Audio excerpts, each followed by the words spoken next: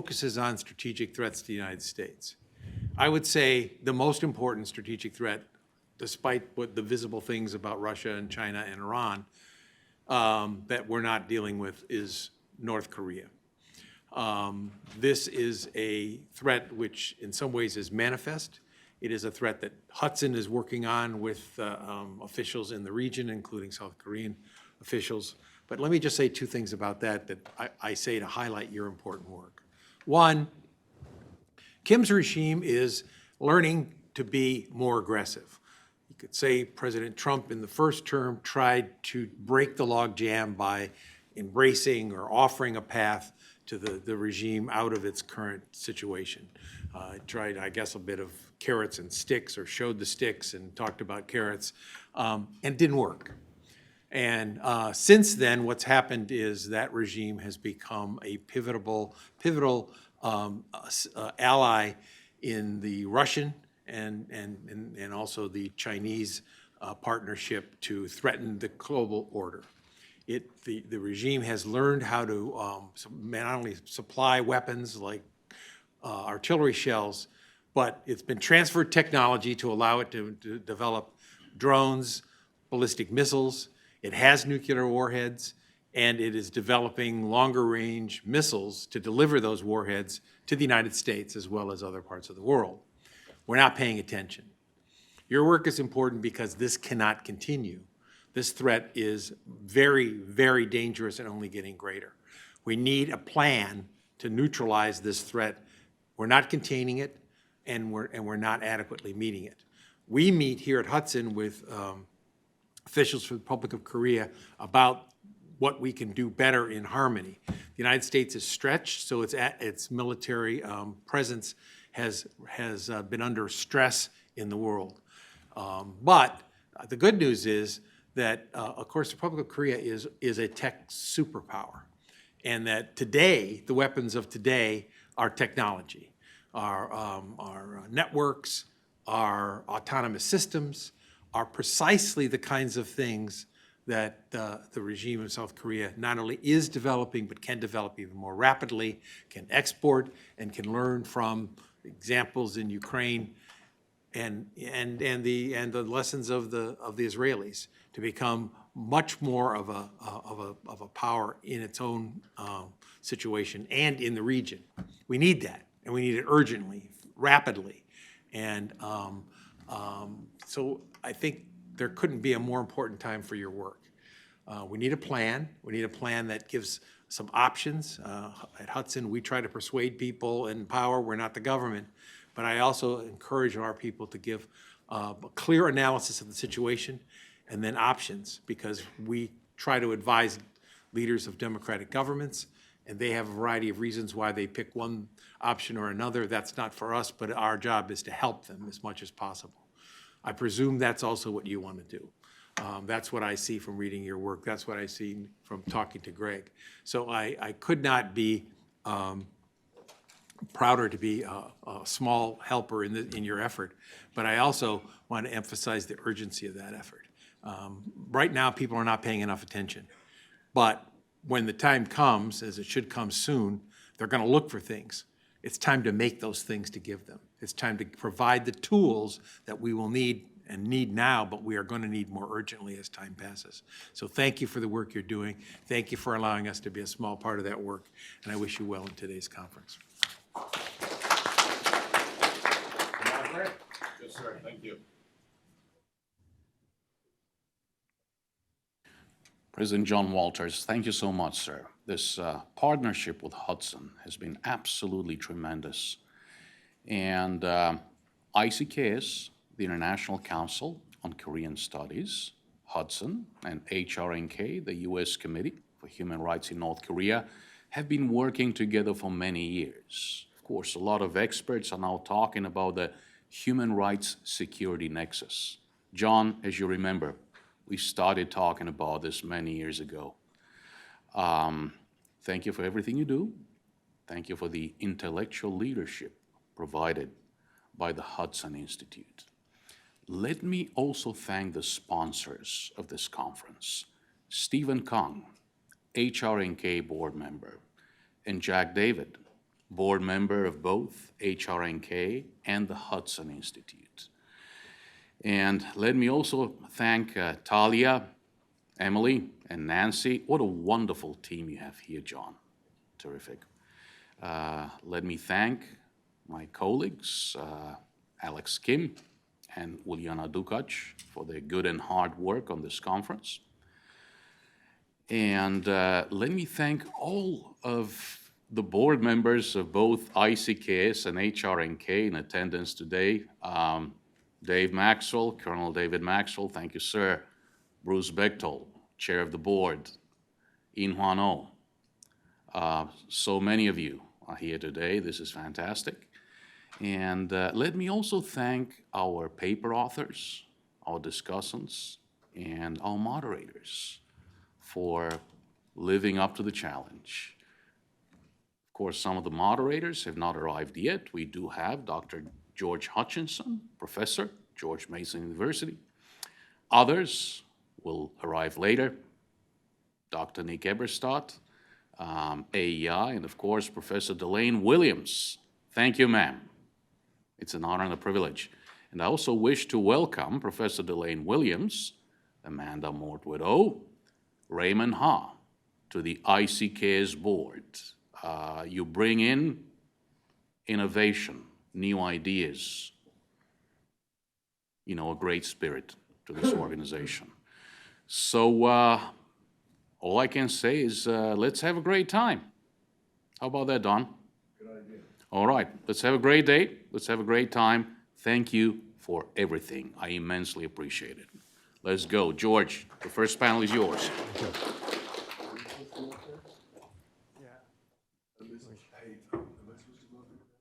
Yeah. Come on up. We can come up. Jay. Greg, you're going to be in the middle. Thanks, sir. And then Amanda, you're gonna be next to Greg. And then No, I'm not going. Yours. It's really good. I look forward to your report.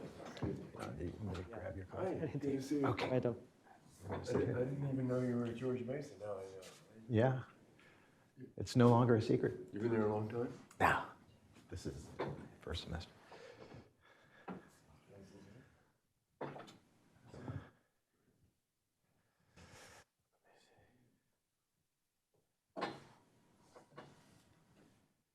We're all situated. Good morning, everyone. I'm George Hutchinson, Editor-in-Chief of the International Journal of Korean Studies, and a board member, as Greg mentioned, for the International Council of Korean Studies, ICKS.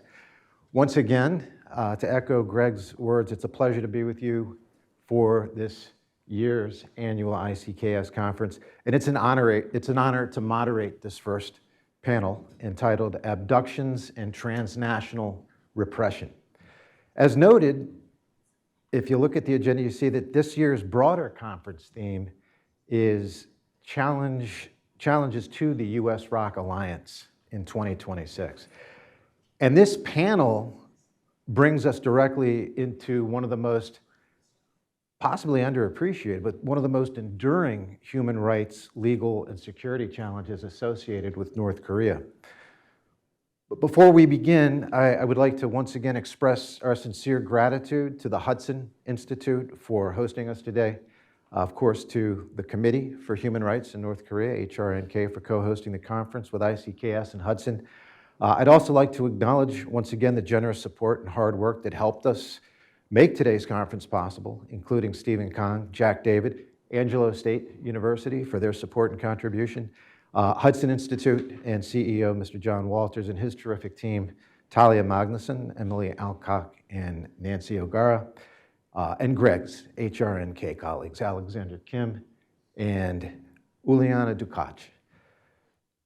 The topic of panel one is both urgent and enduring. North Korea's abduction of foreign nationals is not simply a historical issue or a bilateral dispute between North Korea and individual countries.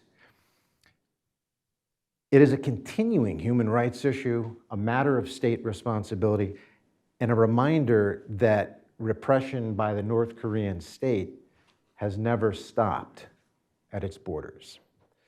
So this context gives panel one added urgency.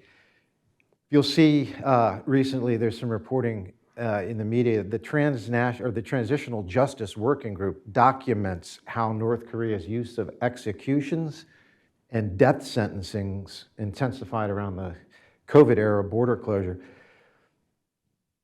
including cases tied to foreign culture, religion, violations of Kim Jong-un's orders, and other political offenses. The subject of this panel is different, abductions and transnational repression, but the underlying pattern is connected.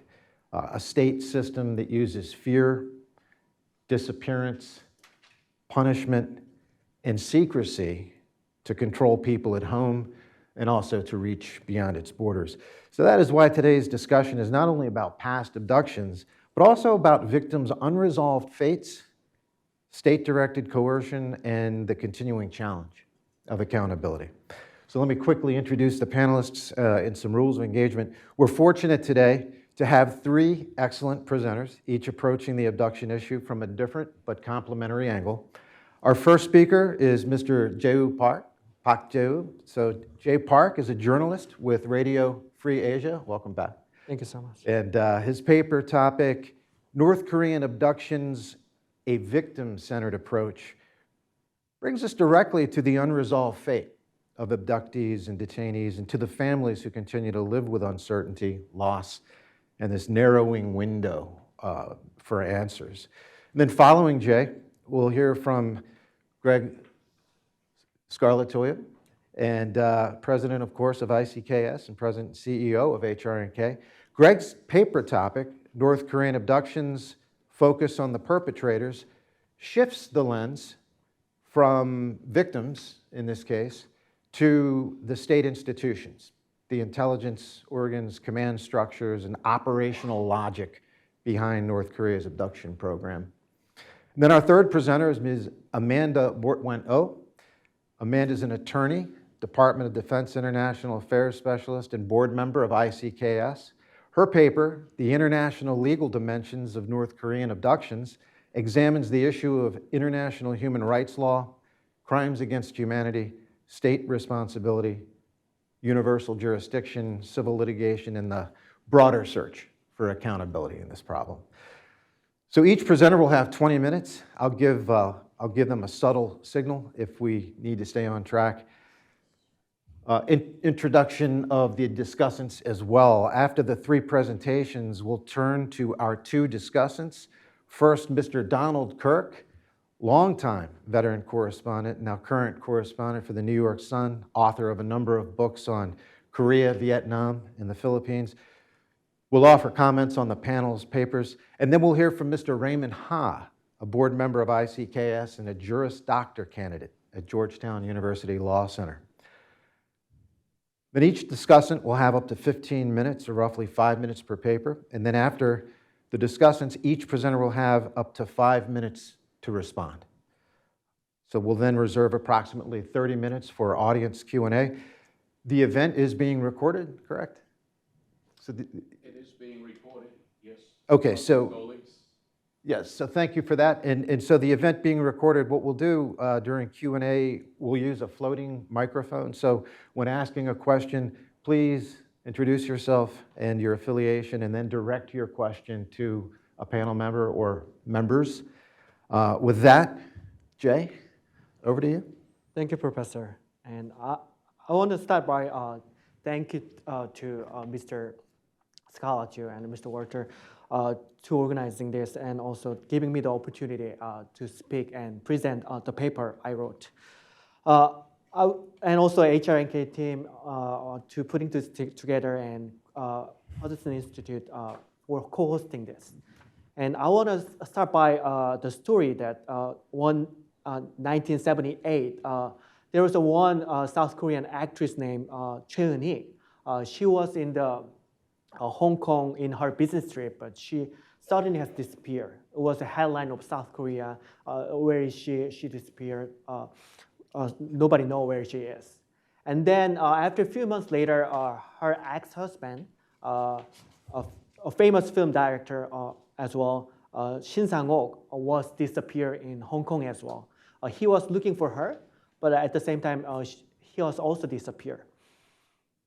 And there was actually a kidnap. They were kidnapped by North Korean agents on the order of Kim Jong-il. As you probably know, Kim Jong-il is a movie maniac. He watched all the movie in Hollywood and South Korea and Hong Kong. He and his father wouldn't let other people in North Korea to watch other movie outside, but he collect all the movie and watched all the movie, and also complaining about why North Korean movie is so bad compared to United States and South Korea. So that's what his motive to kidnap Shin Sang-ok and Choi Eun-hee. And that gives some idea that North Korea, the supreme leader wants someone to in front of him, and they do whatever they want. So in those couple, they make the movie for 10 years for North Korea. There's a famous movie called Bulgasai. There's a first North Korean monster movie related with the North Korean history, and they make, I think, around 10 movies, and it got attention to international community. So they got invited in Vienna as film festival. So there was their chance to escape from North Korea. They were highly tight surveillance, but they were able to escape. They went to United States Embassy to help. So they came to United States to escape. But to be honest, they were lucky. Most of the people who taken to North Korea, they never got out. So I just want to mention, I wrote about the story of people who never went out from North Korea, but they taken to North Korea. I want to share the number that we know. 116,000 people taken to North Korea during the Korean War, including the POW and civilian. And after the Korean War, 1960 and 70, mostly 30,835 people taken to North Korea. But a lot of them are returned to South Korea and also passed away. But South Korean government see 516 post-war abductees still in North Korea. And also, famously, Japan has 17 abductees in North Korea. 5 of them got out, returned to Japan when 2002 North Korea and Japan summit happened. But 12 of them, North Korea argued that they didn't conduct the abduction, and also most of them passed away. But there's no concrete evidence. And recently, 7 South Korean nationals are taken to North Korean prison now as a missionary and journalist, North Korean defector journalist. So there are 3 patterns of victimization. I would like to classify. The first was wartime and post-war abductees. The people who got taken to North Korea in wartime, and also 60 and 70, there are fishermen and students and civilians taken to the North Korean. And they are observed into North Korean society very bottom, like collective farms and coal mines, very harsh labor condition, almost forced labor, modern slavery in North Korea.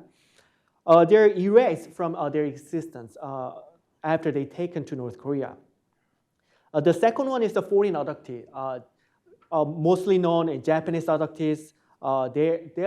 After they taken to North Korea, they're held in the guest house. It's called chodeso.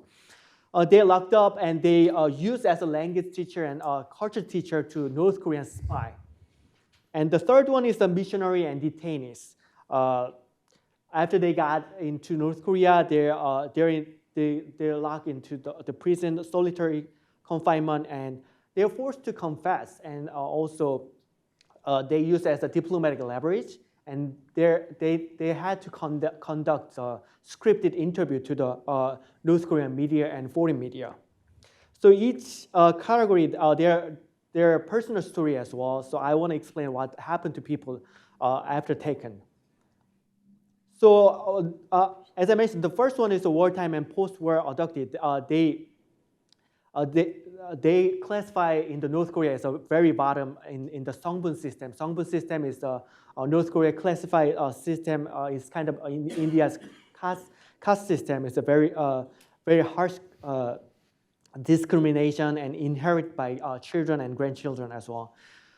There is one person, Cheon Mo. He was abducted North Korea in 1967. He was owner of the boat, fisherman boat. At that day, he wasn't supposed to go to the fishing in Yellow Sea, but one of his crew was not feeling well, so he went out to fishing, and he never come back after that with his. They went together with I think 7 other fishermen, but he and other crew didn't come back at all. He has a son, Choi Sung-yong. He's a very active activist in South Korea for POW and also North Korean abductees. And he couldn't find his own father for nearly 20 years. After they heard that they were kidnapped by North Korea Coast Guard, and then a few months later they were heard that the fishermen who got taken, they will come back. So he and his mother was waiting at the Incheon port the day they supposed to come, but six fishermen came back, but none. His father was none of them. So he was still he was looking for his father. He was active for fighting for his father come back. But along the way, he couldn't find his father. But along the way, he helped 9 others, POW and abductees, to escape to North Korea. And very touching story.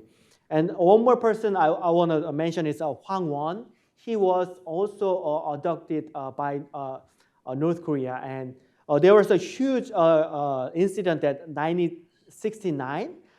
Korean airplane was hijacked by North Korean spy. At the time, 51 passenger and crew member was taken to North Korea. After a few months, 39 come back, but Hwang Won, he was an NBC broadcaster producer, one of the South Korean biggest broadcasting system. He and other, I think he and other crew member wasn't able to come back, and he had a 2-year son, Hwang In-cheol, at that time, and Hwang In-cheol didn't remember most of the memory of his father because he was 2 years old, but his mother actually didn't tell him right away his father was taken to North Korea. So whenever he asked his mother, "Oh, where's his father?"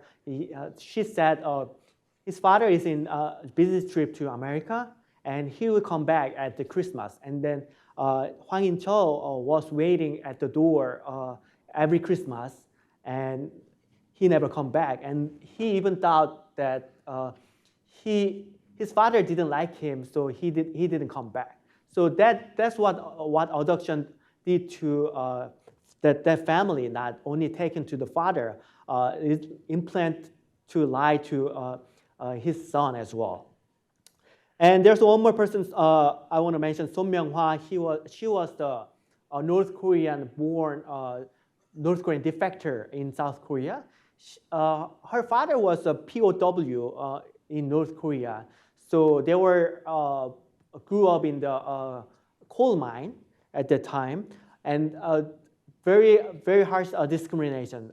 They weren't able to join university, and their brother weren't able to join military. And family, of course, they cannot be a Labor Party's member. And his father died with his last wish that his remain to be in South Korea. And after Son Myung-ah heard that, and she carried her father's remain and home in South Korea and defect to North Korea in 2005. So that was a really, really harsh condition, like who living in the North Korea.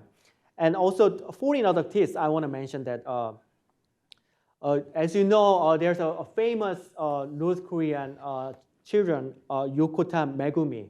She was adopted when she was 13 years old, 1977. She was on the way back to her house from badminton practice at school, and then she never comes back. At the time, mother was waiting for her daughter, and she didn't come, and there was like I think 700, 800 policemen was searching for her, but never find a clue because North Korean agents just also related with the Japanese born in North Korea. They adopt her to taken to North Korea. The sad story that is her father was very active for her return, but he died in 2020 without ever seeing her after 1977. Her mother's Sakeo Yokota as well is turned 99 right now. Her making her birthday wish every time to see her last time before she dies. After 2002 North Korea and Japan summit, they were able to meet Yokota Megumi's daughter in 2014 in Mongolia, but it was a highly tight surveillance, so they wouldn't able to ask where is your mom and is she alive or not. But North Korean government insists that she already passed away, but there's no concrete evidence that they provide DNA sample, but it didn't match with Megumi, and there are a lot of speculation that North Korean try to hide her because she know a lot of things on North Korea's spies and a lot of things they want to hide. There's one more person in Japanese adoptee, Taguchi Yakeo. She was 21 years old, a single mom. She was divorced at the time, tried to start new life, and she has a 1-year-old baby, a son, and she was a waitress at the restaurant. So she was about to start a new life, but she kidnapped by North Korean. So her son never remember or never see her mother in his memories.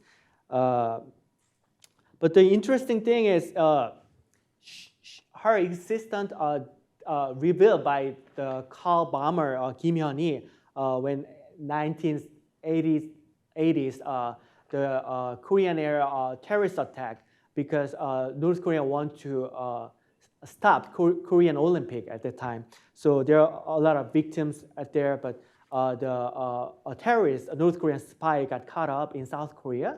And she mentioned that she met Taguchi Yakeo as a Japanese teacher and Japanese culture teacher. And she was very sad. She wanted to go back to Japan. So there was a reveal. And there was one more person, Donia Bombeo, who's from Romania. Probably Greg knows much more about her. She was an art student in Rome. And one Asian guy approached to her to a job in art curator job in Japan if she do the art exhibition in Pyongyang. So she went to North Korea, Pyongyang, but never came back. She was forced to marry American defector soldier to North Korea, and she died with the lung cancer in 1997. Her last wish was her remain sent to Romania, but North Korea refused that. So number third case is the missionary and detainees. A very recent case, North Korea abduct and kidnap or detain South Korean national and also Korean American missionary before. According to the Kenneth Bae, who detained in 2020 and 2014, it was very harsh condition. He was in the prison with 30 guards only for himself, and a very harsh condition. He did a lot of labor as well, breaking the cold and just a lot of labor over there. And so they after they are taken to North Korea, they stay in the prison and also forced confession and used as diplomatic leverage. And there's one Kim Jong-uk. He was a pastor near the area in China and also North Korea. He was detained from 2013. According to his brother Kim Jong-sam, he met him right before he detained North Korea. They met in South Korea. Kim Jong-uk visit in Kim Jong-sam asking for some help. And then Kim Jong-sam gives some food for North Korea, defector in China and North Korean people over there. And at the time, Kim Jong-sam asked him to visit his father at the time it was a mid-autumn holiday, Chuseok, in Korea. And he said that I cannot go right now. I will pay respect to my father later on. But it was the last time because his father had passed away in 2020, and also the other older brother passed away as well. Kim Jong-sam, his brother, is still waiting, but he doesn't know where he is in North Korea, whether he's alive or not. There's one more pastor, Choi Chung-gil. He was detained in 2014, right after the Kim Jong-uk. He has a son, Choi Jin-yong, around he's 30, I think 6 years old. He learned his father's detention 10 years after he got detained. So he didn't know back then when he was detained because he has a complicated family story. His father was divorced by his mother, and he didn't see that much of his father, but every quarterly. So after he became an adult, he wanted to visit his father. He was looking for his father with the Korean family registry, but he couldn't find it. But at the time, probably he was detained in North Korea. He's getting married in October this year, but his father's seat is empty right now. So he also wanted to know more on his father alive or not and where he is. I want to finish by the last story that, as you all probably know, American college student Otto Warmbier. He was a college student in Virginia, and also he went to North Korea for the trip for fun. But he was arrested at the airport on the way out. He was arrested, charged as he's still the propaganda poster in North Korea. He's sentenced, I think, 15 years of the forced labor. A lot of negotiation in the US and North Korea. He returned after 17 months with coma and died after 6 days later. His mother, Cindy Warmbier, now is the international advocate for the human rights in North Korea. So why this case are matter now in 2026? Because, as I mentioned, biological clock is running out. Korean adults are in their 90s, and also families waiting for them are aging too. As I mentioned, Yokota Shigeru, father of the Yokota Megumi, has died, and Kim Jong-sam's father and his older brother passed away. And Hwang In-cheol's father would be 89 years if he's alive. So I want to share with this story, and I want to put in that story in my paper as well. So that's pretty much, and thank you for listening for my presentation. Thank you, Jay. That's an excellent job. Jay's paper did an excellent job. I think Jay took us to the people at the center of this story, the abductees, the detainees, the families who continue to wait for answers as they age. His presentation reminds us that this is not an abstract policy problem. This is a human story. It's measured, I mean, if you were to use metrics, it's measured in lost years, lost time that family members could be spending together, severed family ties in many cases, and then, you know, of course, unresolved fate. So, Jay, great job. And now Greg's paper takes us from the victims to the machinery that made those crimes possible in the first place. The institutions, the operatives, the command structures behind North Korea's abduction program. Greg, over to you. Thank you, George. Let me begin by saying this. I run a human rights organization, the Committee for Human Rights in North Korea. The most difficult thing I do is to meet with the families of victims of abductions. Every year, we pay lip service to this issue. You know, we have UN events, government-sponsored events, NGO events. We have not resolved this issue. Dr. Bruce E. Bechtold Jr., my friend and mentor, always says, we've been doing this for 20 years, the Human Rights Panel, do whatever you want to do. So I picked this topic. Why? That's reason number one. Reason number two is that this is an extraordinary opportunity for trilateral cooperation amongst the United States, South Korea, and Japan. Remember, the current administration has managed to bring back US hostages, US prisoners from all over the world. I think this is a very compelling issue, and we must all work together on it. Let me also thank everyone who has contributed to this paper. Dr. Bechtold told me it was too long the first time I ever heard this, more than 50 pages. Dr. Kim Dong-shik was our main witness. When you read my paper, you will see his story is out there in the public realm. HRNK Senior Advisor, Robert Collins. HRNK Senior Advisor, Joseph Bermudez, our satellite imagery analyst. Mr. Kim Ki-sam, Esquire, American lawyer now. He's the one who spoke truth to power and talked about the $3 billion given by the Kim Dae-jung government to Kim Jong-il for that summit meeting in 2000. The man threw away everything just to tell the truth. I'm deeply grateful to him as well.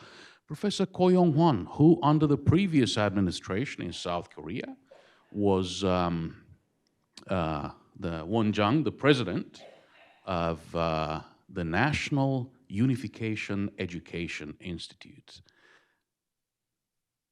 I'm becoming the old guy in the room. In September 2019, we spoke at a conference in Paris, France, hosted by Pierre Rigolot, the author of The Aquariums of Pyongyang. His French is beautiful. Amazing guy. Mr. Lee Hyun-sung, who used to work for Bureau 39, very knowledgeable young guy. Dr. Michael Lee, veteran of the CIA, 93 years old. Jay, he's the one who extracted the South Korean director and his wife once they escaped. Mr.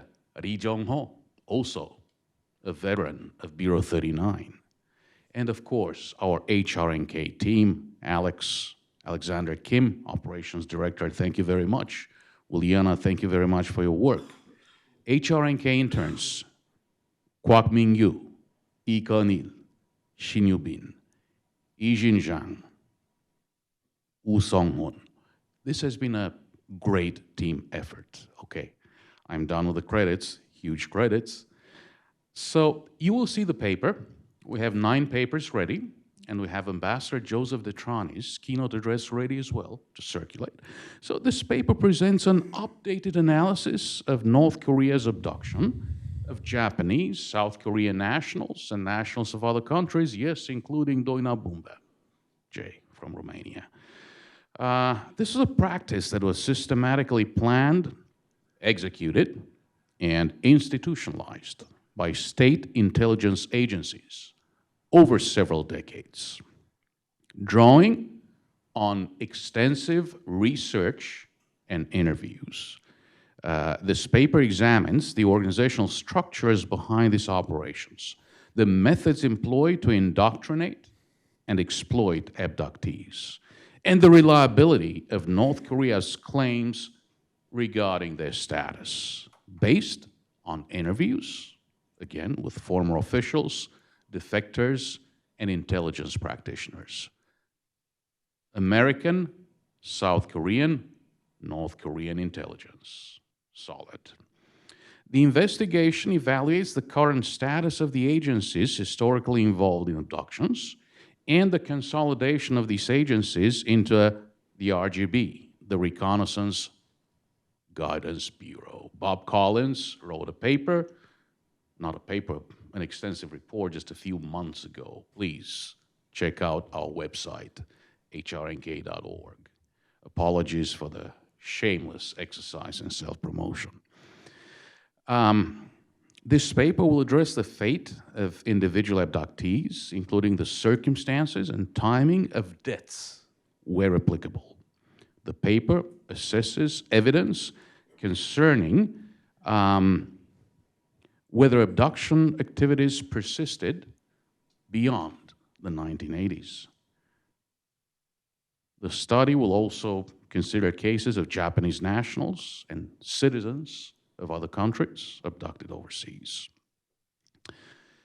Here in the United States, we have looked at the victims. And of course, that's great. Of course, we have to look at the victims. We have not looked at the perpetrators. It is very important to look at the perpetrators for several reasons. We need to understand the system of control and command.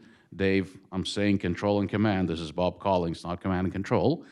We need to understand the system in order to resolve this problem. We need to understand which agencies have been in charge, and we need to be prepared for future accountability. My dear colleague, Amanda Mortwedo, will speak about the legal implications of the abduction practice. We need to be ready for accountability eventually. So, the paper emphasizes the importance of integrating geospatial intelligence with human intelligence and promoting international cooperation with relevant governments and civil society actors. The paper will put emphasis on pursuing diplomatic and investigating avenues. By situating individual abductions within the broader operational and ideological framework of North Korea, the paper aims to advance accountability, uncover new information, and support efforts to restore the dignity and rights of abductees taken by North Korea. I will focus on two particular cases.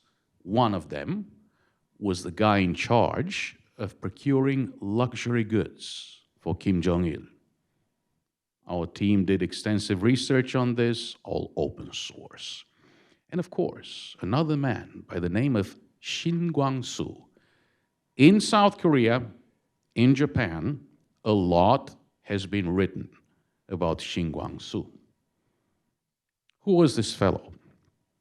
So, North Korea's overseas abductions have often been discussed through individual victim cases.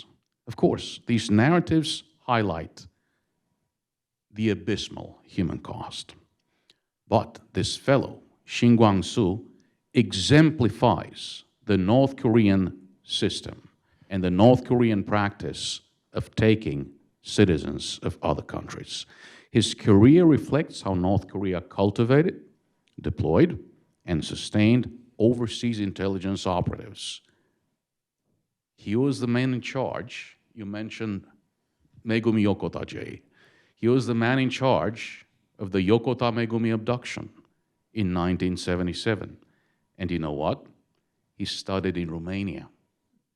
The next year, 1978, you mentioned it, Jay, Doina Bumba, Romanian artist, was taken. I do not believe that a Romanian-speaking North Korean operative in charge of abductions was not involved in the abduction of Doina Bumba. We really need to get to the bottom of this, quite honestly. So again, another opportunity to work not only with our South Korean and Japanese friends, allies, and partners, but also with our European Union partners, in particular, the Eastern Europeans, in particular, the Romanians. So let's make that happen. I know that many of you in the audience can make that happen. So, you know, what can I tell you about this guy, about Shin Kwang-soo? Because, you know, okay, human rights is about storytelling, right? So I have to tell the story. The guy was born in 1929 in Shizuoka Prefecture in Japan. He was a Zainichi Korean who acquired native-level Japanese language skills and cultural familiarity with Japan from an early age. Again, in 1954, Shin Kwang-soo was sent to Romania to study engineering at the Polytechnic University of Bucharest. He remained there for 6 years. He must have been fluent in Romanian. Believe me, these guys really know how to teach their language. So this was framed as technical training for post-war reconstruction, but eventually this prolonged exposure to a foreign culture allowed him to accumulate linguistic, cultural, and operational capital, very useful for intelligence work. He was recruited in the early 1970s into the Workers' Party External Intelligence and Investigation Department. Now it's Office 35. And this is an illustration of how North Korea systematically converted technical elites into intelligence assets. In 1973, they sent him, of course, to Japan as a trained intelligence operative. His task extended beyond information collection to the establishment of a durable espionage infrastructure. He embedded himself within commercial organizations affiliated with the Choseonyeon, Choson Soren, the General Association of Korean Residents in Japan. He recruited collaborators through coercion and inducements, including threats against family members in North Korea, and of course, promises of economic benefit. A key element of Shin's operations was identity theft. He assumed the identity, J, of a real Japanese national, Tateyama Tomizo, enabling him to penetrate administrative systems and evade surveillance. Japanese police records indicate that Shin managed multiple recruited assets, using them to launder funds, secure safe houses, and maintain operational continuity. The Yokota Megumi case. We're losing their parents fast once again. It's really tough to deal with this. We only have 2 living parents of Japanese abductees. The 1977 abduction of Yokota Megumi represents the most revealing case for understanding North Korea's overseas abduction practices. Megumi was 13 years old. She was a girl going back home from badminton practice. She was abducted in Niigata Prefecture. You know, the targeting of a minor demonstrates that North Korea's abduction policy extended beyond adult males to include children. Following her abduction, Megumi was taken to Pyongyang. She was confined to, you mentioned this, Jay, to a chodeso, a so-called guest house. Shin Gwang-soo, this fellow, whom you can hardly read about anything in the English language press, was among the operatives responsible for Japanese language instruction and ideological indoctrination at the facility where she was confined. This guy coerced abductees into compliance while extracting detailed information about Japanese language use, regional customs, and everyday social behavior. It's not easy to train spies, right? You need to be able to talk about, the school you went, the shopkeeper on the street corner, the names of your classmates, the names of your teachers. Thus, they took these abductees. Again, Hara Tadaki, right? You mentioned it. 1980. This was a bit different from the Yokota Megumi case. Hara was a Chinese restaurant worker in Osaka. He was lured by Shin Gwang-soo to Aoshima Beach, and he was abducted. Shin later acquired Hara's identity and obtained a Japanese passport under his name, which he used later on for his overseas intelligence operations. This is another case that demonstrates how North Korea employed abduction as a technical instrument to acquire operational identities and expand agent mobility abroad. Okay, so what happened to Shin Gwang-soo?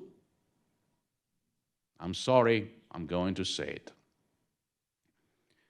His intelligence activities ended in February 1985.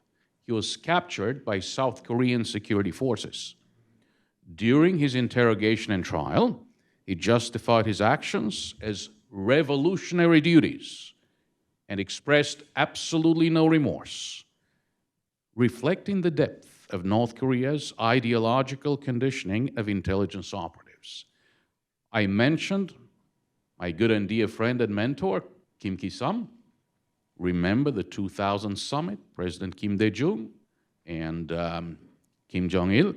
In 2000, South Korea repatriated Shin Gwang-soo to North Korea. He was in jail. Did they talk to us, Americans? I don't know. I don't have the clearance to know that. Did they talk to the Japanese? I don't know. I don't have the clearance. But the bottom line is that this was a main operative in charge of kidnapping citizens of another countries. Was this a missed opportunity in 2000, Jay? What do you think? It is. George, Amanda, everybody. All right. So, again, this case reveals opportunities missed. It reveals how North Korea's overseas abductions were systematically planned, executed, and legitimized by the state. I think that the abduction issue transcends individual tragedies. According to the UN Commission of Inquiry, Amanda's going to mention this is a crime against humanity. This requires accountability. This requires truth-seeking. And, these are the prerequisites for durable peace and normalization. And Dave Maxwell has been working very hard on this, on unification and human rights. The human rights security nexus is the ultimate answer to the North Korean conundrum and the Korean Peninsula conundrum. I see not too many of you are asleep. It's all right. Thank you for listening. Thank you very much. Thanks, Greg. Thanks, Greg. That was excellent. Wow. So very, very powerful rundown. Through the case that Greg presented, Greg took us inside the perpetrator side of the issue. So the operational architecture, the intelligence organs, state-directed mechanisms that not only made abductions possible, but then were part of the concealment and of the fate for the victims afterward. Unapologetic concealment. Wow. And so now Amanda's paper brings us to the legal dimension. How these acts should be understood under international law, what accountability mechanisms may still be available, how victim-centered justice can move forward, even in an environment now where traditional enforcement channels are constrained, unfortunately. So Amanda, the floor is yours.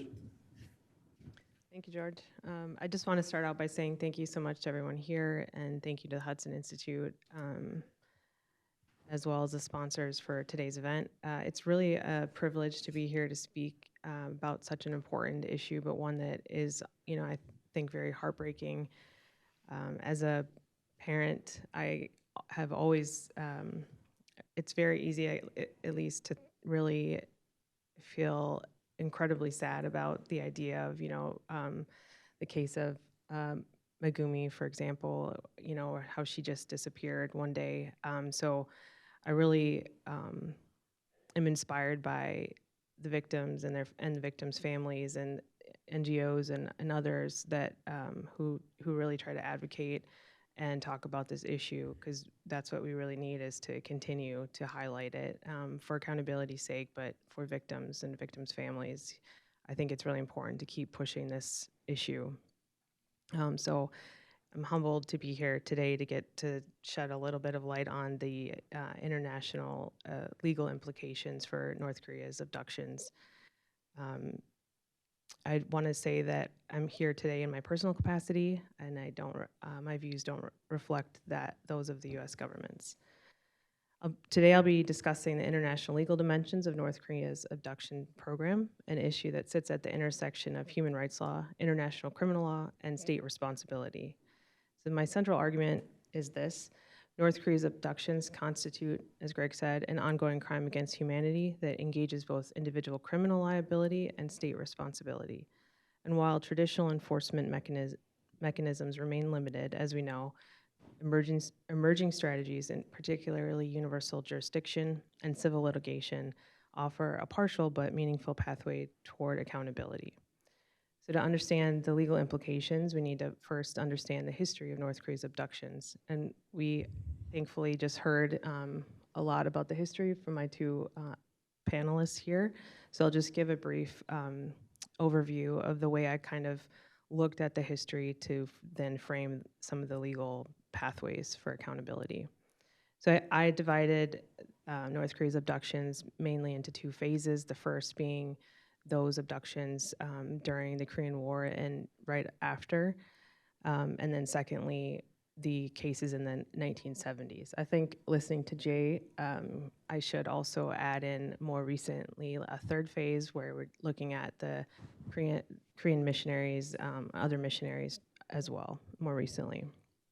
But for the first phase, I'd highlight that, as you heard, thousands of prisoners of war, particularly from South Korea, were never repatriated. And under international humanitarian law, specifically the Third Geneva Convention, prisoners of war must be released and returned home without delay after hostilities end.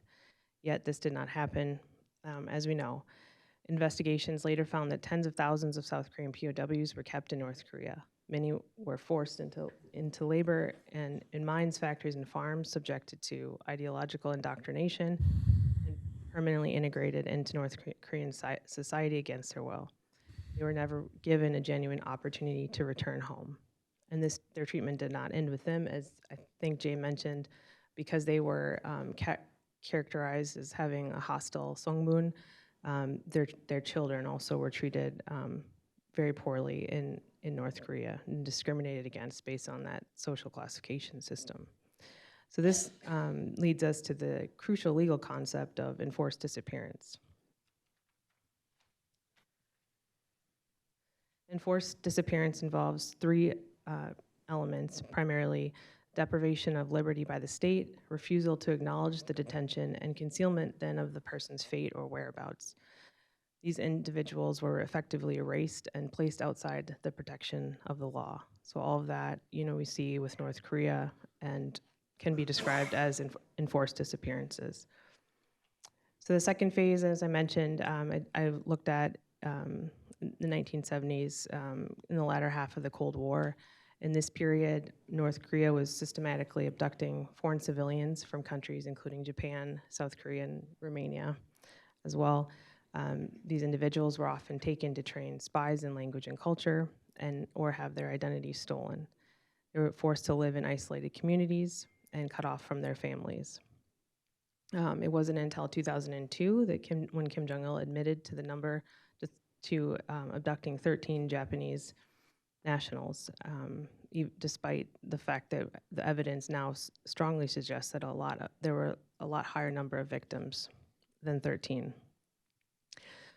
Why is this important to mention? These were not random acts. They were coordinated and state-directed operations. And from a legal perspective, these actual actions violate multiple areas of international law. So first, I'll talk about the human rights, about international human rights. So North Korea is a party to the International Covenant on Civil and Political Rights, the ICCPR. Its abduction practices violate core rights protected under that treaty, including the right to liberty, the freedom from arbitrary detention, and recognition as a person before the law.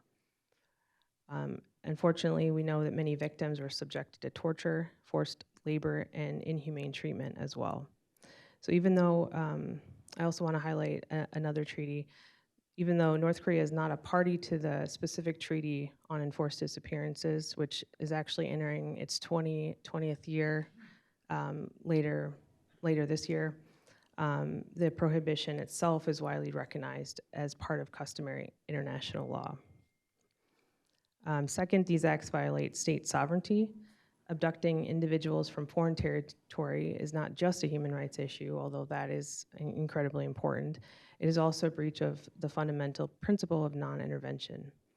North Korea has violated the territorial integrity of other states. And this transforms the issue into one of interstate responsibility as well. As Greg mentioned, the 2014 UN Commission of Inquiry on Human Rights in North Korea I think represented a key turning point in the legal assessment of North Korea's abductions. The commission concluded that North Korea has committed systematic, widespread, and gross human rights violations, and crucially, it found the abductions constituted crimes against humanity. Why is that significant? Under international criminal law, crimes against humanity are among the most serious offenses. They involve acts committed as part of a widespread or systematic attack against a civilian population. Enforced disappearance is explicitly listed as one of these crimes. In North Korea's case, the requirements are clearly met. The abductions occurred over decades, across multiple countries, and followed consistent methods. They were carried out pursuant to state policy. Another important point is that enforced disappearance is considered a continuing crime. This means the violation does not end when the person is taken. It continues as long as their fate remains unknown. And as we know, in this, many people's fates are still unknown, unfortunately. And this has profound implications, not only for legal accountability, but for victims and their families who continue to suffer uncertainty and psychological harm. I read that Amnesty International actually characterizes that psychological harm as psychological torture, just on the really enduring pain and suffering for the victims' families of not knowing where their loved ones are. Legally, this situation engages then two parallel frameworks. First is individual criminal responsibility. Those involved in planning and carrying out the abductions could, in theory, be prosecuted for crimes against humanity. So I think Greg's paper and topic he just highlighted helps bring in some additional potential information and evidence for pursuing individual criminal responsibility. And that's really important to build the case that's available for potential future accountability. The second is state responsibility. Under international law, actions carried out by state officials are attributed to the state itself. This means North Korea as a state has breached its international obligations. Under the law of state responsibility, it is required to cease its wrongful conduct, provide assurances that it will not continue, and make full reparations to victims. In practice, as we know, these obligations remain unfulfilled. So this brings us to the question of accountability. I'm sad to say, but traditional mechanisms face serious limitations. However, I don't think all hope is lost. A couple of the international legal options I want to highlight are the International Criminal Court and the International Court of Justice. Both are incredibly difficult, pathways, but they're at least potential options.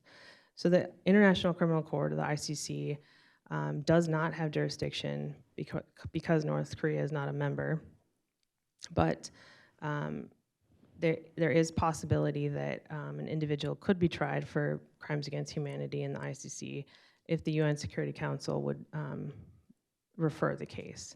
However, we know that this is unlikely based on China and Russia's veto powers. However, organizations including HRNK, UN COI, OHCHR, and Seoul, they continue to bring this recommendation up to say that this is still an avenue for accountability and one that should be explored. The International Court of Justice, ICJ, is another potential avenue. This is more for state disputes. So it looks at state wrongs instead of the ICC, which is looking at individual wrongs. But in the case of the ICJ, it does need state consent, so it is a challenge.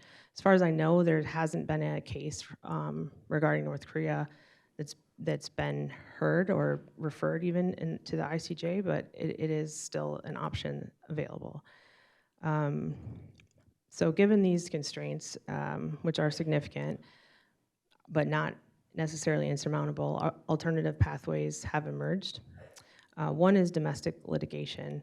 I think these are interesting cases. There's a few I highlighted in my paper in the US, South Korea, and Japan. But there are ways for victims to try to, and their families, to try to pursue an alternative pathway. Some courts have even actually awarded damages against North Korea.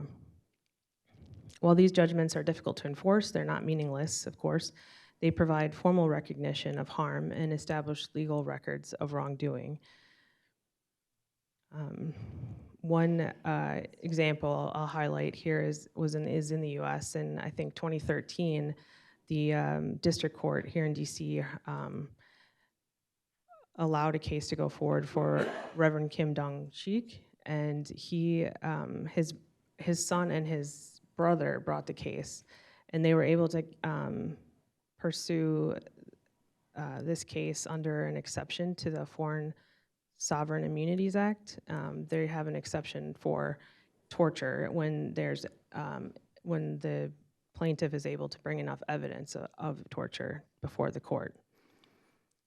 I think that the court awarded $300 million or so in damages for that case. Another important mechanism I wanted to highlight today is universal jurisdiction. This has an overlap with domestic cases as well. Universal jurisdiction, the principle allows national courts to prosecute certain grave crimes regardless of where they were committed or the nationality of those involved. So it's kind of a recognition that certain crimes against humanity being one, are so egregious that impact our whole world, and so in some limited cases, states and courts can say, even if that person isn't from our country or the victim isn't even, we still want to pursue this issue. And because crimes against humanity fall into this category, countries and third countries could, in principle, prosecute North Korean officials as well. However, there are limitations. Many countries require the accused to be physically present, so that is probably the biggest hurdle in the case of universal jurisdiction. And issues of immunity also arise, particularly for high-ranking officials. Still, I would argue universal jurisdiction plays an important role. It reinforces the idea that these crimes concern the international community as a whole. It preserves evidence, and it keeps the possibility of future accountability alive, which is important. I'd like to shift focus here a little bit to from the legal frameworks to the human impact. I also wanted to highlight the case of Megumi Yokota. One of the most well-known cases, of course, we heard from our other two panelists, is her abduction. And in this case, I'll just say I think it's important to highlight the role of victims and their families here, and to look at a victim-centered approach to accountability, because as we know, the law, I think, can complement some of these efforts, but it doesn't provide all the answers, unfortunately. But it can highlight that the right to truth, that the families still deserve to know what happened to their loved ones. It also includes participation of the victim-centered approach, which gives victims a voice in legal and political processes, includes reparations, which is acknowledging the harm and attempting to remedy it. And so even when prosecutions are not possible, these elements also matter. They provide recognition, dignity, and a measure of justice for victims' families. Despite these developments, significant challenges remain. North Korea's political isolation makes cooperation unlikely. Access to evidence is limited, and suspects are typically beyond reach. Any geopolitical considerations often take priority over human rights, which is why I appreciate Greg and Dave Maxwell's points about the human rights and security nexus. I think that they need to be tied together to be more effective. And so there's also a broader structural issue that I'll highlight. International law relies heavily on state consent and lacks centralized enforcement. This creates a gap between legal norms and real-world accountability. And in North Korea's case, this gap is particularly stark. But efforts toward accountability are not completely futile, despite what I think it sounds like I'm saying. Legal processes, however limited, help document abuses, preserve evidence, and maintain pressure on North Korea. They shape international expectations and keep the issue visible, and just like events like today do as well. And most importantly, I think they affirm that these violations are not forgotten, that the victims themselves are not forgotten. So in conclusion, North Korea's abduction program represents a clear and an ongoing violation of international law. It constitutes enforced disappearance, it rises to the level of crimes against humanity, and it engages both individual and state responsibility. While traditional enforcement mechanisms remain constrained, alternative approaches that I mentioned, such as universal jurisdiction and domestic litigation, offer meaningful, if partial, avenues for accountability. Moving forward, a truly effective response must integrate these legal tools with a victim-centered approach. Because at its core, this issue is not only about legal principles, it is about the people and those who are taken, those who are never returned, and those who are still waiting for answers. So thank you. Great job, Amanda. Very nicely done. So from the standpoint of our presentations, Amanda's presentation sort of completed the arc for our panel, from the lived experiences of victims and families to the perpetrator institutions that carried out and concealed these acts, to the legal frameworks that still provide hopeful avenues for accountability. And I think what's left sort of hanging, I think, for us is just the issue of transitional justice. It appears to be left open. So now we'll turn to our discussants. Don, we'll begin with you. Thank you. Is this on? Yeah, thanks very much. It's been really great hearing this recount or recapitulation of all these issues that we've been hearing about for years, for too many years.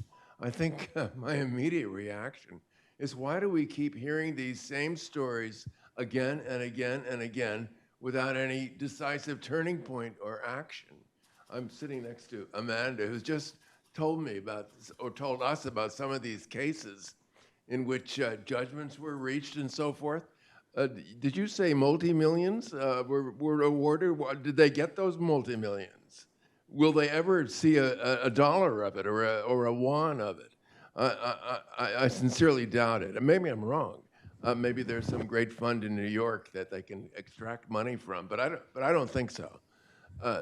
It's the The futility. warm beers did, Don. I beg your pardon?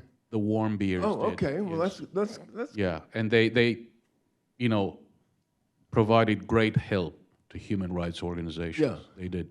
okay. Okay. Well, that's good to know. That's an additional detail that that adds to the discussion. But overall, I have a sense of all these stories going on and on and on. I've heard the Megumi story probably at least 100 times. It always gets mentioned, maybe 1,000 times. And yet we don't hear what's going to happen as a result of this. We don't hear action, decisive action against North Korea that's really going to bring about a change, a cosmic change. Okay, they did return a few people a few years ago to Japan, but we don't hear that what happened to the people who were held from that plane that was forced down in North Korea. They've been living in some special area for decades now. When are they getting out? Will they ever get out? I've spoken to the son, who periodically makes petitions and entreaties in Seoul. The foreign ministry in Seoul has told him very politely a number of times, well, there's really nothing we can do. Also, the Ministry of Unification, I think maybe more the Ministry of Unification than the Foreign Ministry in that case. But nothing advances really in that case. Greg told us about this fascinating story of the North Korean who got to be identified as a Japanese and who was held in South Korea. Kim Dae-jung returned to North Korea about more than 60 prisoners, long-term prisoners, who wanted to go back to North Korea as part of his deal for reconciliation with North Korea, part of the Sunshine Policy. Of course, he didn't recognize Japan's request to be able to interrogate one of them who was accused of crimes in Japan. Was it the same person, or was it? I think it was the same person. Yes. Yeah. Why didn't Kim Dae-jung say, well, we can't return any of these 60 people if you don't if you don't start returning some of the fishermen, some of the soldiers from the Korean War, some of the abductees. By the way, we mentioned abductions off the beaches of Japan. There's also been some abductions off the beaches of South Korea. We don't hear about them.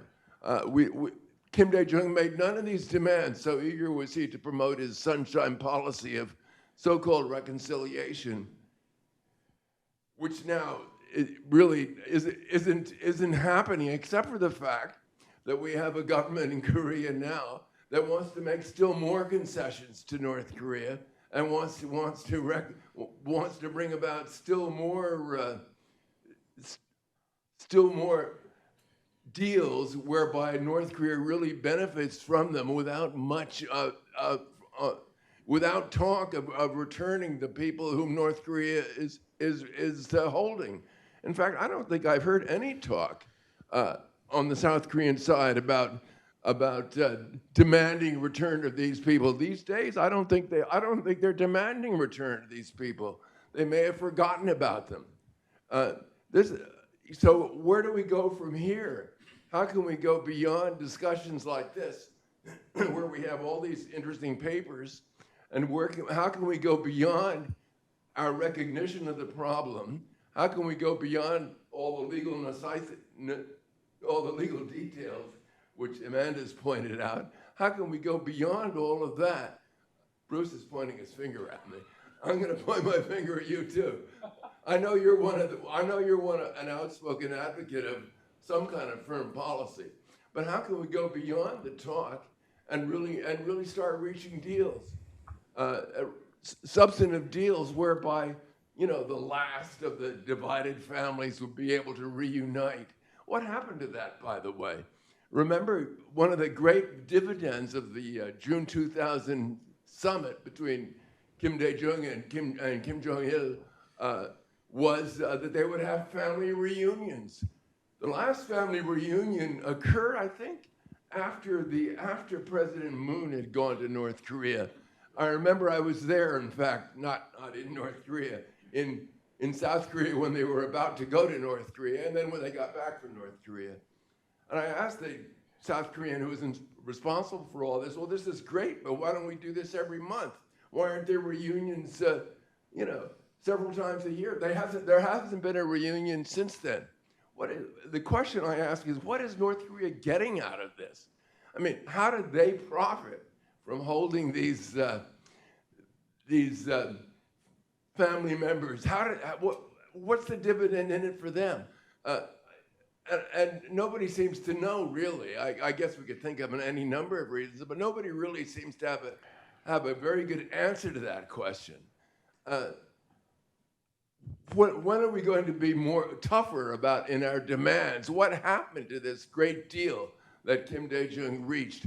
He bragged about it quite often. He said, well, thousands of people have seen each other. Those reunions, by the way, there's about 20,000 who've actually seen each other, 22,000. Those reunions are only 4 days.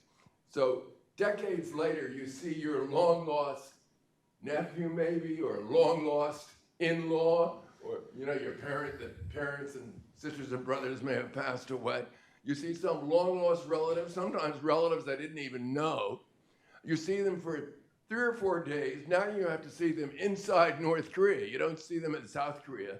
You have to go to this tourist zone inside North Korea to see them. And then you say, bye-bye, I'll see you in another life. They'll never see each other again. These are not great moments. This is not real reconciliation between North and South Korea. This is sort of play acting. It sounds good, and hordes of journalists cover them.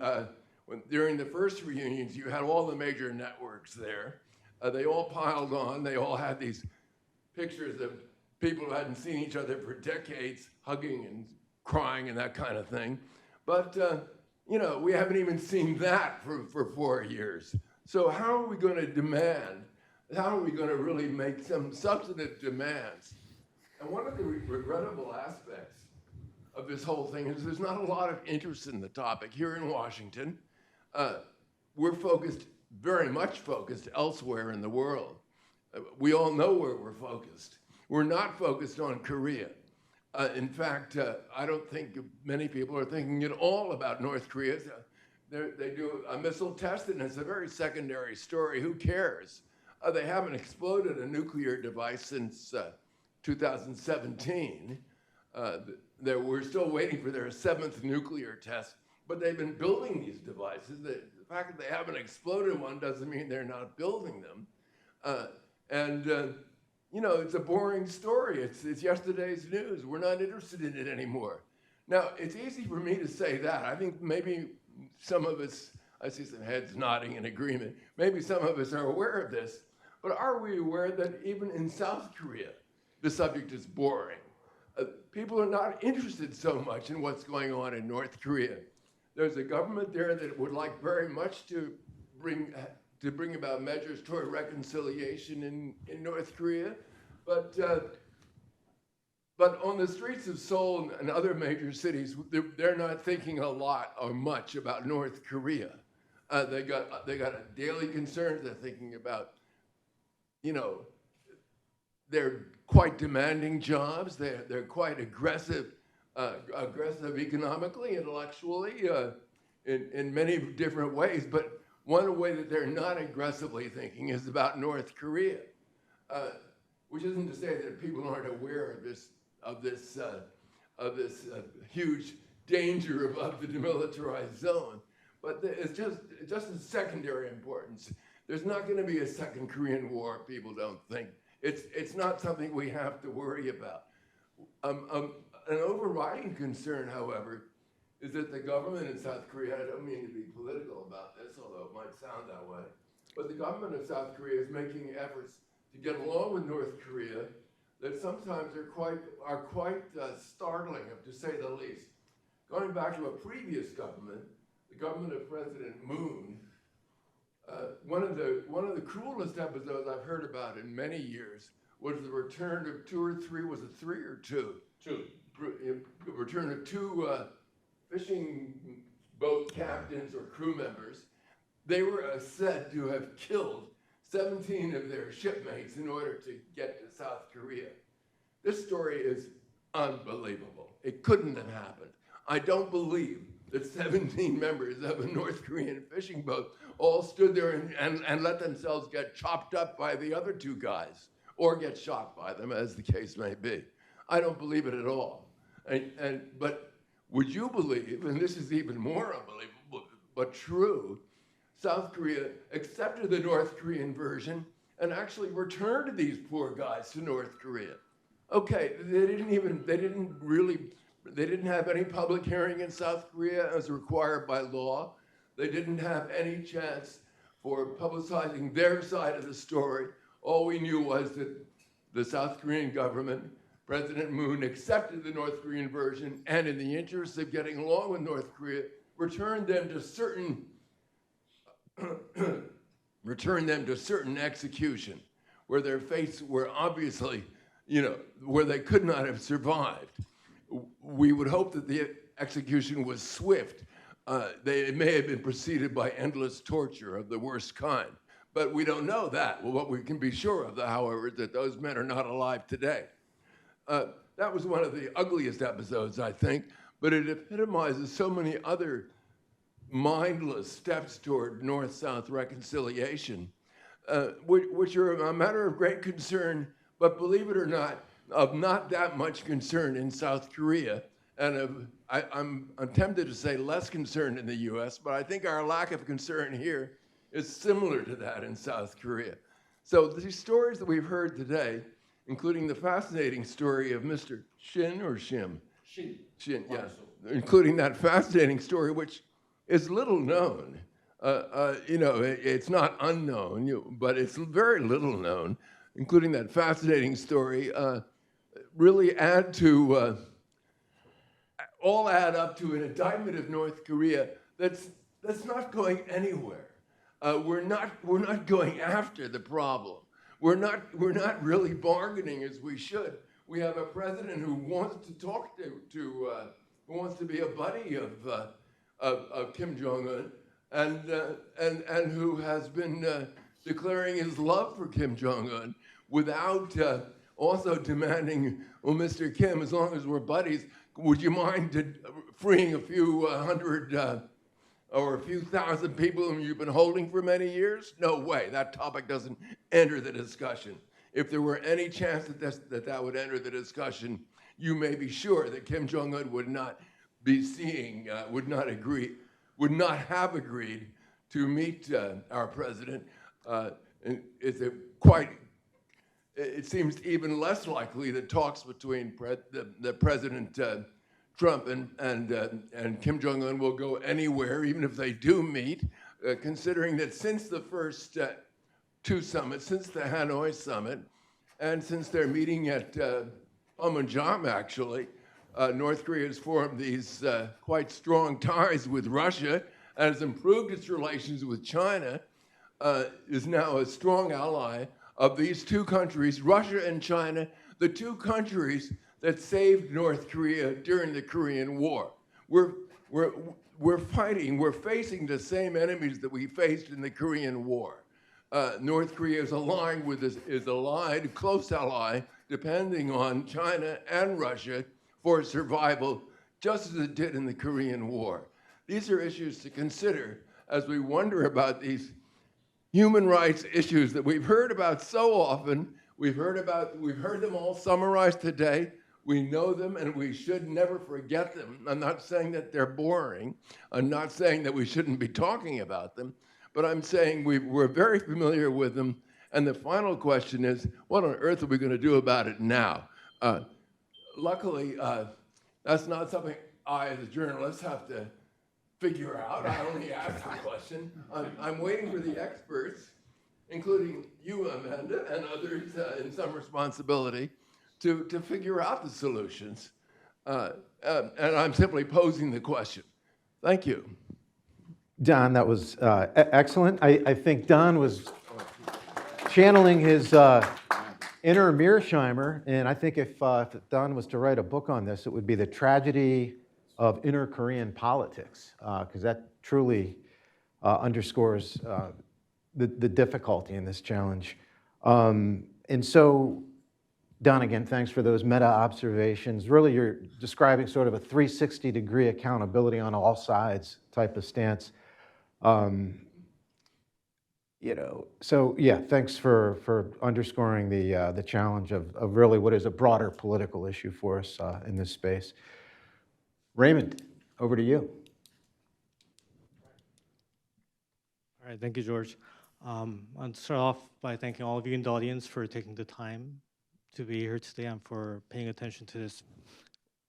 It can be depressing, but I think is, again, as Amanda stressed, it's a very human issue, it's a very important issue, and it's important that we keep it on the radar as much as we can. I also want to thank Greg for the invitation to speak today and George for coordinating the panel. I want to do a couple of things over the next few minutes. The first thing is to situate the abductions issue in the broader context of North Korean human rights, how this issue might be different, and what that means for how we understand and address it. And second, I want to briefly comment on each of the three papers. I promise I only have nice things to say, and raise a couple of questions for each of the authors. To start off, I think it can be helpful to classify the whole range of North Korean human rights issues along two dimensions. First, in terms of who is affected, whether it's a North Korean citizen or a citizen of another country, and where the violations occur. Is it inside North Korea or is it outside of North Korea? And the first category of human rights violations that affect North Korean citizens inside North Korea, I think this is what we usually think about when people bring up North Korean human rights, including things like conditions in detention facilities, gender-based violence, the Songbun system of classification and discrimination that Jay mentioned earlier, pervasive surveillance, access to food, access to education, access to healthcare. Now, understandably, these are difficult to monitor and document in real time. Organizations such as HRNK can only rely on escapee testimony, satellite imagery, and sometimes, although very limited, inside sources that provide information about what's going on. And these problems, these are deep structural issues that will require significant political, social, and economic change to address and to improve. And the second category is human rights issues affecting North Korean citizens outside of North Korea. You might place the forced repatriation of North Korean refugees in this category, but in recent years, there's been a focus on overseas workers, predominantly now in China and Russia, in the construction, seafood processing, IT, and textile sectors. And these workers are working outside of North Korea in conditions that have been alleged to amount to forced labor. Again, these issues are also difficult to monitor and document, though because they are outside North Korea, it's possible to obtain some open source information about what's happening. And it's also possible for countries to take some steps to address these issues by doing things like monitoring their supply chains, improving due diligence for financial institutions, and so on. So there are some levers to try and affect these issues. And the third category is human rights violations affecting citizens of other countries outside of North Korea. And this is the subject that we're here to discuss today, the abduction of foreign nationals. Now, again, it's hard to obtain information about what's happened to the victims inside North Korea, but there is a continuous and visible impact on family members and local communities. And this is, I think, is a unique feature among North Korean human rights issues. And because of this, I would argue at least that the abductions issue is at least more immediate and more tangible for the general public than at least compared to other North Korean human rights issues, with the potential to support or strengthen any diplomatic efforts that might happen along this front.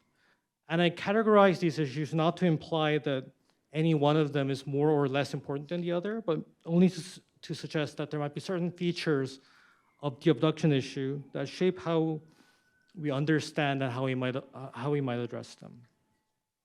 And now, given that broader context, I want to turn to the three papers, starting with Jay's paper.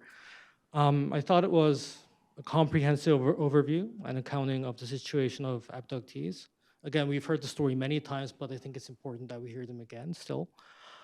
It was very effective in conveying the continuing human toll of abductions on family members across generations. And I saw in Jay's paper that one of the family members he interviewed just a mere 2 weeks ago. Like, this is still ongoing, and I think it's important that we remember that. And I have a couple of questions for Jay. You mentioned that one option for proceeding would be to have some kind of multilateral diplomatic coordination between the countries that have been affected by this issue. And South Korea, as one of the countries that has been most directly affected by this, the South Korean government's position will be important if something happens. And I was wondering, based on your research and your reporting, how would you assess at least the South Korean public's perception of this issue? How much awareness is there? And if there is awareness, do you see a partisan divide as there is with inter-Korean policy generally, or do you think this issue might be different? The second question, you mentioned in your paper that the bare minimum would be for North Korea to confirm survival, and I fully agree. The ideal outcome that all of us would hope for would be full repatriation of everybody who's been abducted. But between these two outcomes, just to think about this more concretely, what are some other options, perhaps on the path to repatriation, that states could consider? Turning to the second paper, again, one focus of the work of the U.S. Committee for Human Rights in North Korea. Full disclosure, I worked with Greg for several years. And I know that one focus of HRNK has been to document and identify and analyze the chain of control and command, I want to make sure I get that right, of human rights violations in North Korea, to identify the institutions and individuals that are responsible for human rights violations inside North Korea. And I read this paper as an extension of the same approach, applying that approach to the abductions issue. And your paper highlights that at least until the 1980s, there was a systematic high-level policy to abduct nationals of Japan, South Korea, and other countries, not sporadically, but as an integral part of North Korea's intelligence training and operations. The first question I have for you is, with respect to the more recent instances of abductions of South Korean missionaries and others occurring since the 2010s, do you think there's been a qualitative shift in the objectives of North Korea's abductions program? Should we understand that as part and parcel of what North Korea was doing in the 70s and 80s, or is the distinct phenomenon maybe requiring a different understanding and a different solution? The second question I have for you is, you mentioned satellite imagery in your remarks, and I was wondering if you could elaborate on how satellite imagery can help improve our understanding of this issue in particular. Now, turning to the third paper, Amanda, I thought your paper was a very thorough explanation of relevant international legal norms and conventions relating to the abductions issue. And your paper concludes that enforcement, at least under international law, still remains profoundly constrained, despite some efforts by family members and advocacy groups to bring the issue before domestic courts in South Korea, Japan, and the United States. The first question I have for you is, what would you make of the view or perhaps the concern that seeking accountability and working toward the full repatriation of abductees could be in tension with one another? Do you think there is a tension, and if there is, how would you think about approaching this issue in terms of a victim-centered approach and ensuring accountability? And my second question is, are you aware of any other examples outside of North Korea of where there were abductions by state actors that have been effectively addressed, partly or completely, under international law and under international institutions. And I bring this up because perhaps looking to these examples might inform how we think about how we proceed on the objections issue with respect to North Korea. And with that, I'll turn it back to George. Thank you, Raymond. Excellent comments. Thank you very much. Again, thank you for those very thoughtful comments for each of the papers and for bringing some additional legal and analytical perspective to the discussion and great follow-up questions. And that's where we'll turn now. But that's before moving to Q&A. So each presenter will have up to 5 minutes to respond to the discussants' questions and comments. So we'll go in the same order as presented. Jay, we'll start with you again. Yeah, thank you so much. Yeah, thank you for the comment, Don and Mr. Ha. And yeah, as Don mentioned that this is the same things over and over, because not that many cases has been solved, especially a Korean case and some case in Korean American and American case. Some American missionary came back to America because when the summit between U.S. and North Korea happened, before that there was a negotiation is going on. So that was a positive moment at the time. But I do think when South Korea, as mentioned, Kim Dae-jung repatriate to North Korea prisoner, but South Korea has started very, very weak negotiation leverage.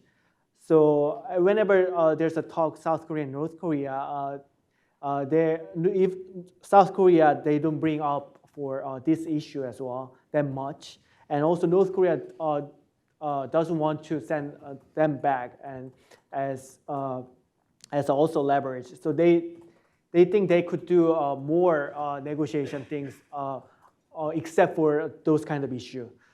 And South Korea willing to bring more, to do more without this issue. And as Mr. Ha asking, Korean public see this issue very not interested, as probably Don mentioned, because it's the same things over and over again as well. And there's one case that I think last year President Lee asked by NK News about this South Korean missionary got detained in North Korea, and then President Lee didn't know at all. Yeah, so there was quite a huge news with this community. But I think reaction that, and South Korean media didn't mention them as much as we think, and because nothing solved and nothing have improved. If something negotiation happening, I think some way the possible option or way that U.S. probably later on. I don't think also North Korea is not interested in talking in the U.S. at this moment. But if it happened, U.S. should bring some this abduction issue South Korea and Japan.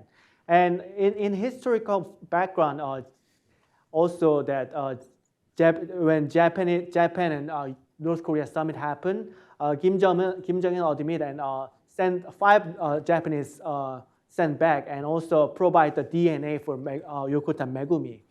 And there's a critical liability issue that North Korea provided Megumi's DNA was not matched to Megumi's DNA. So even though North Korea provides some evidence or any concrete evidence, I don't think South Korean public and Japanese public would believe if scientific evidence we provide. So I think it will be my answer that because it's really difficult to communicate with North Korea at first, and then liberally if they willing to provide concrete issue. Does that cover? Yeah, Did that answer your questions, Randy? Okay, great. All right, Greg, over to you. All right.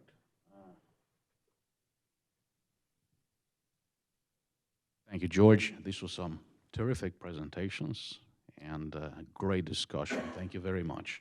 So the first point I would like to make about the issue and any human rights related issue, human rights in North Korea, because that's what we do, we need to get over the current approach. And Don, you mentioned that.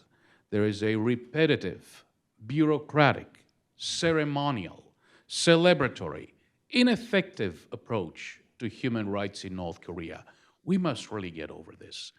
You know, every year you get together, you know, for a week you have events, or, you know, you meet up at the UN. Really, we have to make a difference. Why? Because we are dealing with 200,000 North Koreans held at North Korea's Kwaldiso political prison camps. Many others are held at other detention facilities. The Kyohwaso re-education through labor camps, the Chikyoso short-term detention facilities. These are pressing issues. This is happening today. About the abduction issue, we need to bring closure to the families. Once again, there are only 2 parents who are still with us. The others have passed away. So, again, it's very difficult if you're a human rights defender to meet with them every year. Through bilateral diplomacy, multilateral diplomacy, we must really bring closure to this issue.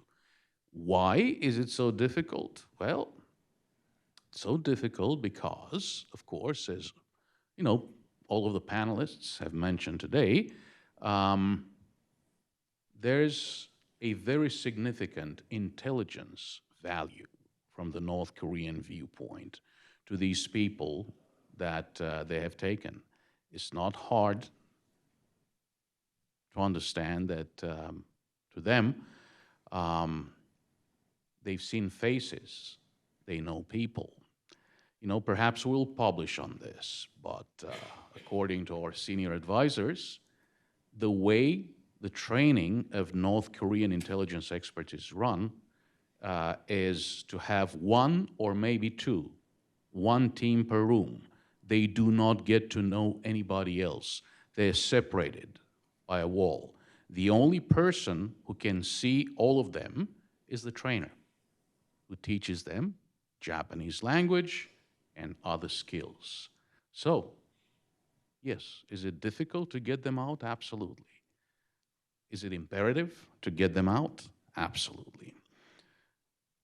Raymond, great questions. So, with respect to the most recent abductions, is there a distinct phenomenon that requires a distinct solution? Well, so Raymond, all of the organizations that used to be in charge of abductions, and here we are talking both intelligence and operations, so both intelligence and kinetic, they have been merged into the RGB, the Reconnaissance General Bureau. Why? For 2 reasons, possibly. One reason, according to one of our senior experts, may have been intelligence failure. Why do you abduct a 13-year-old girl on her way back from badminton practice? Not because your kinetic operations are not in place, because your intelligence was bad. So you did not get to the actual target. You went to plan B or plan C, you took Megumi Okota. That's one explanation. The other explanation is that Kim Jong-il and Kim Jong-un wanted to consolidate intelligence agencies into the RGB so that they could maintain much better control of their intelligence apparatus. Raymond, you asked about satellite imagery.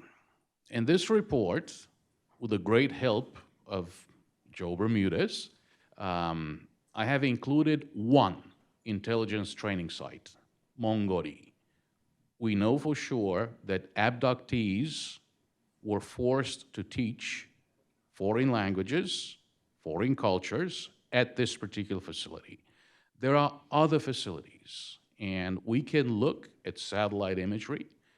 As you know very well, Raymond, Amanda, all of you used to work together.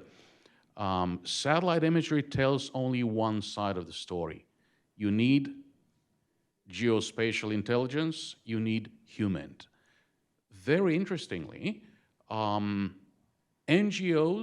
okay, I'm here as ICKS today, but again, HRNK as well. So NGOs such as HRNK, ICKS, I'm sorry, NGOs such as HRNK can do a lot in terms of collecting both geospatial intelligence, human intelligence, combining it and telling the story. So there are more sites we have to examine, Raymond. I would like to make a point about South Korea. I have not given up on South Korea. I think that it's very important to remember that in order to resolve all of these critical issues, we must work together. You know, perhaps sometimes we're not enamored with South Korean governments. Perhaps sometimes they're not enamored with our administrations, but that's all right. We're friends, allies, and partners. And without South Korea, without Japan, without our European allies, or the Australians, or the New Zealanders, we cannot resolve this Korean Peninsula conundrum. That's right. So let us not give up on our friends in South Korea. You know, if you're in this line of work, Jay, you know this very well, and all of you do, you have to be an optimist. You cannot give up, right? So, you know, let's keep up the good fight. Thank you so much Thank for you, being here Greg. today. Thank you, Greg. And Amanda, your response. Thank you, George. Yeah, Don, your questions about what to do definitely resonate with me. I think that is a big question. I have a action bias myself, and we hear time and again, as you mentioned, that we're really not doing enough, and I agree with that. I do think it's important to remember that within this room today, I think we're all pretty acutely aware of human rights issues, but that's not the case, I would say, outside of this room typically. So we still need to, as Greg said, keep up the fight to talk about these issues, because if we don't, I think the alternative is worse, of course, that is just an easy pass for the North Korean regime. But what to do, I guess, outside of the legal aspects, that I talked about, I would, make the case for very high-level political approaches. Greg mentioned, trilateral engagement or multilateral engagement. I think that is a place that maybe there's some room. Certainly, trilaterally with U.S., Korea, and Japan, there may be some space there, in future summits or with declarations at a high level where this issue can be addressed. I think it has been in the past, and maybe once in a while there'll be a line or two but that's something that outside of the government, the organizations can still make these recommendations and policy recommendations, and I think those do get looked at times and should be considered for any in a trilateral or multilateral framework. And then I think, personally, under this current administration, advocating for, at the presidential level, there to be some statement or this issue to be brought up is certainly worthwhile. I remember, Greg, you had an interaction with President Trump, if I recall, in his first administration, where he met with North Korean escapees. Is that right? And so maybe that's something that I certainly think it's worth approaching, to the extent we can at the presidential level. What else? I didn't mention the sanctions, and I'm not any expert in that. I think Greg knows much more, Josh Stanton, for example. But that's a place where there has been some action and continues to be, and work that Greg has done for HRNK with gathering evidence on the abduction cases that can feed into sanctions through our own Treasury Department, for example. And then I'd also highlight, I think it's still at the state level, it's still on states to amplify the victims and victims' families' voices to go forward. For Raymond, I wish you gave me these questions in advance, but no luck. For your first question on like a tension between, pursuing accountability and actually having abductees repatriated, I think that's a great question. I think there is a tension. There could be, they could be complementary as well. If we get to that point of really being able to pursue greater accountability for North Korea's abductions, and maybe that's a leverage point for, pursuing, or getting the regime to repatriate, ideally. The other question on if I'm aware of any other abductions by other states, I have to admit ignorance. I didn't look at that. I assume there are other cases. So if any of my panelists know more, please jump in. I will say, to complement or to piggyback on Greg's point, we do need a new approach, or not new, but just like more creative ideas, because these issues are, on one hand, repetitive and not as interesting, unfortunately, to general audience a lot of times, and also we're really not as effective as we'd all like to be, I think, on addressing North Korea's actions. So if there are creative solutions, I think that's where we have to go as a way forward. We have in the U.S. this special envoy for hostage negotiations. I don't think that's the exact title, but I mean, that's an potential avenue. Maybe that's already been looked at, probably has. Greg knows more, I know. But that's just an example that comes to mind. And again, I would just emphasize, like, the worst thing is to walk away from here and not keep talking about these issues. And that's still something that we can do, is to keep talking about them. Excellent. Thank you, Amanda. Very forward-looking responses. I really appreciate all the efforts there. So now we're going to turn to the audience for questions. Please wait for the floating microphone. Do we have a mic runner? Are mics part of this? Well, Yana, can you take the point on this, please? Thank you. Okay, so please wait for the mic, and then when asking your question, kindly introduce yourself and your affiliation and direct your question to a specific panel member or members. And please also make sure that your question is framed as an actual question so that we can keep the discussion moving along, get as many people involved as possible. Bruce, did you have a question? No, I'm pointing to Dave. Oh, okay. Dave. Thank you. Great presentations, discussion questions. Mr. Moderator, if you'll indulge me, I want to respond to Don's point there to frame my question for Amanda that I have. But, the answer to your question is the single problem that exists is the Kim family regime. There's going to be no change as long as the Kim family regime remains in power. And I would say that we have two journalists on the panel here. A free press would be a great thing. And I love the free press, and you hold everyone accountable, but it doesn't exist in North Korea. And, if they had a free press, things would be much better. But it is the regime, and so there's only one answer, and that's found in paragraph 60 of the armistice. It is the Korea question, the unnatural division of the peninsula. There has to be, this is not going to change. We cannot make the assumption that we can negotiate with Kim Jong-un and get everything that we want. Traditional international relations theory doesn't apply to North Korea. There has to be a free and unified Korea, and that's really the only way it's going to change.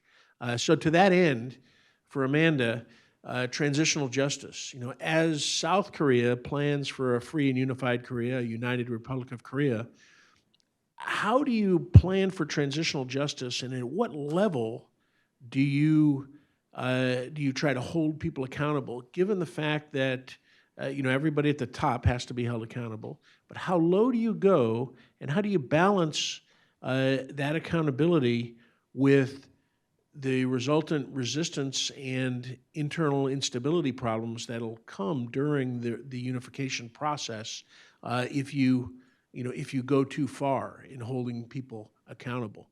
And so is there guidance in that? Is there a way to determine that? And of course, most importantly, should that be planned for in advance, particularly again by South Korea? So how do we frame accountability for transitional justice and balance accountability and stability? Thank you. Dave, thank you. And Dave, your affiliation, you're with the Center for... HRNK and ICKS, but I'm also the Center. Also the Center for... Okay, great. And of course, one of our board members for ICKS.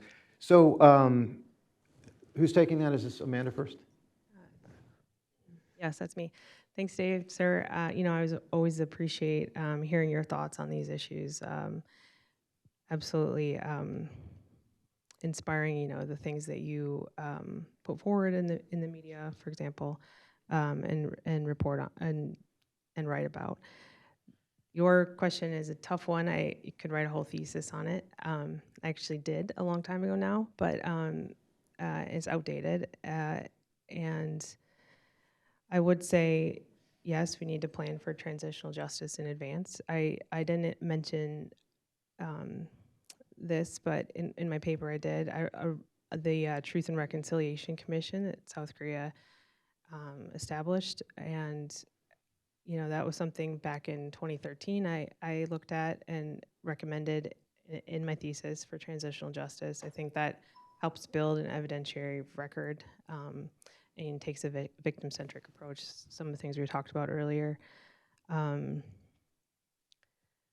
In terms of what level to pursue accountability at, that's a big question for this kind of work. I can only draw on limited experience, also a long time ago, it feels like, but I interned at the Khmer Rouge Tribunal, and they had looked at this, and I think it came down to, for them in Cambodia, it was like, how much evidence did they have against whom, and how much could they work with the Hun Sen government at the time, knowing that some of those officials had been part of the problem under the Khmer Rouge. So the first person they prosecuted was Doik, and he had it's horrific, but he had documented the things he had done in the Tulsang prison, very well, and so they fortunately had a lot of evidence to prosecute.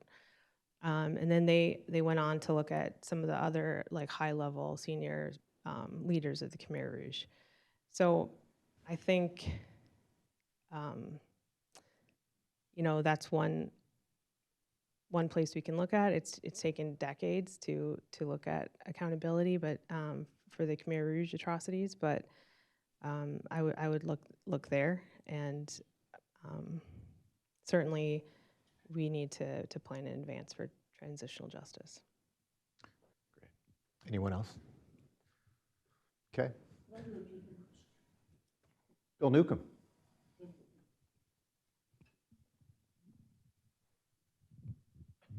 Is this on? Yeah. Yeah. Amanda, just a quick two-finger on that. I didn't hear part of your answer. I apologize, but can we move it beyond the Korean experience? And what about precedents set in Chile, Brazil, Argentina for dealing with criminality of prior leaders? Aren't some good examples there? Bill, thank you for the question, and of course, Amanda has addressed this already. South Korean scholars, can you hear me? South Korean scholars, for a good reason, have obsessed with the German reunification model since the end of the Cold War. Now, that's a good thing, of course. Well, how's it going, Bernard? Good to see you. That's a good thing, of course. It's a very relevant precedent. On the other hand, this has resulted in excessive focus on the cost of Korean reunification. There are many other precedents when it comes to both unification and transitional justice, including, of course, Latin America. as you suggest, Bill. Of course, we have to remember that Germany was unified after the Zollverein in the mid-19th century, separated in 1945, again unified after the end of the Cold War. Koreans lived together, sharing the same culture, the same history, the same civilization. Moreover, they lived under the same political system for 1,000 years, 1 millennium prior to division, prior to separation. So yeah, I think you're right. There's a lot to learn from Latin American countries when it comes to transitional justice. We also have to remember, as Amanda pointed out, that transitional justice is a very complex toolkit. It's not only about prosecution. It's about truth and reconciliation commissions. It's about property, restoration of property. That's going to be another big issue. It's about the downsizing of the 1.2 million strong North Korean military. Our Pentagon was very good at decommissioning Eastern European officers and NCOs in Eastern Europe. So it's a very complex toolkit, and we have to keep an open mind and learn from precedent and learn from everybody, I think. Right.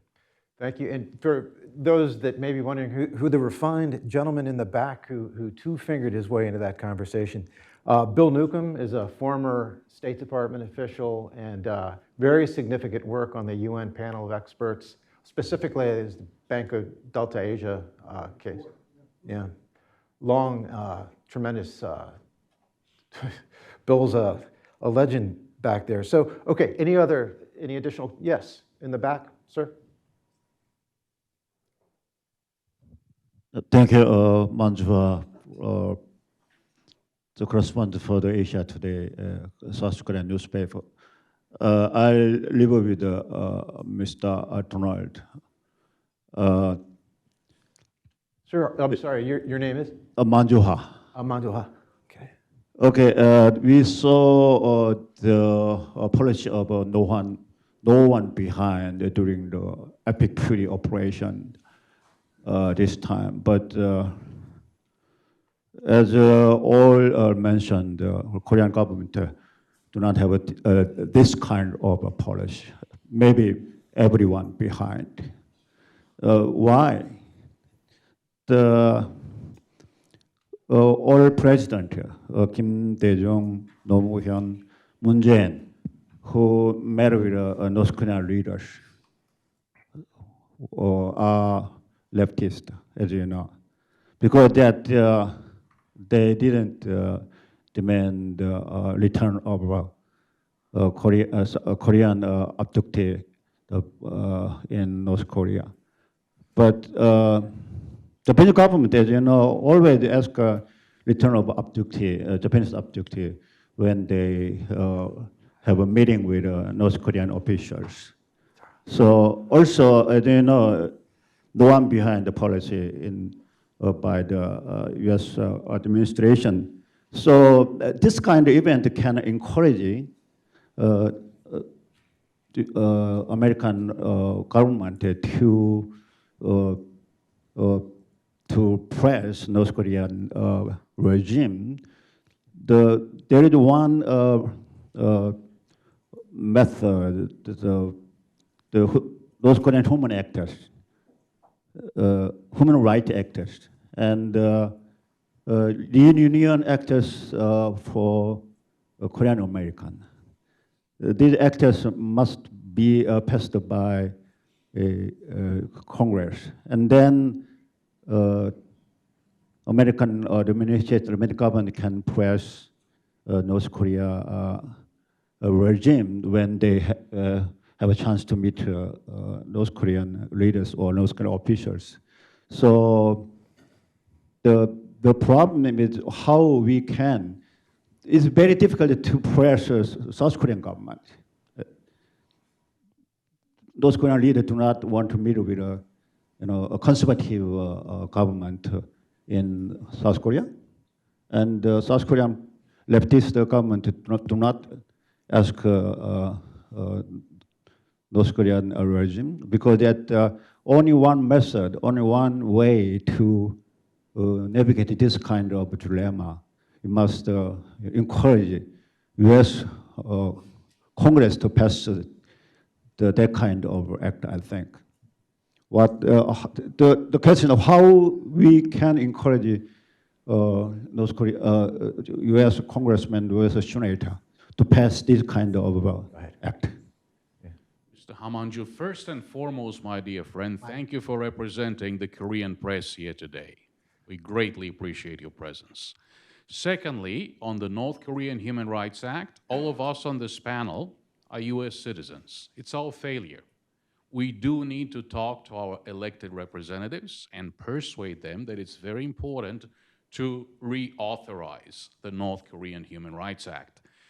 In our case, those who work for North Korean human rights organizations, 어깨가 무겁습니다. It's our failure, and I apologize. We have to do a better job persuading Congress. We have had great proponents of North Korean human rights in Congress. One of them is, of course, Secretary Rubio, Secretary of State, who's very busy dealing with a lot of other issues, which is very understandable. You know, we must do a better job at highlighting this issue, no doubt about it. As to South Korea, again, let us not give up on South Korea. Friends, allies, partners. Again, we have to do a better job. We have to research, we have to write, we have to communicate with our colleagues in South Korea. I think that's pretty much the best we can do. POWs, South Korean POWs, the missionaries abducted, taken, imprisoned by North Korea, these are all related issues. The Japanese abductees, the other foreign abductees, the South Korean POWs. Again, I'm using the T word, we need trilateral coordination in particular. This must be the focus of anything related to human rights in North Korea. Others will follow, including our European allies, the Canadians, the Australians, the New Zealanders, everybody else. Mr. Howe, is that okay? Sir in the front.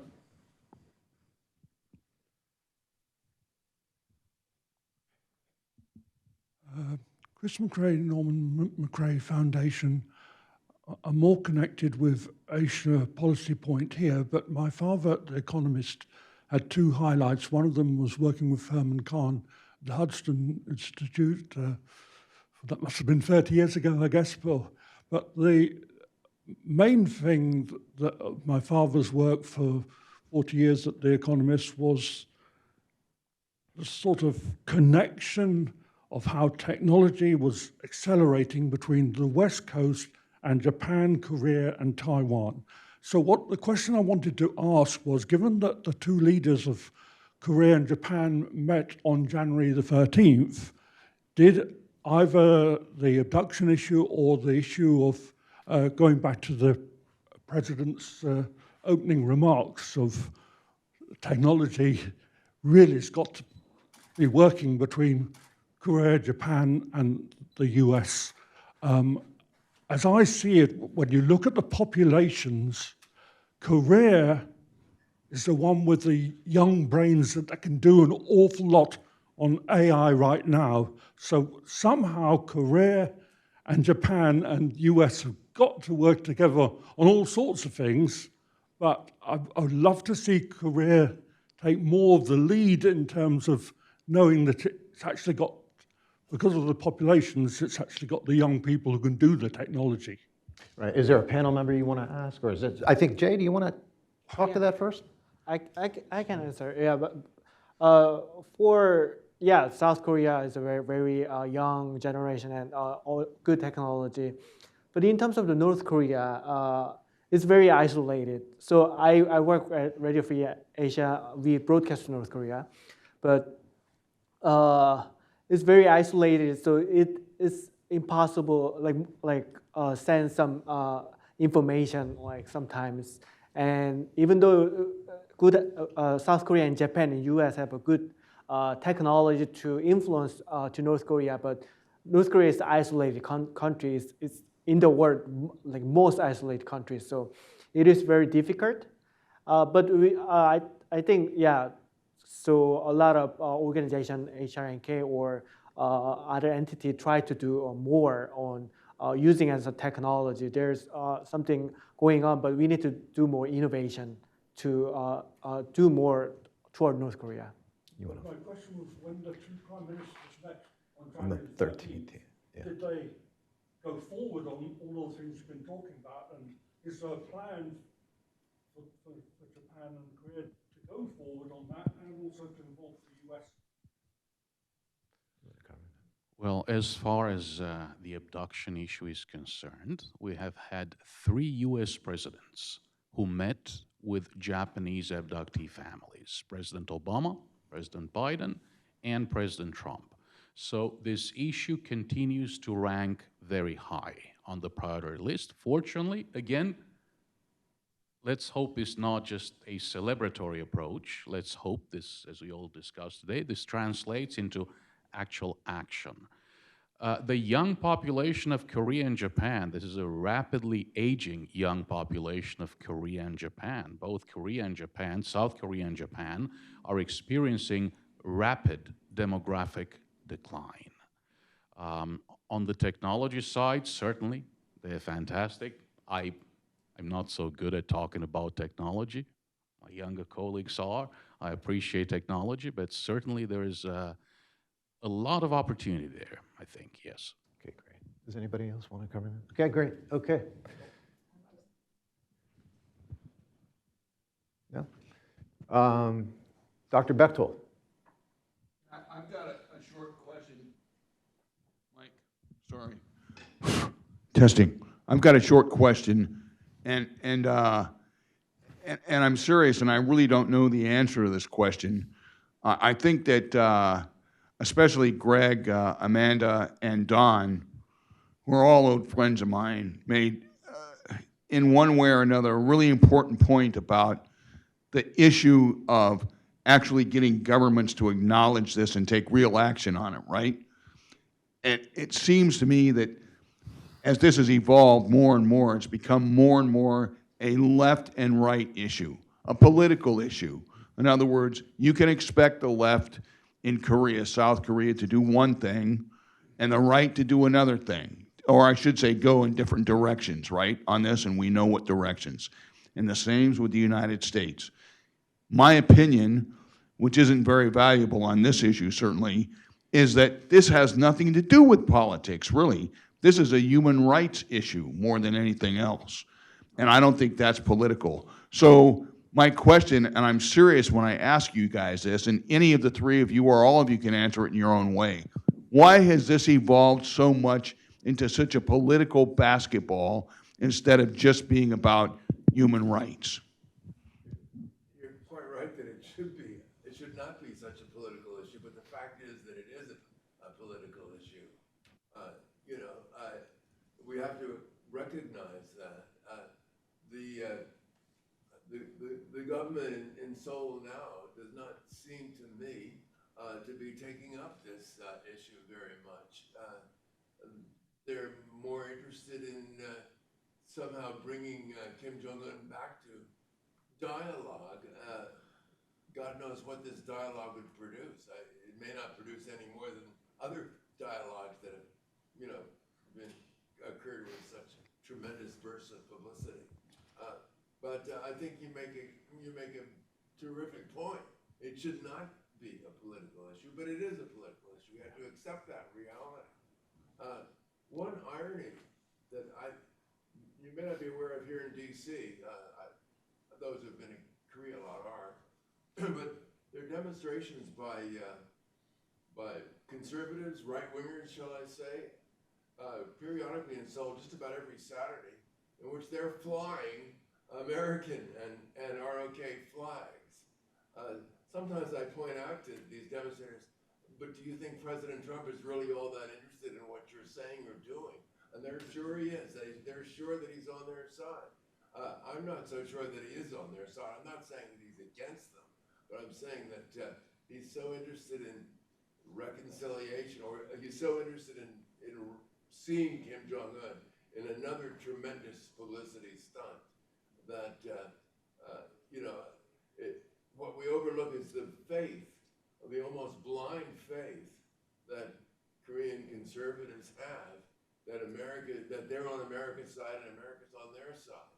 Now, when you get away from conservatives to liberals, leftists, progressives, whatever you want to call them, well, a lot of them are not so anti-American either.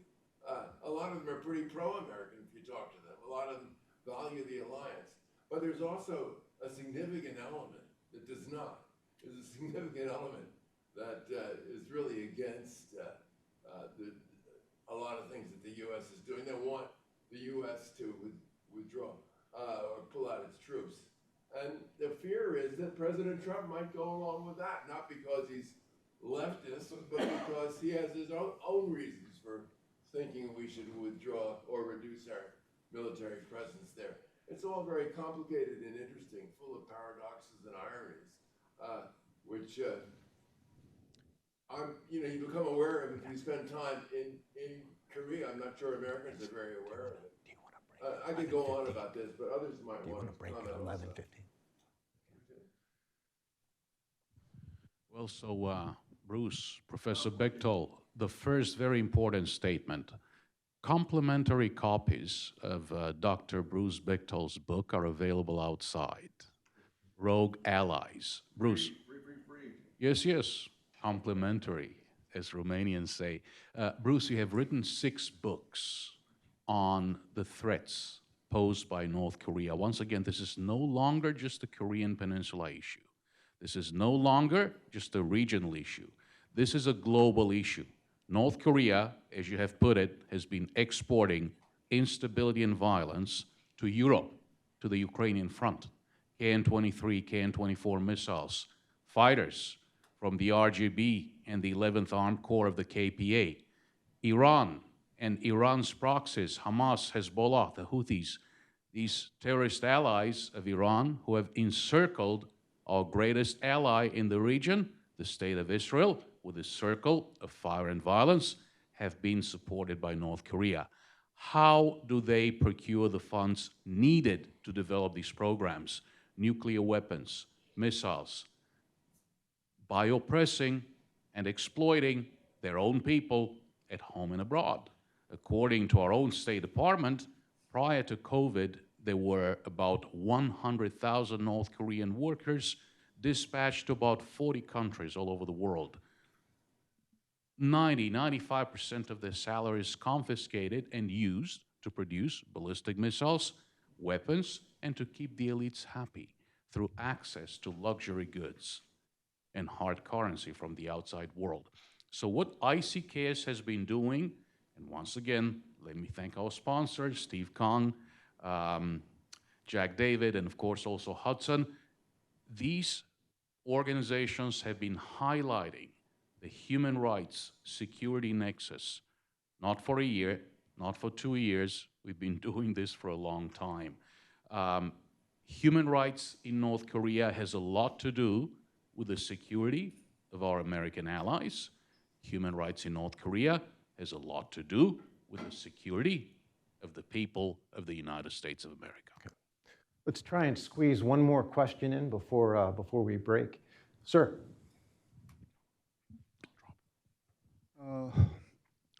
My name is Sin Yu Nam. I've been involved in North Korean human rights issue since the year 2000, so it's been more than a quarter of a century.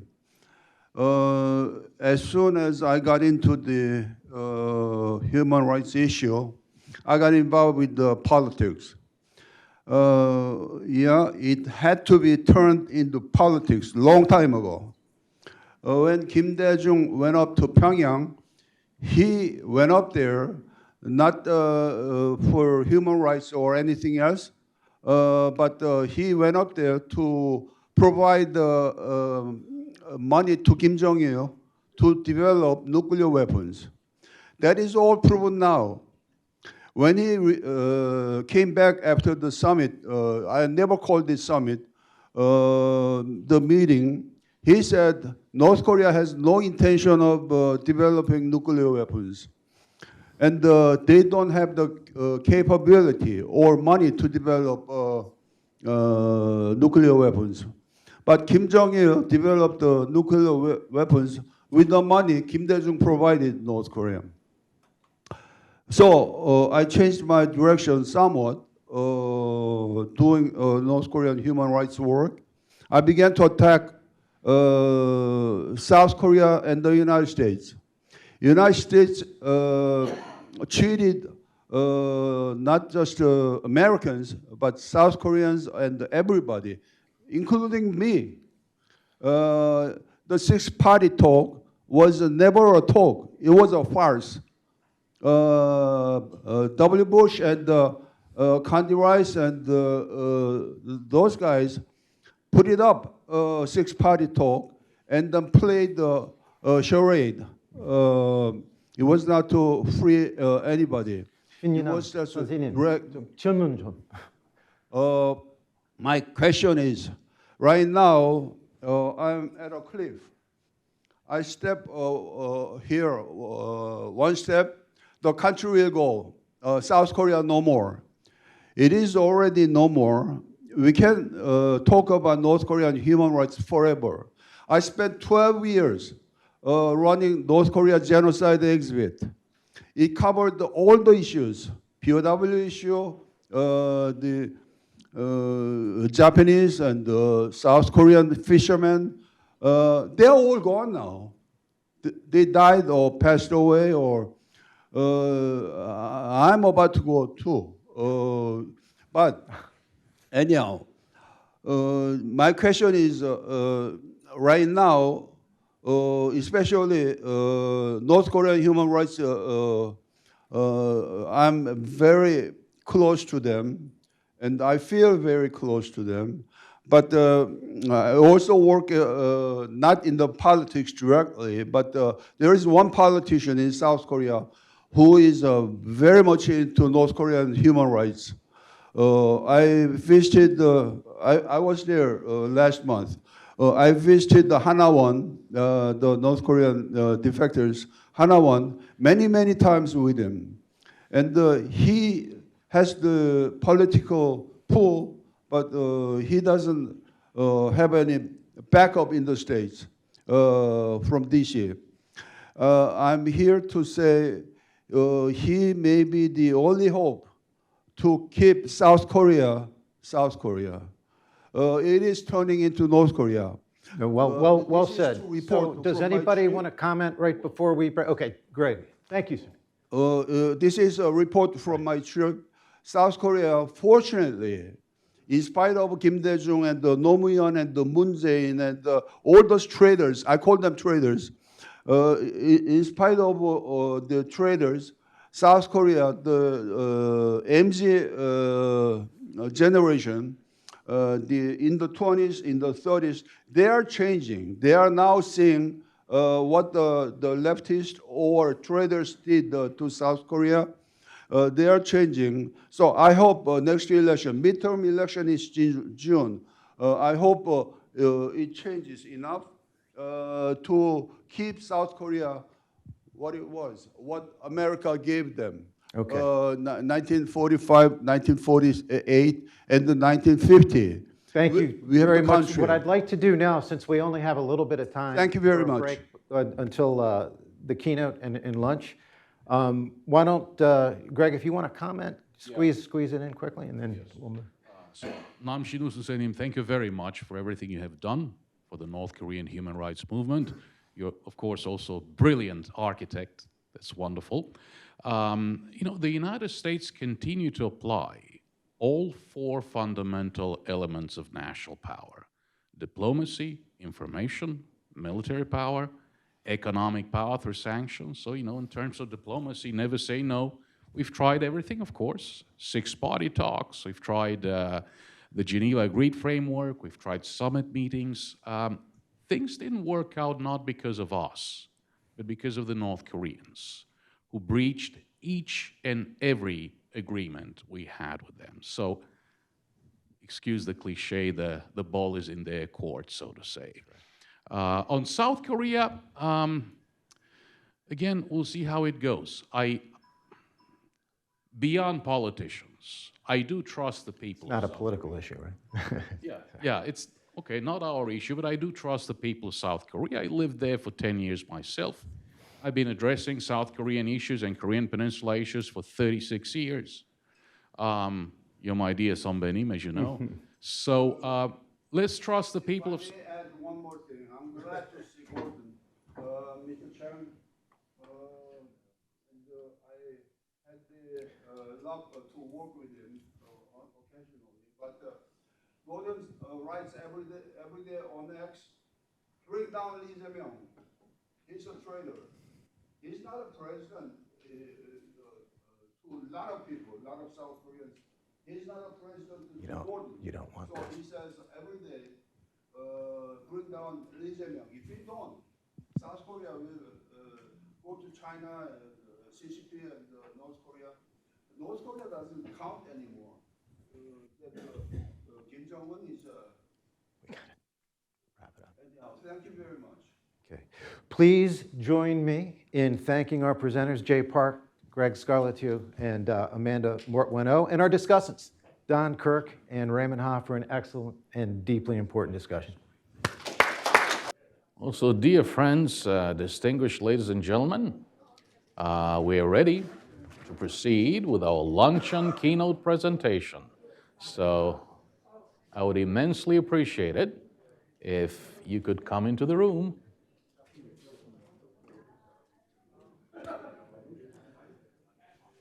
It's hard to get everybody, It is. especially at lunchtime.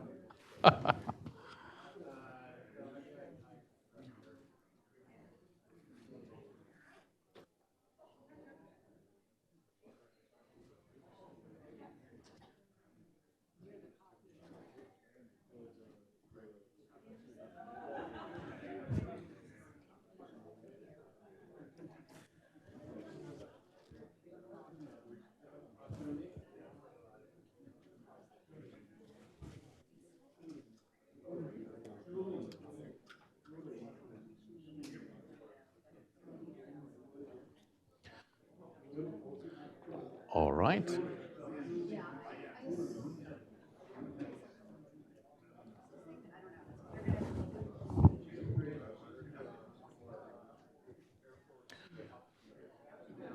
Joe, the mic's alive.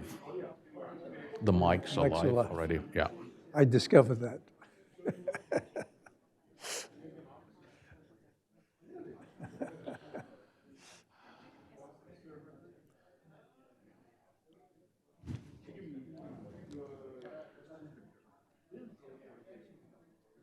Okay, we're just about to get started here. Please come in. Please come in.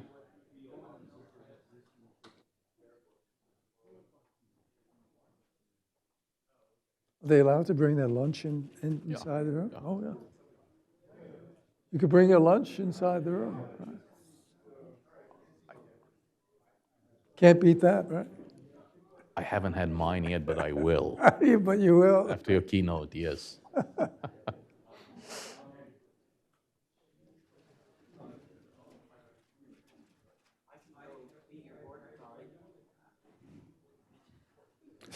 Thank you, sir.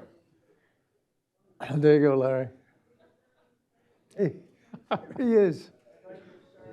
David, how are you? Good, sir. How are you? Nice seeing you, David.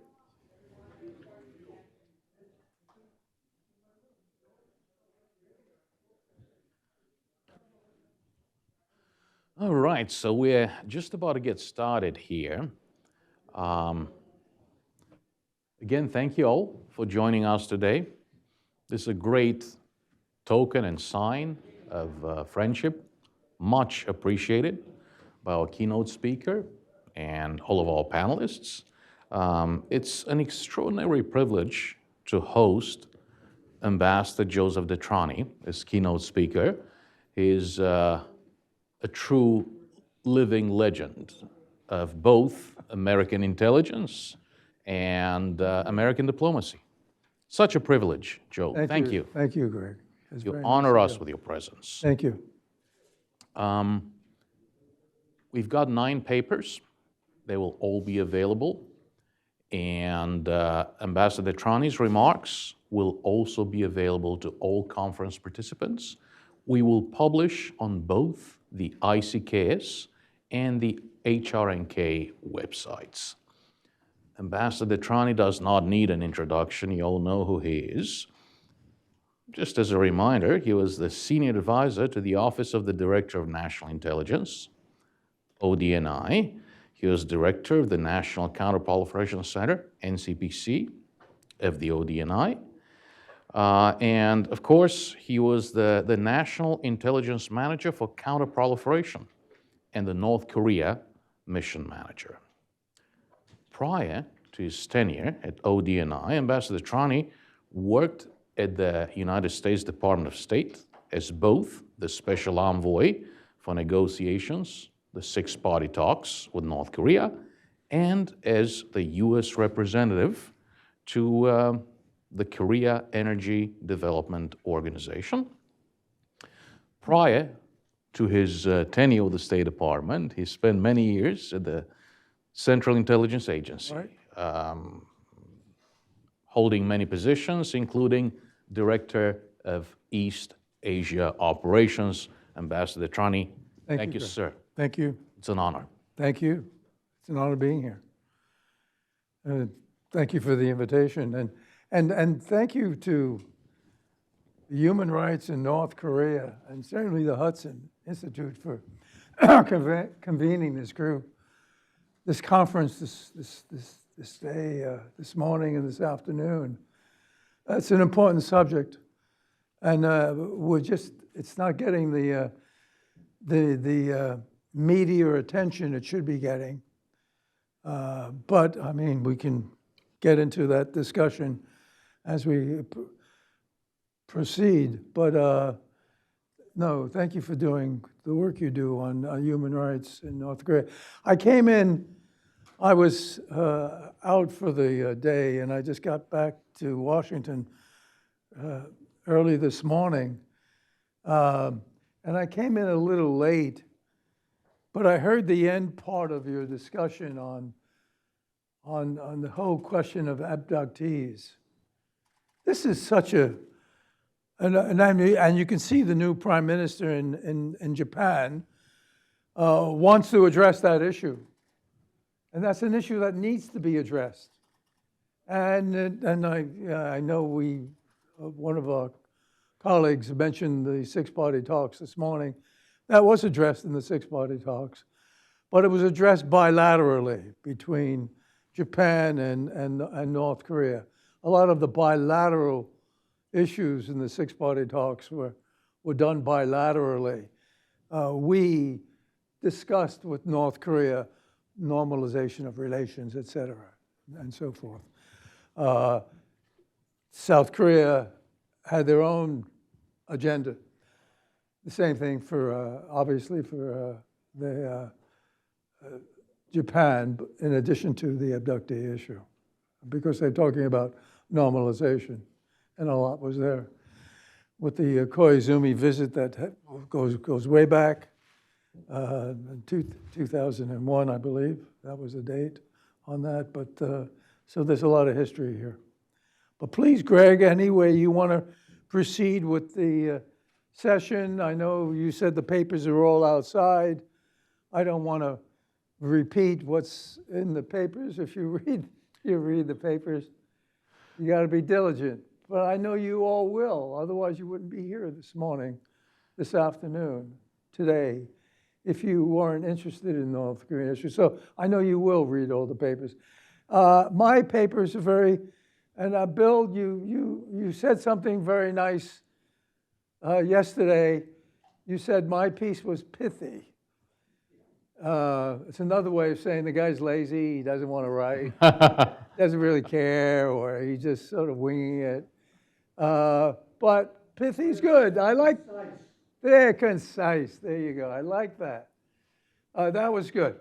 But it is a short piece. But I think it's a very relevant piece because it addresses not only where we were with the I know I heard some of the comments on the six-party talks. I have a different view on the six-party talks. I personally feel the six-party talks were meaningful. We've had significant discussions with the North Koreans on all issues. Not only did we have plenary sessions, and we got the joint statement of September 19, 2005, the joint statement, which committed, and I repeat this, North Korea to complete verifiable dismantlement of all their nuclear programs and their active programs. So it's not only dismantling your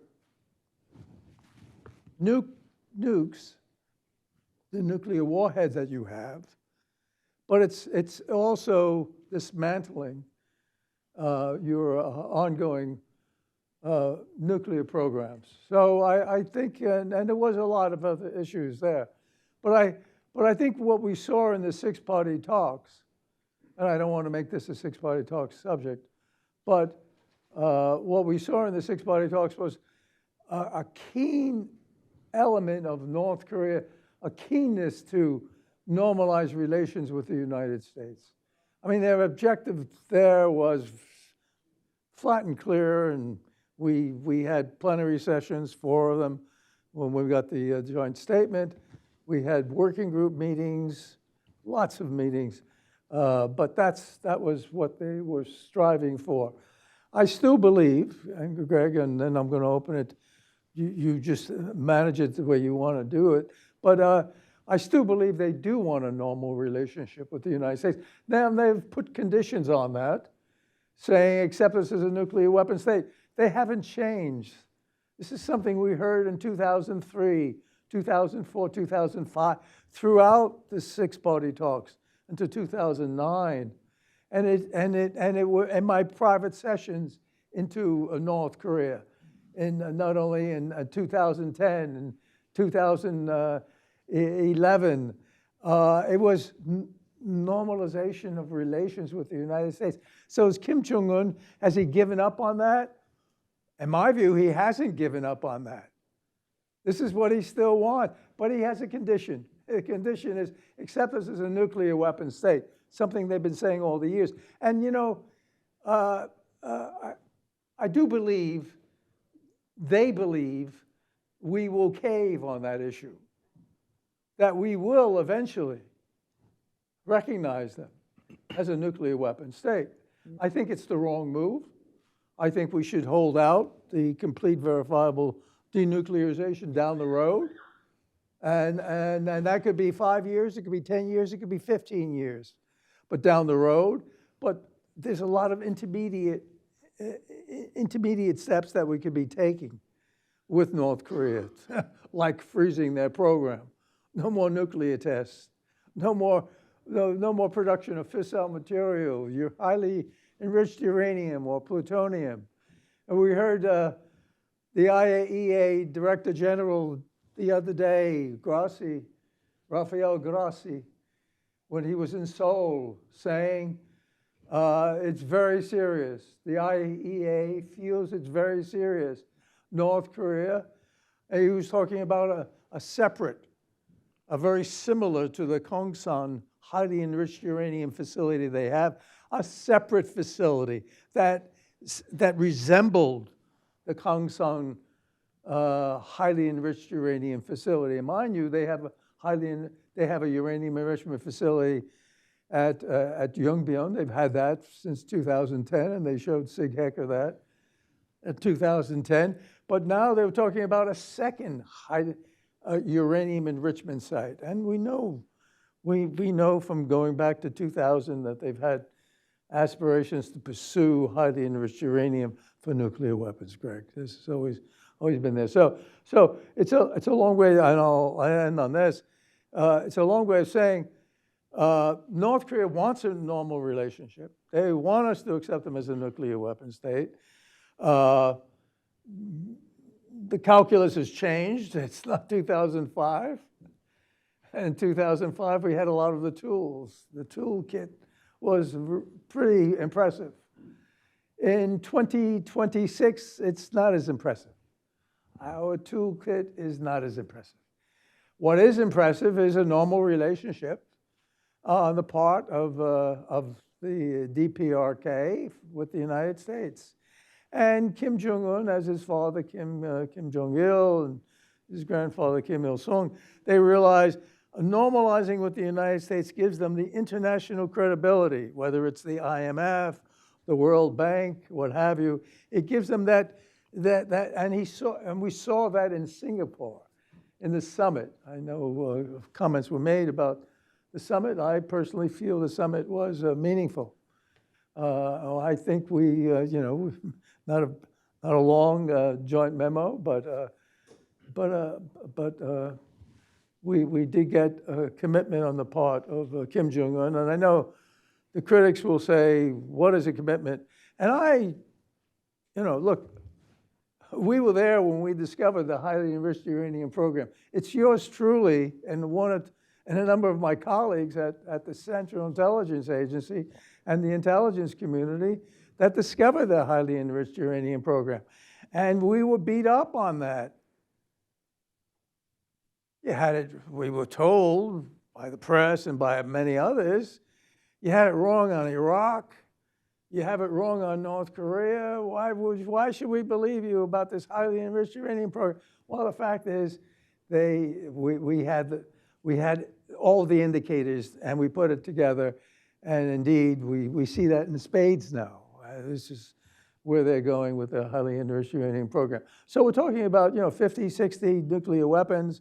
We're talking about Hwasong 20 mobile MIRV capability, solid fuel, 15,000 kilometers that can touch the whole of the United States. I mean, do you blink on that? I mean, yeah, we should take note of that. We talk about, we're looking at North Korea with a new policy of preemptive use of nuclear weapons. When we were negotiating with them, we never heard that. It was, we have a deterrent. Mr. Detrani, we'll only use this as a deterrent to show others, to ensure that we survive. Now they're talking about preemptive use. If there's a threat or an imminent threat or a perceived to be imminent threat to the leadership, Kim Jong-un, the leadership writ large, or command and control. I mean, that's taking it out. You're moving it out.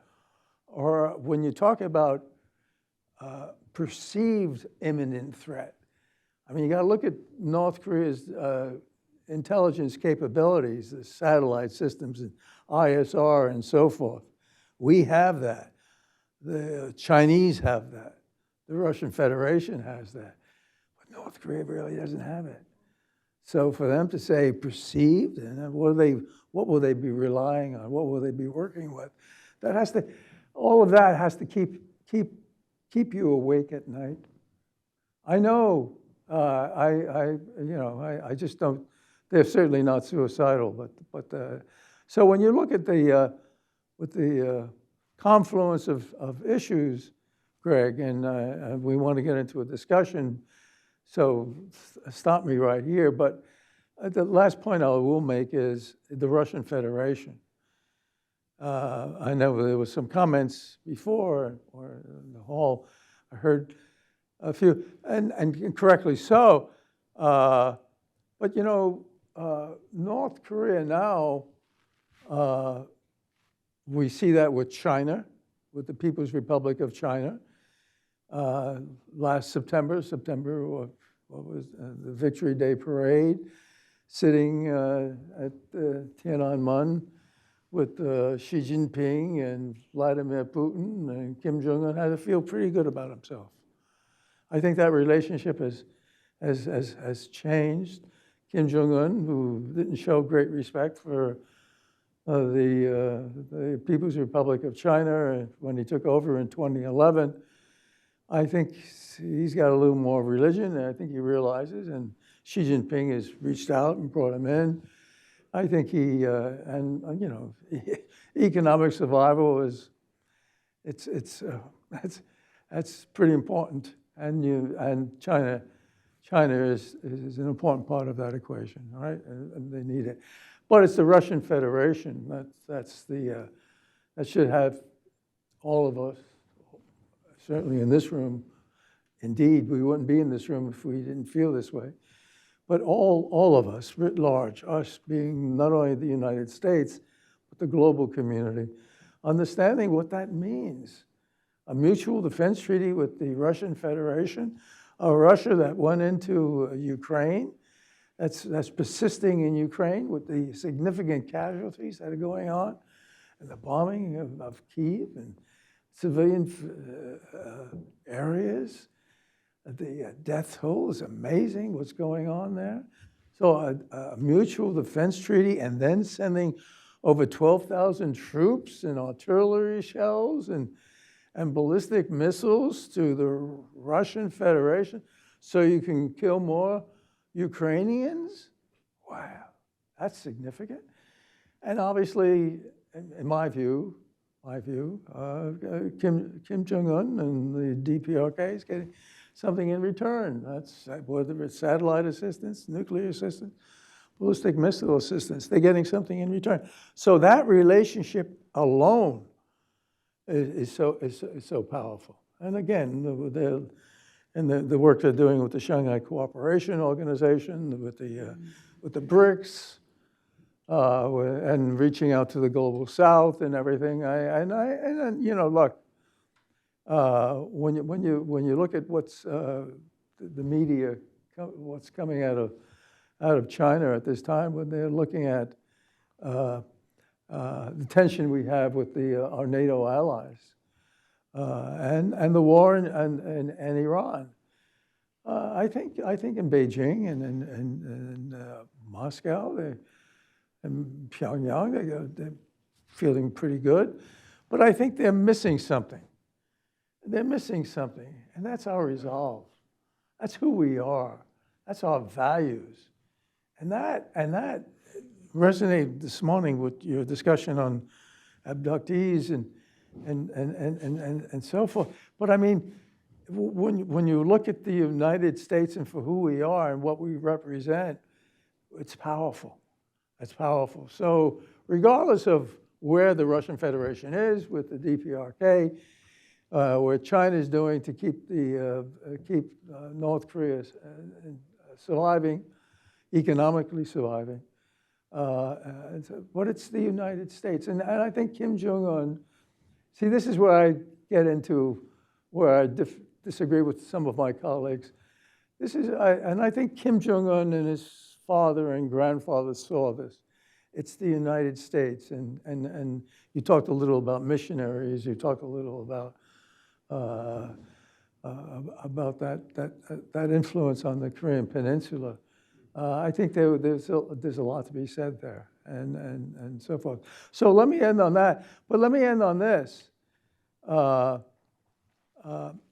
I think we would be remiss, that's the word I'm using, remiss, if we didn't use our tools that are available to us in that toolkit, because it's still a very comprehensive toolkit. Whether it's sanctions, and we saw that in the Hanoi summit in 2019, when Kim Jong-un said, could you give us a break on the sanctions? And his foreign minister made it very clear. They were talking about those that were UN Security Council imposed sanctions in 2016 and subsequent to that, which are biting sanctions. And Bill Newcomb, you're the expert on that. You know how biting they are, and that's where Kim Jong-un came in Hanoi and said, give us a break on that, and look, we'll stop everything in Yongbyon. And Yongbyon, it's not only the plutonium facility, right? They have the uranium enrichment facility. They do tritium work there.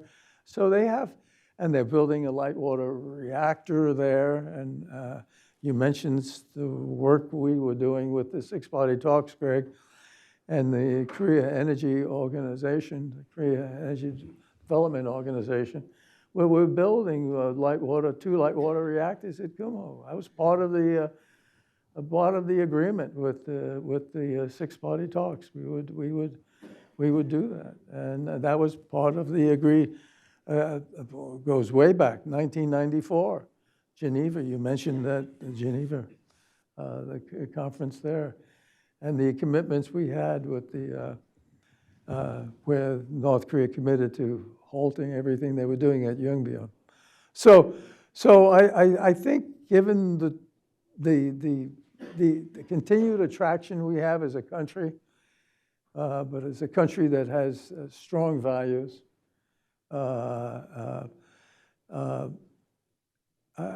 think whether it's the sanctions part of the equation, whether it's a path to normalization of relations, whether it's economic development assistance, whether it's foreign direct loans, et cetera, there's so much there that could keep North Korea certainly at the table, and maybe getting them to freeze their program so they don't produce any more fissile material and build more nuclear weapons and go beyond the Hwasong 20 and the 19 and the 17, all intercontinental ballistic missiles. But you mentioned the KN, the KM-23, the KM-24, 25.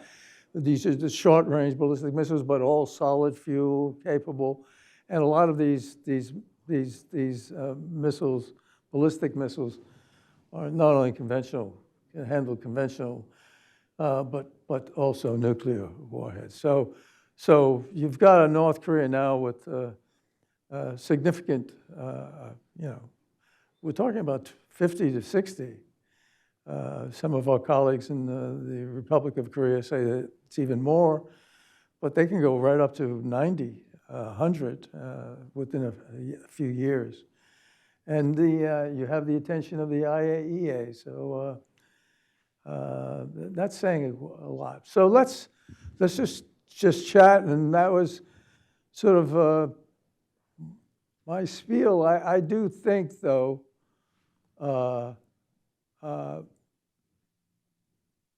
negotiations, a dialogue, talking,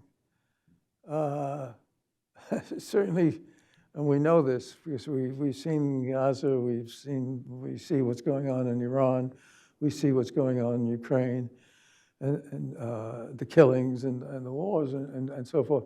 If you can negotiate, you can get the table and so forth. And then we have a very, very smart, energetic, very capable diplomats to do those negotiations. And then we have an intelligence community that's capable of discerning what's going on, like we did with the highly enriched uranium program. So can we, as Ronald Reagan said, trust but verify? Can we be good at the verification? Yeah, I think we can. I think we can. We have the capabilities of doing that. So I don't think we'll be duped. Over to you, Greg. Ambassador Trani, Joe, thank you so much. Fascinating keynote, thank you. Before I turn it over to the audience, you told me a few minutes ago, ask any questions you might want to ask. Right. Okay, so verification, we've got it covered. Got it. How do we build trust?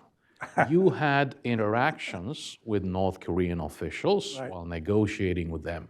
Would you have some personal comments on interacting with them, and is there hope for building trust here? You know, and Greg is kind enough to invite me to sit down with some of the Foreign Service officers who are going overseas to the region, Northeast Asia, and we talk about my experience negotiating with the North Koreans. I've spent 13 years negotiating with the North Koreans, whether it was as a special envoy or whether it was arranging for Bill Clinton whether it was secret missions to Pyongyang to talk about complete verifiable dismantlement and the highly enriched uranium program. So a lot of time with the Ministry of Foreign Affairs, with the Korean People's Army, with the Ministry of State Security. Your question is a good question. Can you build trust? Yes. It takes time. It takes time. When they throw out, and they continue to throw out, most recently they did the same thing. You're a hostile country. You're hostile, and so it's trite. It's too easy. What do you mean by that? We would always say, what do you mean by that? Be specific. But you can build trust with individuals, one-on-one. I believe President Donald Trump built some trust with Kim Jong-un. And that's why Kim Jong-un has said he's prepared. Basically, he said he's prepared to meet with President Donald Trump. He's put conditions now that we didn't have before, except this is nuclear weapons day. You know, and going back to 2005, we were talking about dismantlement. They agreed to dismantle everything. It's changed. It's changed so significantly in 2026. So yes, I think you can, Greg, but I think you need a lot of time at it. You really need a lot of time. You don't do it, and you know, you can maybe. Well, I enjoy meeting with you and this and that. 1 or 2 sessions, but you need years. And it needs to be trust between our respective countries. And they take our word. They trust us for who we are. I know the North Koreans were always throwing out, well, when you have a new administration, everything changes. So you want us to dismantle everything. We've spent millions of dollars building all this. And you give us a security assurance that you could, a piece of paper that you could tear up. I'm not sure. And do we trust you to follow through on that? So, Greg, I do think you can, but you really need a lot of time with it. And I mean, not only the individuals involved, and of course the individuals involved, especially leadership individuals, diplomats, et cetera, and others, scholars, and the track twos, and all that interaction is so important, and that contributes to it. So yeah, I think you can build trust, but it's hard to build trust also with a North Korea that's made it clear that South Korea is their principal enemy, where they're talking about the two-state approach, where they're not talking about unification any longer. I heard David's question on unification, which is an excellent question on the unification, because this is the Korean Peninsula. What are we talking about? Divided? I mean, Germany, we have a colleague from Germany here. What are you talking about? A divided country, divided peninsula like that. So yeah, I think we have there's a lot of work to be done, but again, it's an emboldened North Korea that's feeling pretty good about themselves, and I think that's always dangerous when you don't want to be, and they should be saying this to themselves rather than we saying it to them. You don't want to feel too good about yourself. You just calm down. Just take it step by step, North Korea. You may feel you have a great relationship with the Russian Federation, but in 1991, when they imploded, when the Soviet Union imploded, and when when the Peace and Friendship Treaty that they had and that they signed in 1961 sort of morphed into history, and they lost that relationship. And then this could happen again. And certainly with the People's Republic of China, there's a lot of history there. History that speaks to North Korea feeling they were treated as a vassal state, et cetera. So, yeah, that equation could all change. It can change quickly. Joe, thank you. You're a China expert and you're a North Korea expert. I'm not an expert. You are. Relations have been, I got you, Dave. Just one more. Sorry, yes, in one, I got you too. So relations between North Korea and China have been very complex, right? Ups and downs. Terrible during the Cultural Revolution because Kim Il-sung wanted, of course, his own cult of personality. Terrible during the early years of the Kim Jong-un regime in North Korea, perhaps because of very bad management of relations. As you know very well, North Korean diplomats on their way to Europe or New York City used to meet up with their Chinese counterparts, have a cup of coffee, glass of scotch, they stopped for a while. Once President Trump came up with this idea of summit meetings, things changed. So China got North Korea a little bit under control, I think. So how much influence does China still wield? We know they cannot change North Korea, they cannot transform North Korea, and they don't want to do that. To what extent can they still put pressure on North Korea? To what extent can we seek some ways to find, perhaps, how should I put it, positive change?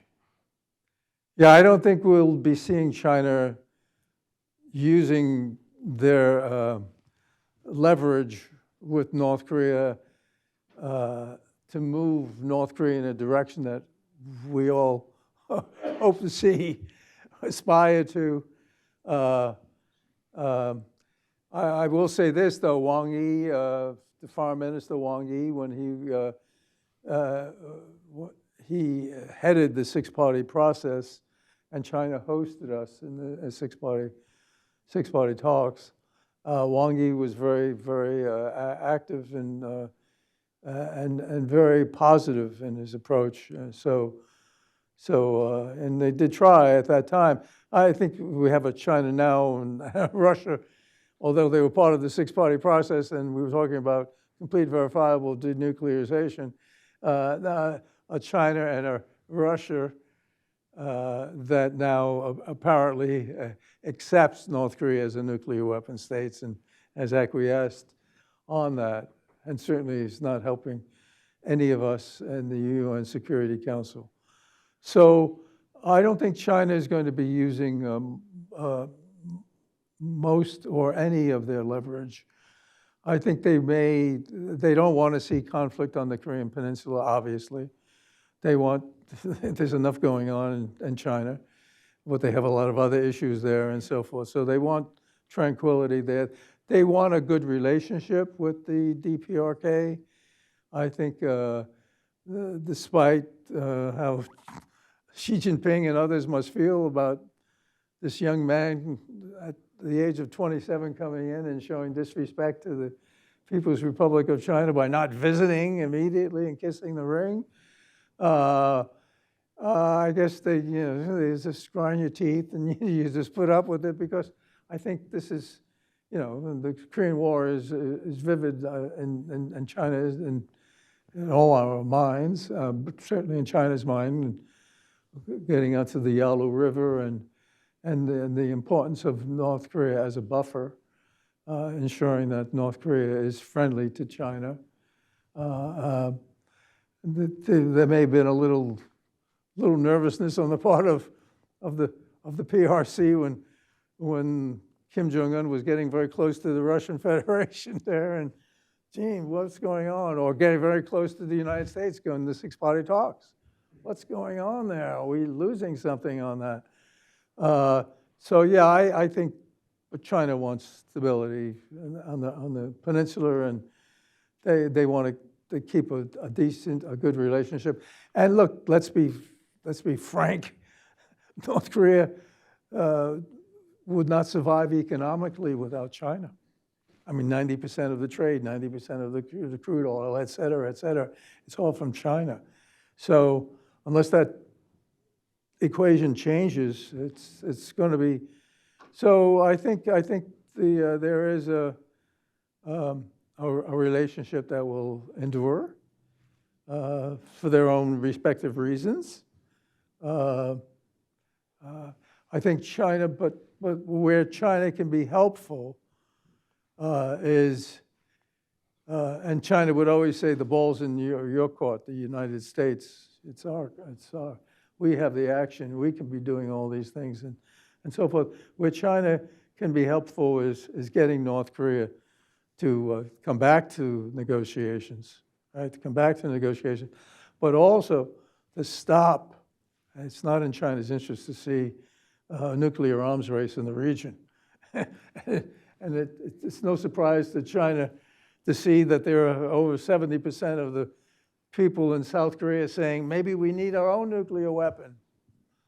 And, maybe Japan would, and I don't think this is where China wants to see the region and their significant influence going with nuclear arms races and potential tension. So, yeah, so they could be helpful, well, not overly. The ball really is in when you talk about bilateral relations with the North Koreans, it's in our court and on that. But let me just you did talk about trust a minute ago, and I talked about verification. It still is a black hole. I mean, we could prove we have the satellites, we have the imaging, we could do a lot of work, and we put the pieces together on the highly enriched uranium because we put a lot of pieces together.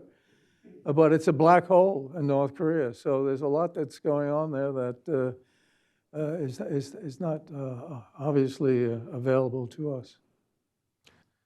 Thank you, Joel. Next, go to Professor Colonel David Maxwell, board member of both ICKS and HRNK. Do we have the mic? Then I will go to Gordon Chang and then to Dr. Oyin Huan.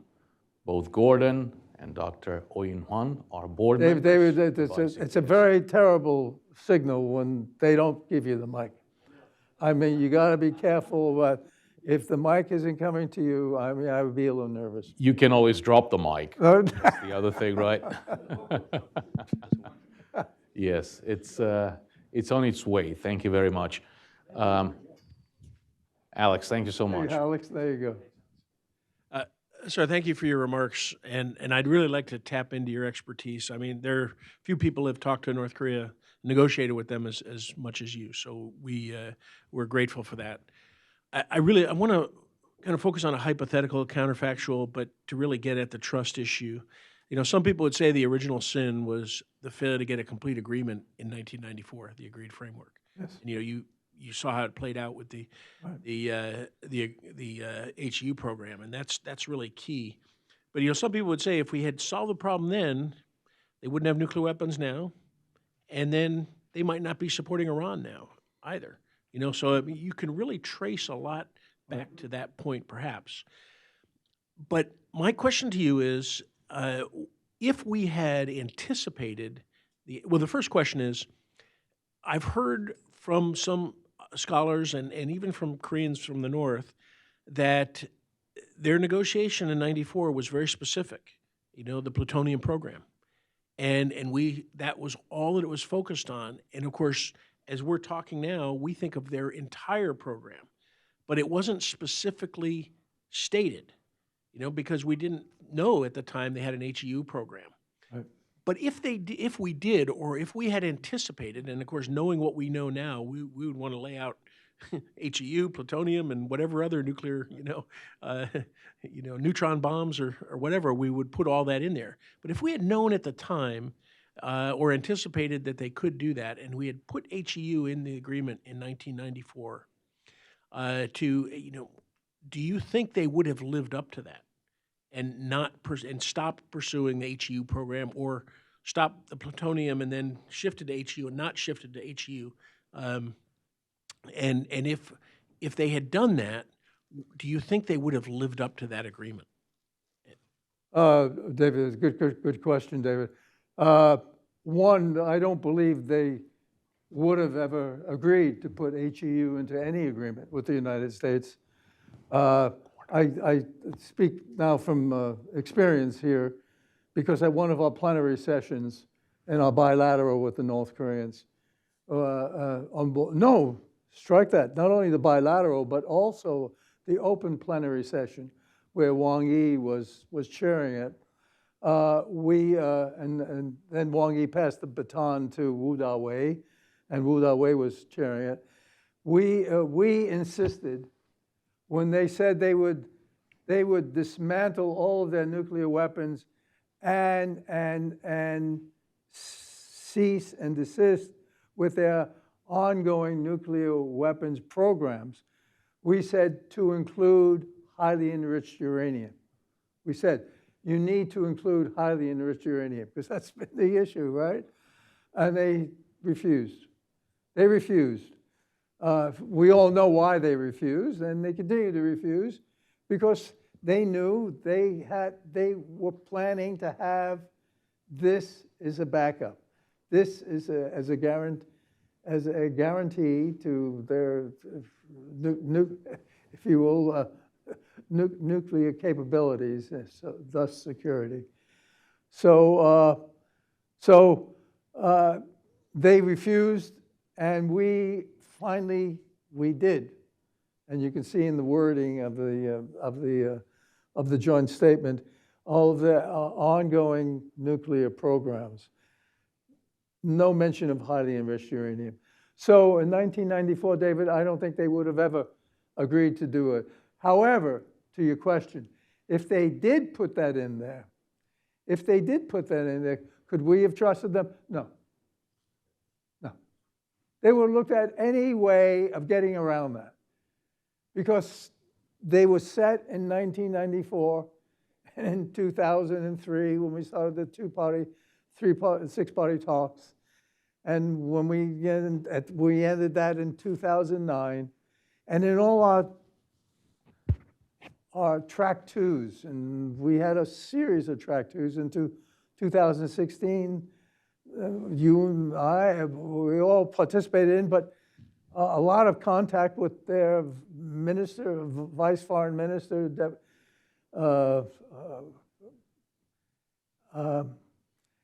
To this day, none of them would never agree to admitting to the HEU program. So it tells you something right there, David. So the question then becomes, because they always posit this, you did it with Pakistan, why can't you do it with us? Right? You accepted Pakistan as a nuclear weapon state. They went ahead, they pulled out of the NPT, they did all those bad things, and you accept them as a nuclear weapon state. Why can't you do that with us? That's what they want. That's what they want. And eventually, they do believe they will get there. I mean, I'm going back to 2003, David, 2005, even in the track twos of 2016, there was that sense that they would prevail. They would get there. Now they've taken a different route to getting there. I mean, this with the Russian Federation and you know and so forth. So yeah, I mean, trust is the big thing. Can we? No, it's got to be verification.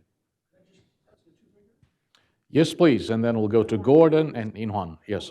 Words in your mouth, but I think you just described the rationale that you're Mike. to believe that North Korea will never give up its nuclear weapons. Yes. And then my question is, why do we continue to persist with CVID and you know, Okay. South Korea? You know, I never use CVID. Well, I do say complete verifiable and down the road. Because, you know, David, if we're talking about 5 years or 10 years or 20 years, we don't know what it will look like 20 years down the road.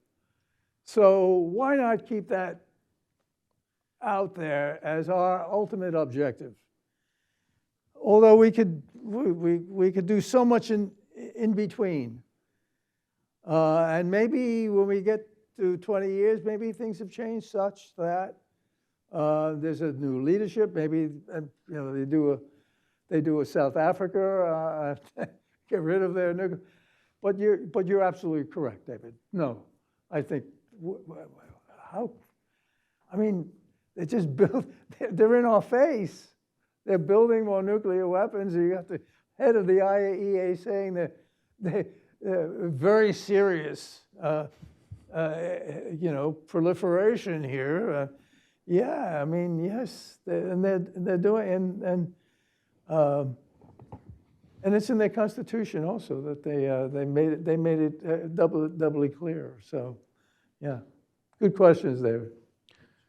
Thank you, Dave. We'll go to Gordon Chang next. The only reason why Gordon Chang is not on Fox or CNN today is that he's speaking to this conference. Thank you, Gordon. And Lydia. Thank you, Greg. Mr. Ambassador, you talked about... Joe, if you would, Gordon, you and I know each other for many years. You talked about the relationship between North Korea and Russia, and we saw in 2023 and 2024, Kim Jong-un and Vladimir Putin got very close together. Do you think, and you mentioned that Beijing might have been concerned about this. Another possibility, of course, is that Beijing was very happy to see the North Koreans support the Russians in Ukraine so the Chinese wouldn't have to support the Russians in Ukraine. If you could talk a little bit about that triangle, because your comments on this were absolutely fascinating. No, Gordon, no. I mean, no, I read your stuff, Gordon, and hear you. You know the issues so well.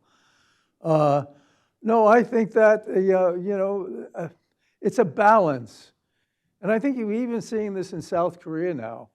When the Lee Jae-myung government is looking at China and looking at where the U.S. is and looking at what's happening in the Taiwan Strait with Taiwan and the South China Sea.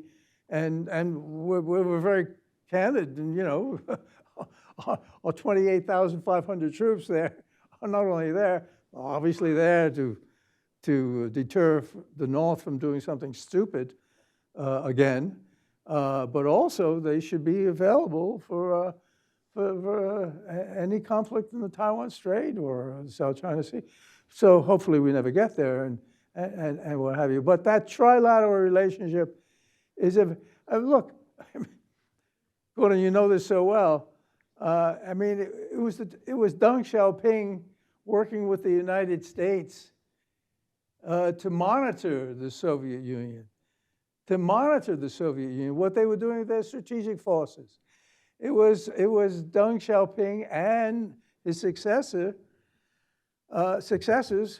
but mainly Deng Xiaoping, who got China to agree to work with Pakistan and the United States and Saudi Arabia and a lot of others to defeat the Soviets in Afghanistan.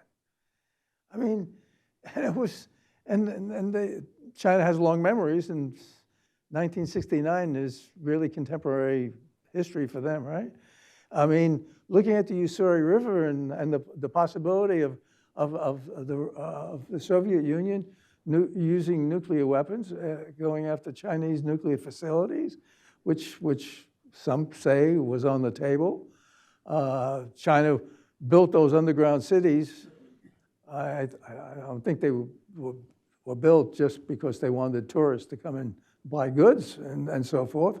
They built those cities because they thought they would have to go underground. So yes, that is a fraught relationship when you look at it across China with the North Korea. North Koreans feeling they've been treated as a vassal, which they had been treated. But then there's that element of a little bit of arrogance on the part of China as viewed by the North Koreans. And Russia has to remember, I mean, when you look at Siberia and you look at a lot of where China is making major moves and so forth, and China is the principal now, right? It's not Russia. It's not the Soviet Union. So the only response I have to your question, excellent question, Gordon, is it's one we shouldn't take for granted. It's one I'm not going to use the word, but I will use the word exploit, because that element of tension between the three is something that's there. That's contemporary history. It's ancient history. So why not? So yeah, it's something to watch. I don't think we should just take it for granted that the three will stay aligned and continue with the SCO and the BRICS and all the other good stuff and so forth. I think, I do think that with the war in Iran, there's no doubt. I mean, China has to feel. I mean, if you an advisor to Xi Jinping, you got to feel pretty good about what's going on, right? The Americans are really occupied with all these other issues there and so forth. That's why we have to watch Taiwan so closely. That's why we have to be very, very sensitive to what's going on, and the South China Sea. Thank you, Gordon.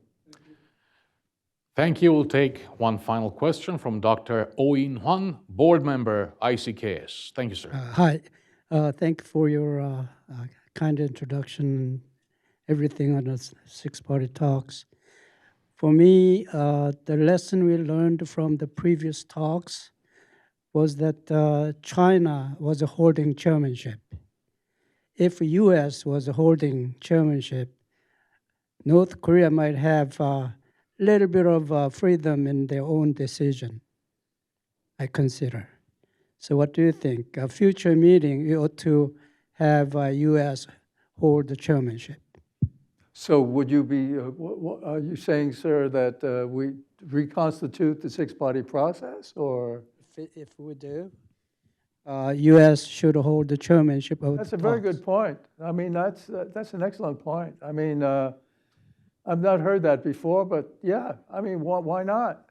China held it, and China got a lot of credit for holding it, because it showed China on the international stage, showing that they were very much involved with not only the diplomacy, but peacemaking. They wanted to bring, North Korea into the fold. So yeah, I think why not? Yeah. Under US chairmanship, North Korea might feel better to make their own decision under the strong influence of China. Yeah, but the only thing that would argue against reconstituting the six-party process is, why would North Korea want to participate? Why would China and Russia want to participate? And I think that's when certainly when you take Russia and China out of the equation, because North Korea always looked to Russia and China as their protector, and felt good about that relationship there. Now you've got a China and a Russian Federation that's explicitly right out in front in the UN Security Council with all fours saying, we're all aligned, we have our alignment here. So I just don't think the six-party process really has, it's really, when you get down to it, and I think this is where China does have it right in this regard. It's between the United States and North Korea. It's what we can, that relationship that we can establish, and it gets back to David's question about, but if they're never going to give up their nuclear weapons, what are we talking about? Well, okay, so what we'd like them to at least stop building more nuclear weapons, stop launching all these ballistic missiles that threaten South Korea, that threaten Japan and the United States and others, and so forth. If we could just get them back into the fold, to get them to sort of, I hate to say this, but to act more responsibly. I think that's going to be difficult. I really think for South Korea, given what North Korea has said, and the disrespect they've shown to the Republic of Korea, and now in memorializing that in their constitution and so forth, my view is that North Korea likely, and I use this word purposely, likely will do something of a precipitous nature against South Korea. They will incite, whether it's the Chung'an again or something, hopefully not beyond anything, and then now with their nuclear doctrine and with their short-range ballistic missiles and what they've been doing with cruise missiles, anti-ship missiles, what they've done with their navy and building more destroyers, etc. They will be much more emboldened. North Korea will be, I think, hopefully not, but I personally think they will be provocative towards the South. And that's unfortunate because I think Lee Jae-myung has been reaching out and he's lost a lot of respect. I think some of his own people would say, you keep reaching out to them, talking about peaceful coexistence, and they're treating us so badly. Thank you. Thank you. Good luck to you. Good luck to all of you. We'll take one more. I wish to say farewell to all of you. Bruce Bechtel has been signaling to me, asking me to cut it off. He's going to kill me. I'm going to be gone in a few minutes. Marine Gunnery Sergeant. We'll go to Mrs. Iumi of Yonhap News, please. Last question. Thank you for today's discussion, and thank you for giving me a chance to ask a question, Greg. And I think there are some arguments in the U.S. that since the denuclearization of North Korea is unlikely in the near term, so Washington should pursue arms control talk with North Korea instead. So what is your view on that as a former special envoy for? I just don't agree with that. I mean, I just don't. Arms control negotiations with North Korea. I mean, we're talking about now reconstituting something like the New START and getting something with the Russian Federation, but hopefully to bring China into that equation because China is building up their nuclear capabilities in a significant way. Arms control with North Korea? No, absolutely not. I think North Korea would love to see that. I mean, yeah, they'd love to see it, but that would be just a miss. But it would also lend itself to their belief that the United States eventually will cave on this issue and eventually accept them as a nuclear weapon state. And that's what we would be doing with the arms control negotiation, accepting them as a nuclear weapon state. And that would be a disaster. I mean, I think the non-proliferation regime and nuclear arms races around the world, I mean, certainly in Northeast Asia, I think we see a lot of that. So no, I'm not one of those who believes that. Thank you. Good luck to all of you. Thank you, sir. Thank you, sir. Thank you, Greg. This was terrific. You or Andrew? Hey, you or Andrew. Or you, dude, professor. Thank you for taking your time. Believe me. Hey, you. I like that. Really? Yeah. Oh, there it's on. Right on. No, testing. Nothing? All right. Nothing, but you're on. I'm on. You're on. I'm not. Testing. So you have to hold a mic? Oh. Do you have to hold a mic or you got to, you're mic'd up? Mm-hmm. Okay. And it's live, so we got to watch out. Tell me if I'm live. Am I live? Yes. Hello, everyone, and thank you so much for joining us as we move into the second panel. My name is DeLynn Williams, and it's my distinct pleasure to be able to moderate this panel. This panel will have a similar format to the panel this morning, and we'll have then each of the presenters have 20 minutes to talk about their paper and what they bring to us. And then following that, the discussants will then have 15 minutes each, and then we'll open it up to the audience. So before we get started, what drew me to this organization and what drew me to talk about this panel is my background is in international relations, and my background in international relations and Korean foreign policy drew me to the question about how power is transitioning in the world, and that power transition that we see, what is the role of a very evolving relationship that North Korea, in my mind, is exploiting to advance their goals. So this panel is really going to look at outside powers and how those outside powers interact with the Korean Peninsula. And so I just want to take one moment to introduce all of the panelists along with the paper names that they'll be talking about so that you'll know them as they begin to talk. So first is Dr. Bruce Bechtel from Angelo State University, and he will be discussing North Korea's arming of the revisionist Middle East and how effective that is. The second panelist will be Dr. Andrew Scoble from Georgetown University, and he'll be discussing North Korea's relations with the KRNK. The third panelist is Ms. Yuki Tatsumi at the Institute for Indo-Pacific Security, and her conversation will be about South Korea-Japan relations, a reset or a deja vu. And our discussants for today are Mr. Bill Newcomb, former member of the UN Panel of Experts, and Dr. Douglas Trustand, Marine Corps University and the Institute for World Peace. Politics, sorry, not peace. Peace is good. Yeah, we'll push peace along.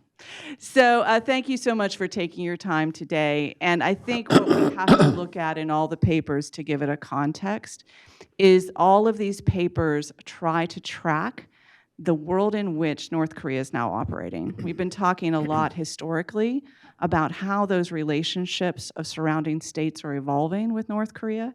And in this panel, you're going to hear about that evolution. You're going to hear about how those things are changing, as well as the evolving relationship between South Korea and Japan. So to begin, Dr. Bechtel. Thank you. Can everybody hear me? If you can't hear me, raise your hand. All right. So Delane is an old friend of mine. I've known her about 15 years now, from when she was a professor in Georgia, and they were trying to con me into going out there, but they couldn't pay me enough money to make it simple. Yeah. But she said she was, and she gave a lot of good reasons for being in this organization. I got into the ICKS because Kim called me one day in 2000 and said, Bruce, it's, time for you to join ICKS. So I did what my mentor told me to do, and I've been in ICKS for 26 years now. Now I'm the grand old man. Is that cool? Which is why in the morning panel, everybody kept saying negative things about me, which really hurt, because inside, I'm kind of a sensitive guy. Anyhow, how many of you, let's see a show of hands, how many of you knew that North Korea was absolutely up to its eyeballs with everything that's been going on in the war with Iran since it started?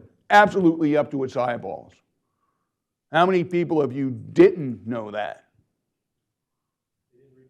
How many people have seen Three Faces of Eve? Joanne Woodward, Academy Award winning performance, 1958. But I digress. So let's talk about, see, some of you have heard that joke like 52 times every time I give a presentation. But it gets better with each telling. It does. Unfortunately, I've been on a lot of panels with Andrew in the past. So let's talk about, from the beginning, how that evolved, and I'll try and get through this in exactly 20 minutes. How this evolved and why everything we're seeing right now is targeted against us, or a lot of it is coming from North Korea. So everybody knows that, first of all, how many of you, when you're watching the news, CNN, if you like old show tunes and believe in Obamacare and drive a hybrid vehicle, and Fox News if you own a gun, and what else? Have a pickup truck. I do own a gun, but I don't have a pickup truck. My wife's Korean, so I have to drive a Kia Sorento.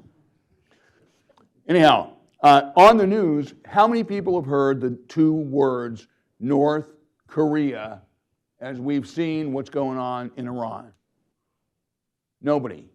Nobody. And if you've read anything online that may have mentioned North Korea with Iran, it was probably an interview I did with the press. Nobody's talking about that. Yeah, I consider myself a nobody. I can live with that.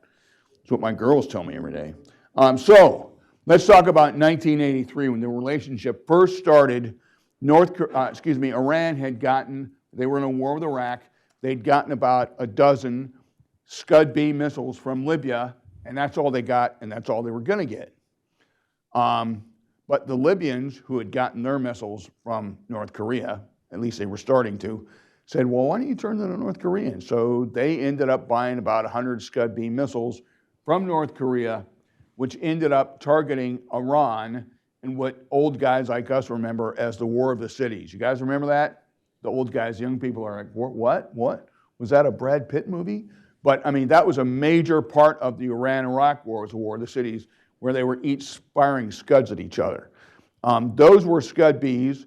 The North Koreans liked those so much that they did a contract with the North Koreans to sell them Scud-Cs.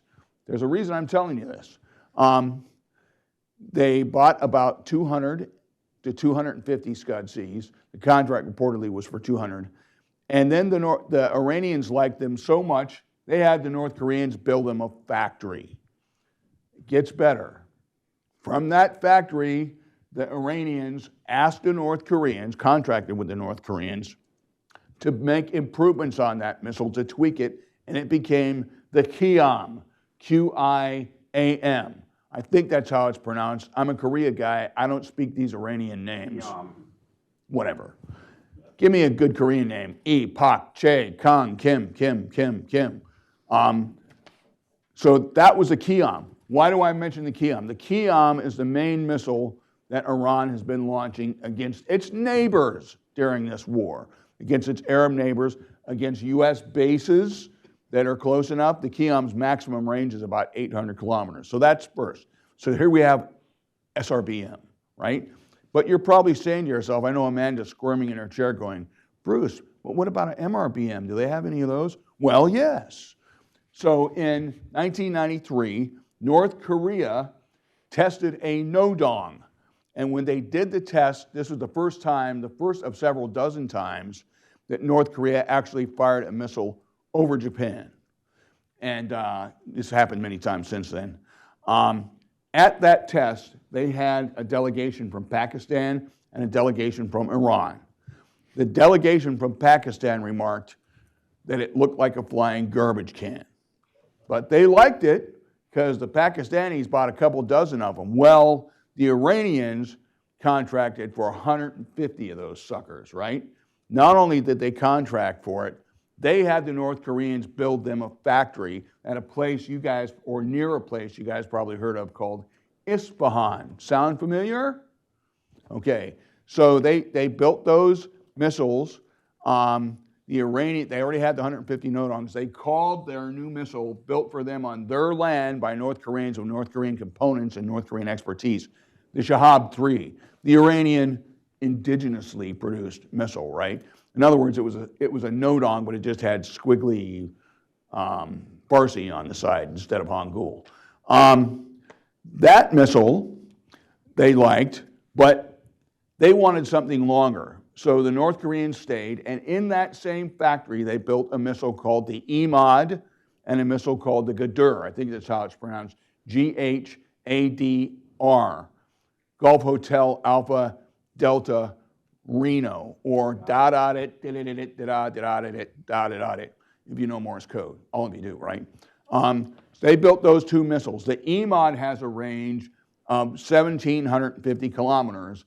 The Gadur has a range of 1,900 kilometers, and both of them can hit Israel, which is the main reason they wanted to get that missile with a longer range.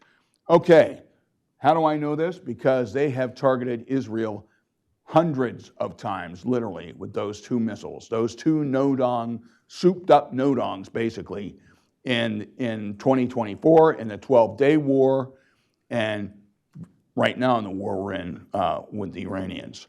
But wait, is there more, says Amanda? Well, yeah. In 2005, the North Koreans built a missile that we called the Musudan. As you know, until we started calling missiles KN, which confuses the hell out of everybody. Before we started doing that, we used to call missiles by where we first saw them, where we first imaged them, or where they were first launched.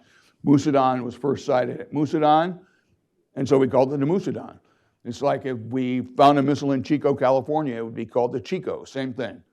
So they sold 19 Musudan missiles to Iran. In fact, one of my students, when I was a professor at Command and Staff College, was actually on the Navy destroyer that was tailing the North Korean cargo ship as it was proliferating those missiles to Iran, because their plan was to interdict and stop that ship, and the last minute the Bush administration called them off. And if you ask me why, I can give you a good reason. Ready? Ask me. Why? Because they were wussies, that's why. So 19 Musudan missiles. It gets better. So what happened with the Musudan missile? Well, those of you, I know Bruce Klingner follows the missiles a lot, and George Hutchinson still follows them a lot because he used to be in the Air Force, and they like to talk about stuff that flies, use their hands a lot. But the Musudan missile actually gets through its complete test about half the time if it's lucky. It's really not a very good missile. It's a remake of the old Soviet SSN-6. 64 Russians, I'm going to bore the hell out of you, 64 Russian scientists came down in 1992 after the Soviet Union collapsed and sold that missile illegally to the North Koreans. And the North Koreans didn't have a submarine that could carry it. It was an SLBM, submarine launched ballistic missile. So what did they do? They decided to make it longer and give it a longer range. Unfortunately, when they made it longer, they made it more unstable. It's not designed the way it was originally set up to be. So now about half the time in flight, the North Korean Musudan fails. Anyway, they sold it to the Iranians because the Iranians are like, oh, the missiles fly 50% of the time? Bonus. You know what I mean? So they sold that to the Iranians. Where have we now seen that? Well, here's what happened. The Iranians have been, as some of you probably know, the diplomatic type guys who drink Chardonnay, eat cheese, that kind of thing. I like cheese, just not Chardonnay. But those guys are looking at it and saying, well, the Musudan has a range of 3,500 kilometers to 4,000 kilometers. The missile that they're firing at Israel over and over again that's really starting to irritate the Israelis is called the Karam Shah. Karam Shah 4. Karam Shah 4 has a range of 2,000 kilometers. Now, why would that be? Can anyone guess? Dr. Maxwell? Superintendent Scarletou? Wait. That's right. He's a pretty smart guy. They put a warhead that's almost 4 times heavier on the Karam Shah, which is a Musudan, than the original warhead that went on the Musudan that the North Koreans sold to Iran. What does that mean? It means you have a warhead that blows up more stuff, but the missile can't go as far because heavier warhead, same thrust, means less distance, right? That's in Texas, that's 6th grade physics. University of Virginia, that's senior class level physics. Anyway, so that's what they've been firing in Israel. They also put scattered munitions on it. Some of you have heard about that, where the missile hits in Tel Aviv and kills like everybody within a mile. And the missile gets shot down 90% of the time. The IDF has estimated that 8% of the missiles being fired at Israel get through, which scares the bejesus out of the Israelis. It does. It would us too, right? But it's really not a very good success rate. That's the Karam Shah. Wait, it gets better. What else did they do with that Karam Shah? Well, we saw a launch of long-range missiles At where? Diego. That's right. Wow. It's good when you prep a bunch of groupies in the back, right before you go on the panel. But, yeah, thank you. I'll be signing autographs later. But do you guys remember that? Because that was just a few weeks ago. They fired those 2 missiles at Diego Garcia. Well, what happened with those 2 missiles? Well, one of them just kind of fell out of the sky. No surprise. It's a Musudan, right? The other one got shot down by an American SM-3 off an Aegis-equipped ship, okay? And what I thought was so funny is, I'm going to go ahead and say it, networks like CNN, I remember watching CNN, and the CNN guys were talking about, where did this top secret missile come from? My God, why didn't we know about this missile? Yeah, they've only had it for 21 years. And by the way, it was in my first book. Anybody read that? Yes. You're the one. Oh, you two read it. Okay, so there's the sales right there. 3, oh, Gordon in the back read it too. So that is how that evolved. So now you see how we're going from SRBM to MRBM to IRBM, right?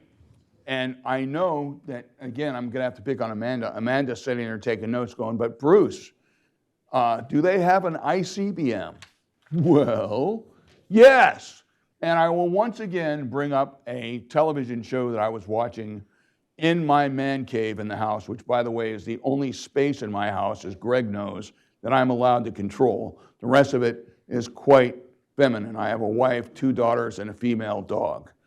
But I'm watching CNN, and they had heard our president and several peoples talk about how, Iran will have the capability to hit the U.S., and that's one of the reasons we got to go after them, blah, blah, blah. And I can't even remember her name.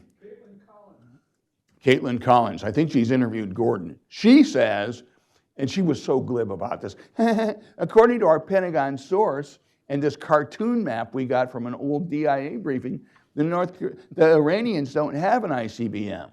Okay, so I'm going to describe to you so you know. So how many of you have books?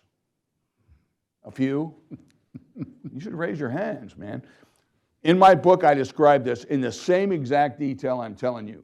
In 2013, I got a phone call from Bill Gertz, who at the time was with the Washington Times, and I was in a restaurant in San Angelo drinking beer and eating nachos with the current president of ICKS.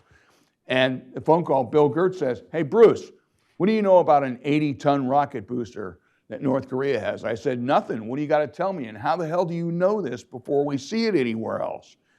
Oh, I can't tell you that. Okay, all right. So he told me all that he knew, and then I kept an eye out in the press for this stuff. An 80-ton rocket booster, by the way, is a booster you have for an ICBM, the first stage. So in 2015, there's a big article in the press again. This time it got in the Washington Post too, where it's talking about the 80-ton rocket booster North Korea has developed, and they are now selling it to Iran. And even as the JCPOA talks are going on, critical components are going from North Korea to Iran. That's a JCPOA, or as I would say, the worst agreement ever signed. 2016, right after the JCPOA was signed, the U.S. Treasury Department sanctioned Iran and North Korea for what? Anybody guess? 80-ton rocket booster, okay? In 2019, the Treasury Department again sanctioned the North Koreans and SHIG, which is the liquid fuel missile manufacturing company in Iran, for the same thing. 2021, the UN panel of experts, we have anybody who's been on the UN panel of experts? The UN panel of experts actually wrote a major report where they described in detail how North Korea had proliferated this 80-ton rocket booster to Iran. In fact, they had just in 2020 sent critical other components, read stage 2, for this ICBM. Now, there's more. I know you're on the edge of your seats. So 2017, And what was that date? Do you remember? May 13th. May 13th, 2017, the North Koreans tested what they called the Hwasong-12.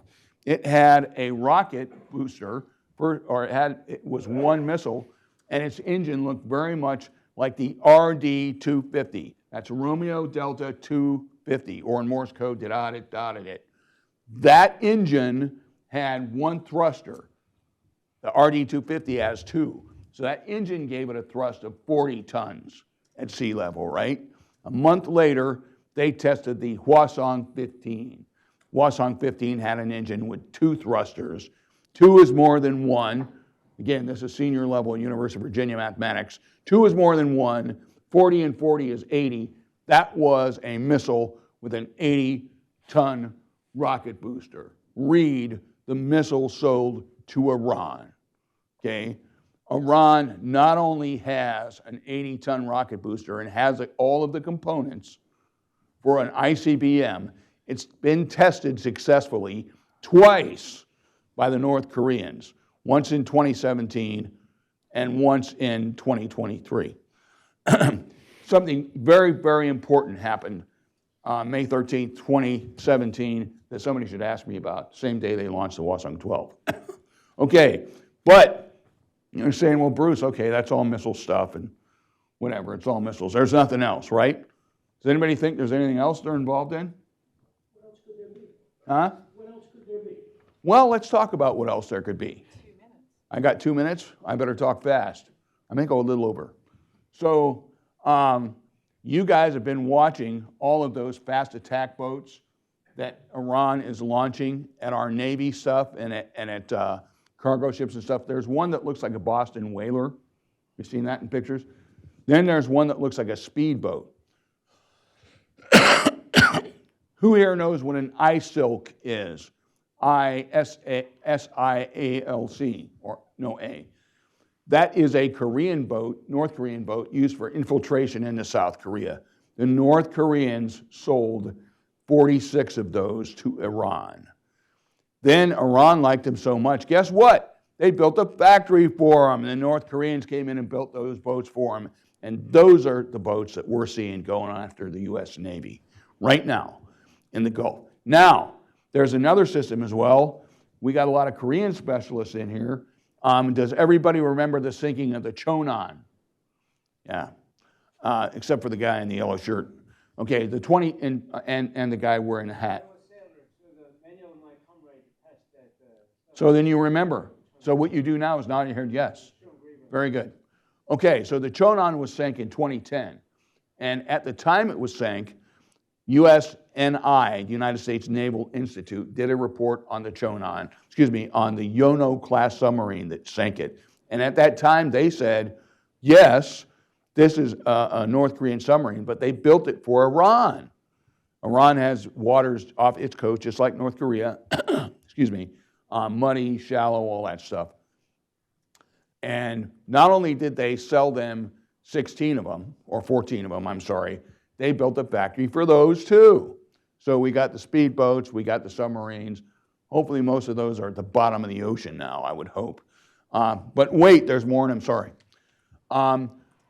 Everybody has seen the news where we see all of these underground facilities where the missiles are and the drones and all that stuff, right?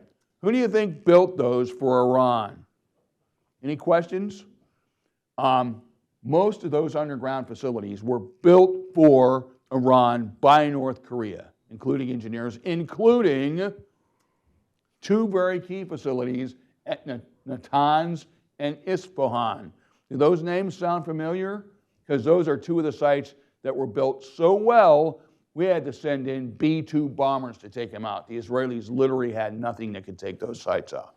So there you go. You got missiles, you got naval craft, you got underground facilities, you got a whole bunch of other stuff too. But what does all this mean?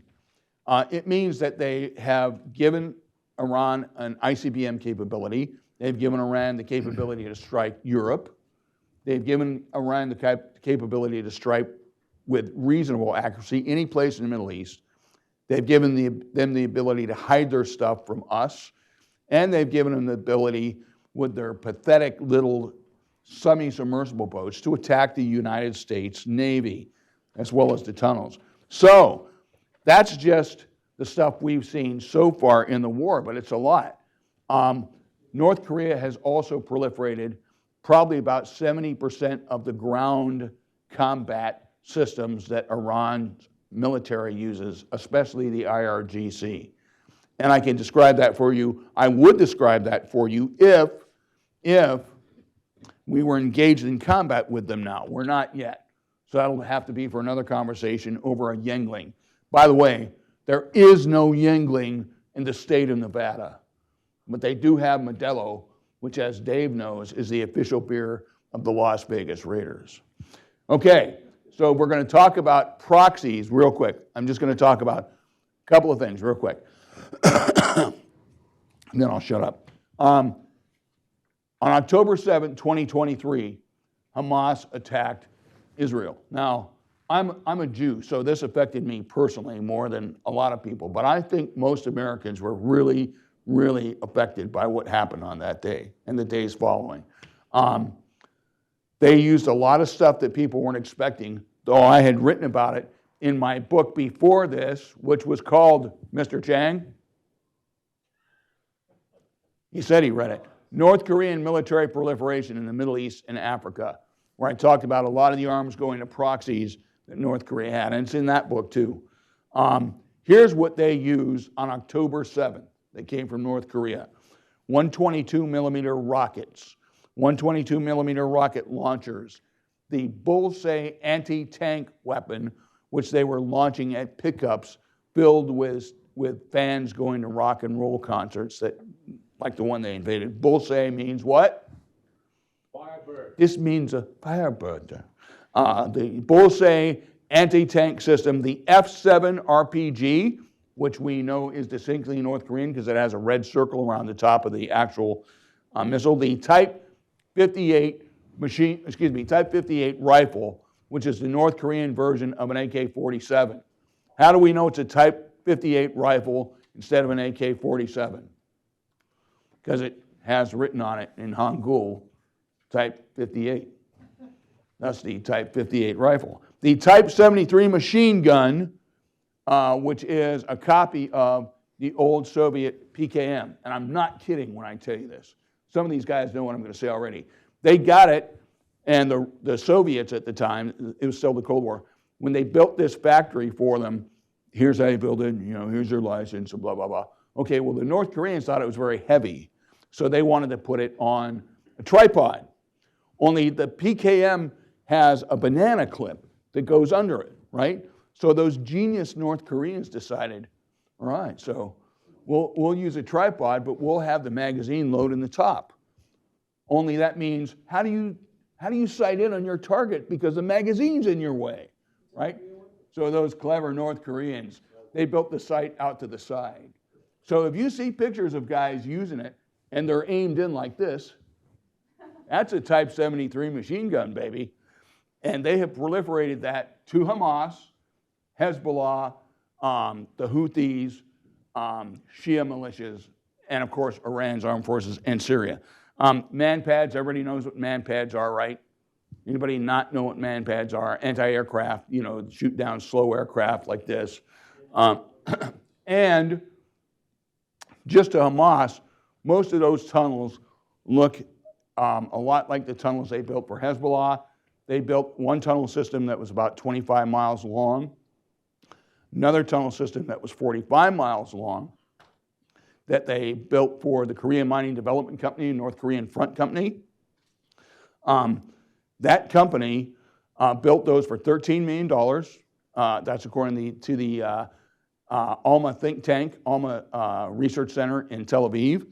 And they built that in Lebanon, ran all the way down to the border with northern Israel. So, why do I bring this up? This is very important. Do you remember, in the news, in 2024, we were getting all this stuff in the news. Oh, those evil Israelis, they're going into Lebanon again. Well, they had no choice. The Hezbollah guys had that tunnel. They had put all their rockets inside of those tunnels with steel doors that open up like this. They could fire them, then get back down in the tunnel, and cover it with camouflage again. The only way for them to go after those tunnels was to use ground troops because they couldn't find it with air or with imagery. So thank you, North Korea, for that. Lots of other stuff too, but I've already gone over time, and I'll just say it's been my pleasure to talk to all of you. Thank you to ICKS and HRNK, Crosby, Stills, Nash, Young, Merrill Lynch, and my own broker. Have a great time. Thank you, Bruce. Thank you. So I think as we think about all of this evidence, right? So Bruce's paper, if you get the chance to read it, is full of evidentiary facts, right, of this weapons proliferation. I think as we turn to Andrew's discussion, we think about perhaps a framework to understand what all of this evidence truly means in a restructuring sort of possible alliance formation. Alliance is too heavy of a word, but possible cooperation. So thank you, Andrew. Thanks. Talia, can I pull up the slide? Excellent. Thank you. Bruce, needless to say, is a tough act to follow, so I won't follow him. I'll just try and blaze my own trail until I self-destruct. But seriously, thanks to Greg for inviting me and not using the word death in the email. Of course, the result is, without coercion, you get a partial paper. So, but I will deliver a final, complete draft. I'm good for it. It's the first time in a couple of years I've been at this great conference. Other work-related things have gotten in the way, but this year, since I was doged, I had a fair amount of free time on my hands. So here I am. I was up until a year ago, I was a distinguished fellow at the US Institute of Peace. And for the record, the US Institute of Peace is not part of the federal government. It's certainly not part of the executive branch. Not that it seemed to matter to anyone in particular. And remember, .org, humanrightsnorthkorea.org. The Hudson Institute is a .org. The Institute of the International Council for Korean Studies is a .org. So beware of executive overreach, comrades. All right. We don't get paid. That's my. Now I vented a little bit, but in all seriousness, shifting to the topic at hand, title of my paper, DPRK and the CRNK, Quadrupling the Chaos, or Outlier. And I only have 2 slides, but this one, does anyone know where that photo comes from? It's still up there, right? Yeah. No, it's from the it's from September of last year, Beijing, the victory parade, military parade. So it's interesting. I think can you see the? I've circled the 4 the leaders of each of the CRNK countries. So I don't know if you can draw any conclusions from the proximity to each other, but of course Putin's right next to Xi Jinping. KJU is a little bit away, and right behind over Xi Jinping's shoulder is the president of Iran, and he's still alive, I believe, right? I'm pretty sure I checked the other day. Not a small thing to be alive and be in a top leader in Iran.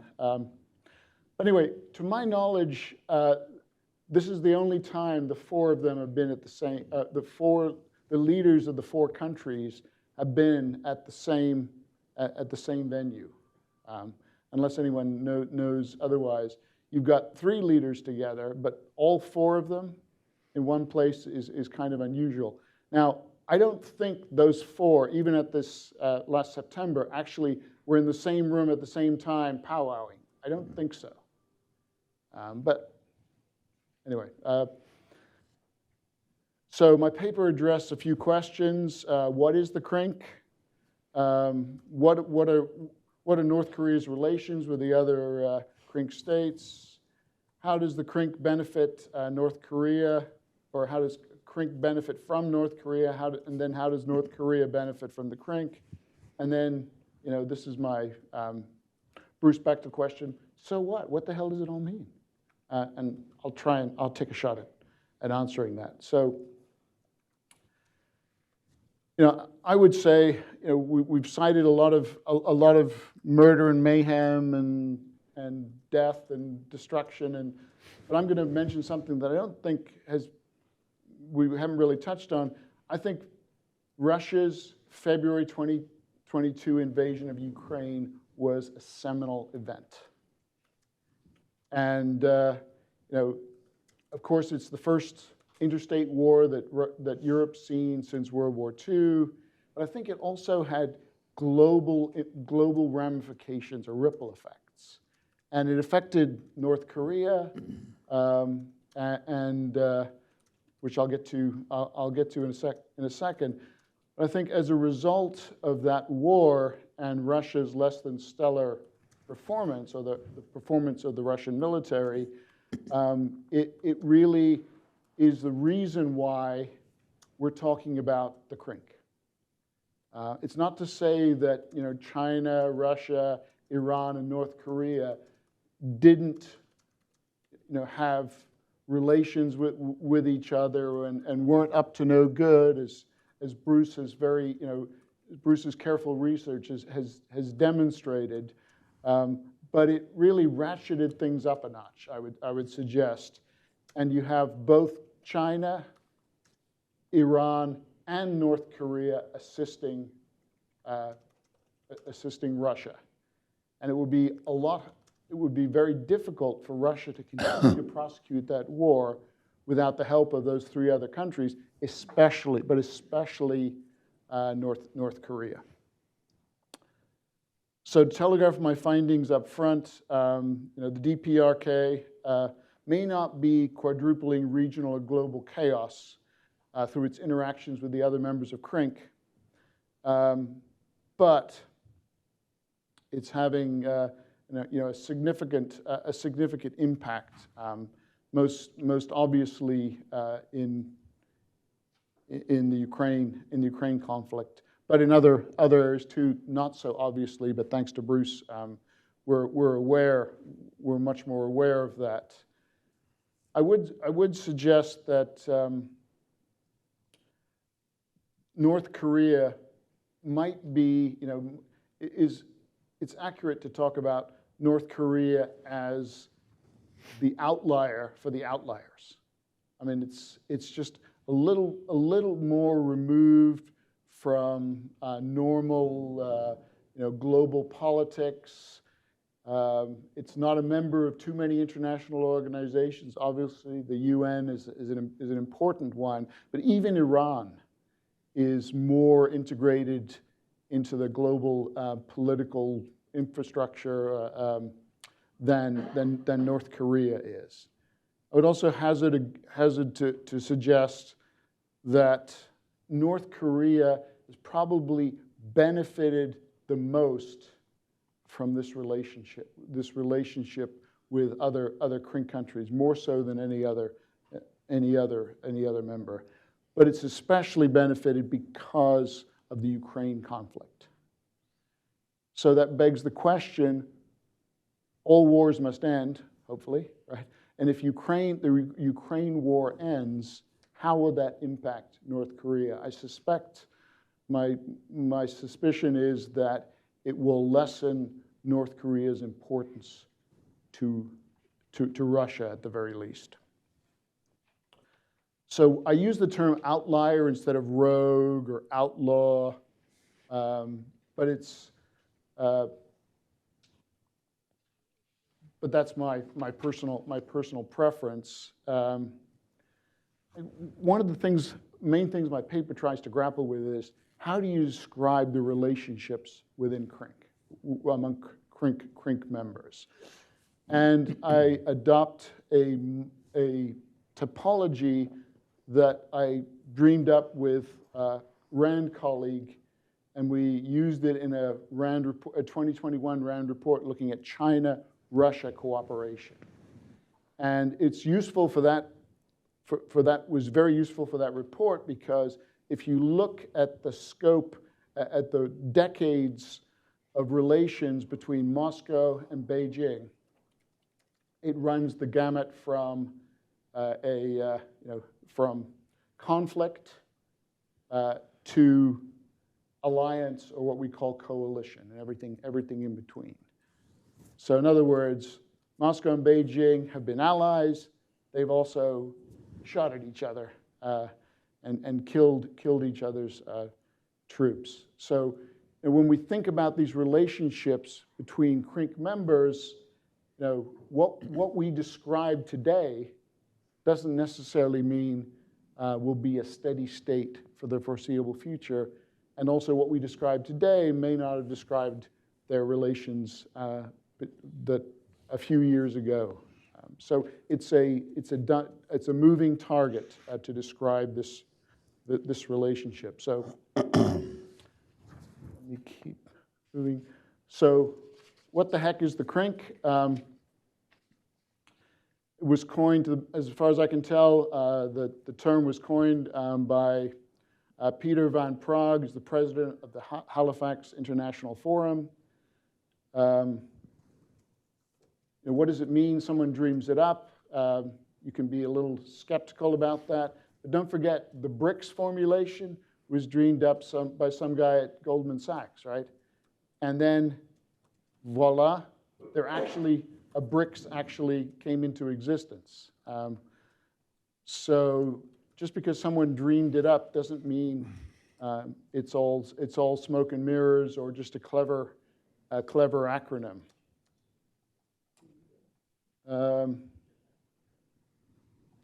So my take, I don't think it's accurate to describe CRNK as a multilateral military alliance. Not yet, anyway. Because as I mentioned a moment ago, hey, things change, and so don't rule anything out. Although individual members of the CRNK are currently providing military assistance to other members, as far as I can tell, it's all bilateral. Right? So there's no formal multilateral pact between the members of CRNK or any ironclad commitment by any of the four to come to the defense of the other members. That said, we know there are bilateral security pacts between Pyongyang and Beijing, and between Pyongyang and Moscow.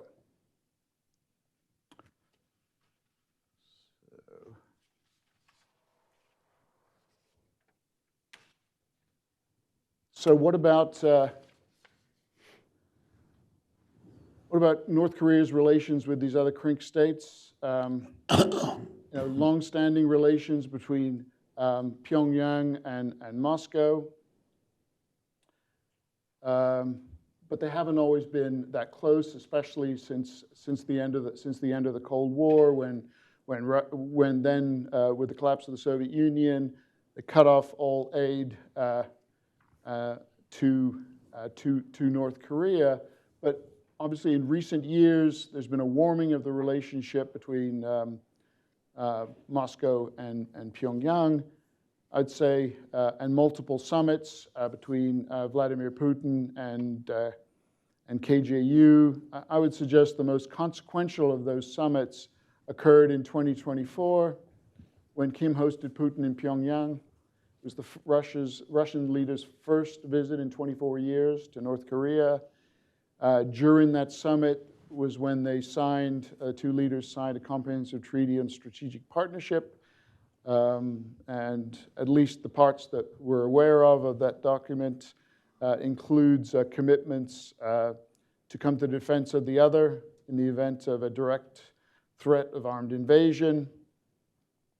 And so it suggests a closening security partnership.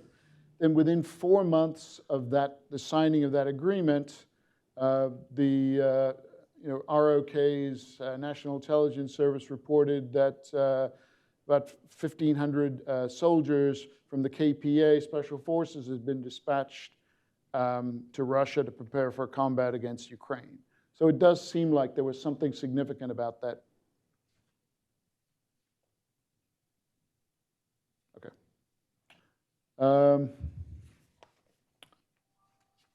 Right along. So with China, North Korea has had a pretty a roller coaster relationship over the decades. About 10 years ago, relations between Pyongyang and Beijing were downright frosty. And it's worth noting that Xi Jinping and KJU didn't meet for the first 6 years or so of Xi Jinping's tenure in office. Of course, that all changed when Pyongyang and Washington were starting to make up, and the famous or infamous summit between KJU and President Trump in Singapore in June of 2018. And you saw a flurry of summits between Xi Jinping and KJU, 5 of them within the space of a few years. Since then, the relationship is what I would call become more routinized. Kim traveled for that photo, where that photo was taken last September to commemorate the 80th anniversary of end of World War II. More recently, just earlier this month, the PRC Foreign Minister Wang Yi made a trip to Pyongyang. Just like the paramount leader of China doesn't go to North Korea very often at all. Similarly, the foreign minister of China almost never goes to North Korea. So this is a significant, the fact that he was visiting was significant. You can speculate about why that is, but I won't. On Iran, Pyongyang's maintained cordial relations with Iran for a long time. You know, Bruce has covered a lot of this ground. I won't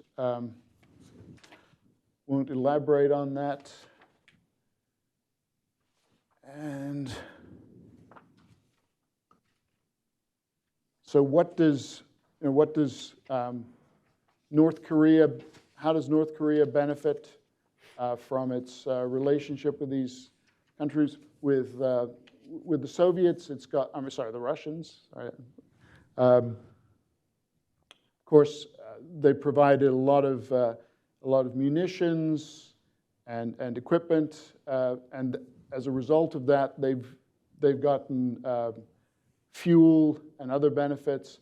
But there's speculation that North Korea has not gotten as much from Russia as it should have for this aid. So I don't know if that's true, but if it is, one possibility might be maybe the Russians think the North Koreans owe them a lot. That their debts that they haven't been repaid. So that could be one explanation. As far as China, North Korea, of course, without China, at least 90% of North Korea's trade comes from China, so economically heavy dependent on China. And one thing you don't think about a lot, but I think it's significant. It's not the most important thing, but it's a significant part of this relationship has been tourism, because it brings in a lot of money for North Korea. So pre-COVID, there were hundreds of thousands of Chinese in 2018 and 2019 came as tourists to North Korea. So of course, with COVID, North Korea shut down its borders, but I think back in March, flights were reopened from China to North Korea. The train service was reopened, so you might start to see more tourists. Chinese tourists, as I said, most important source of tourism for North Korea, and it's an important source of foreign exchange. So Iran, I'd say it's a niche relationship, heavily military, and again, I won't elaborate because Bruce has done such an excellent job. To wrap up, and I printed out two-sided stuff, so it's, all right, here we go. So what the heck does this all mean? Is the CRNK a flash-in-the-pan acronym or a durable geopolitical construct? You know, because I studied China, I'd say, you know, thinking long, it's too soon to tell, right? That's the, you know, thinking long term. It's only been a few years since the establishment of this acronym. Let's wait and see how things develop. If the war in Iran ends or hostilities end, we'll see how that affects this. Whether the Ukraine conflict, when that ends, how will that impact things? But I would say, next slide, please. One more slide, Talia. I've got one more slide up here. There you go. Okay, so putting, whoops, it's good to stand up for a second. So this is the typology that comes from this RAND report. So it goes from outright, you know, two countries fighting each other, right, in a war with each other, in a conflict, to a coalition or alliance. So you know, where does North Korea's relationship with each of the other three CRNKs fit on this? I would suggest tentatively that DPRK-Iran relations fits sort of in the middle here. So there's cooperation, but it's rather selective and careful, but significant, right? DPRK China, much more cooperative, long-term, broader, especially on the economic front. But the closest thing to an alliance, a military alliance, North Korea has today in the world is with Russia, and it's not a full-blown alliance that fully commits one party to come to the aid of the other, but it's pretty close. So I would suggest that the DPRK-Russia relationship kind of comes in that overlap between collaboration, what we call collaboration, and a full alliance. So I will stop there, and thank you very much. We appreciate that. So thank you. So while the first two papers look at kind of evidentiary realities in this relationship between North Korea, Iran, et cetera, and Doug's paper tries to provide a type of construct for that, our third paper really looks at the reality of an evolving relationship between South Korea and Japan, because I think South Korea is a really important player in all of this, and I think their relationship with their allies is going to be very important for the United States moving forward. So, Yuki?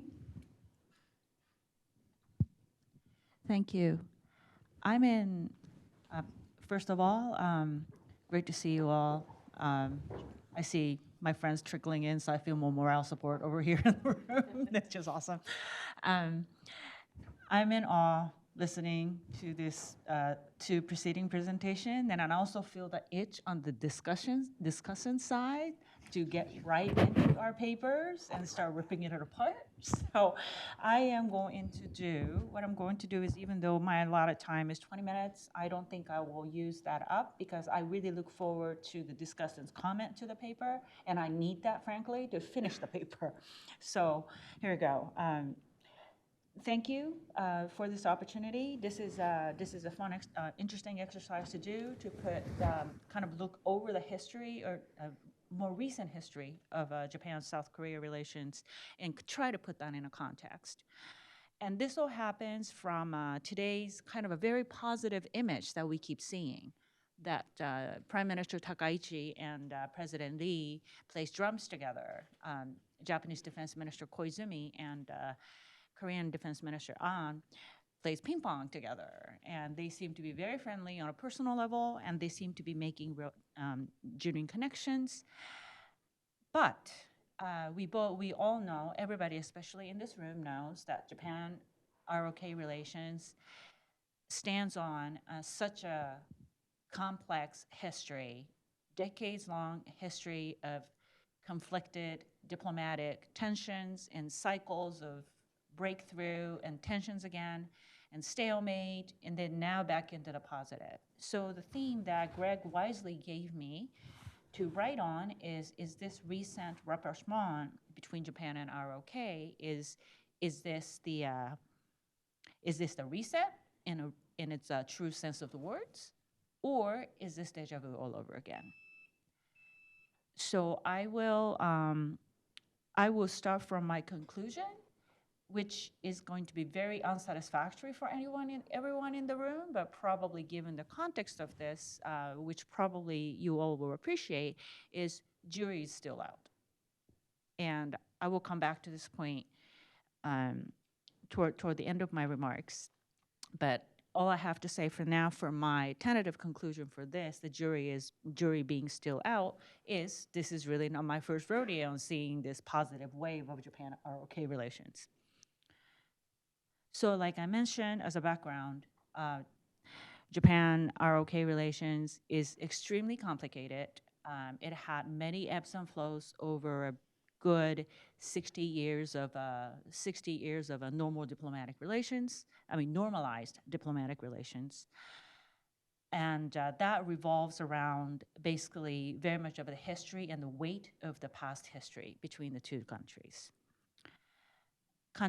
Two countries have had a couple of what everybody hoped for as a breakthrough, dating all the way back to October 1998, when visiting ROK President Kim Dae-jun and receiving Japanese Prime Minister Keizo Obuchi, issued a joint declaration called Japan Republic of Korea Joint Red Declaration, a new partnership toward the 21st century, where two leaders really spoke about putting the past in the rearview, past struggles in a rearview mirror, and just continue to look forward more about shared interest, shared prospect, and shared values that two countries really do share in contemporary relationships.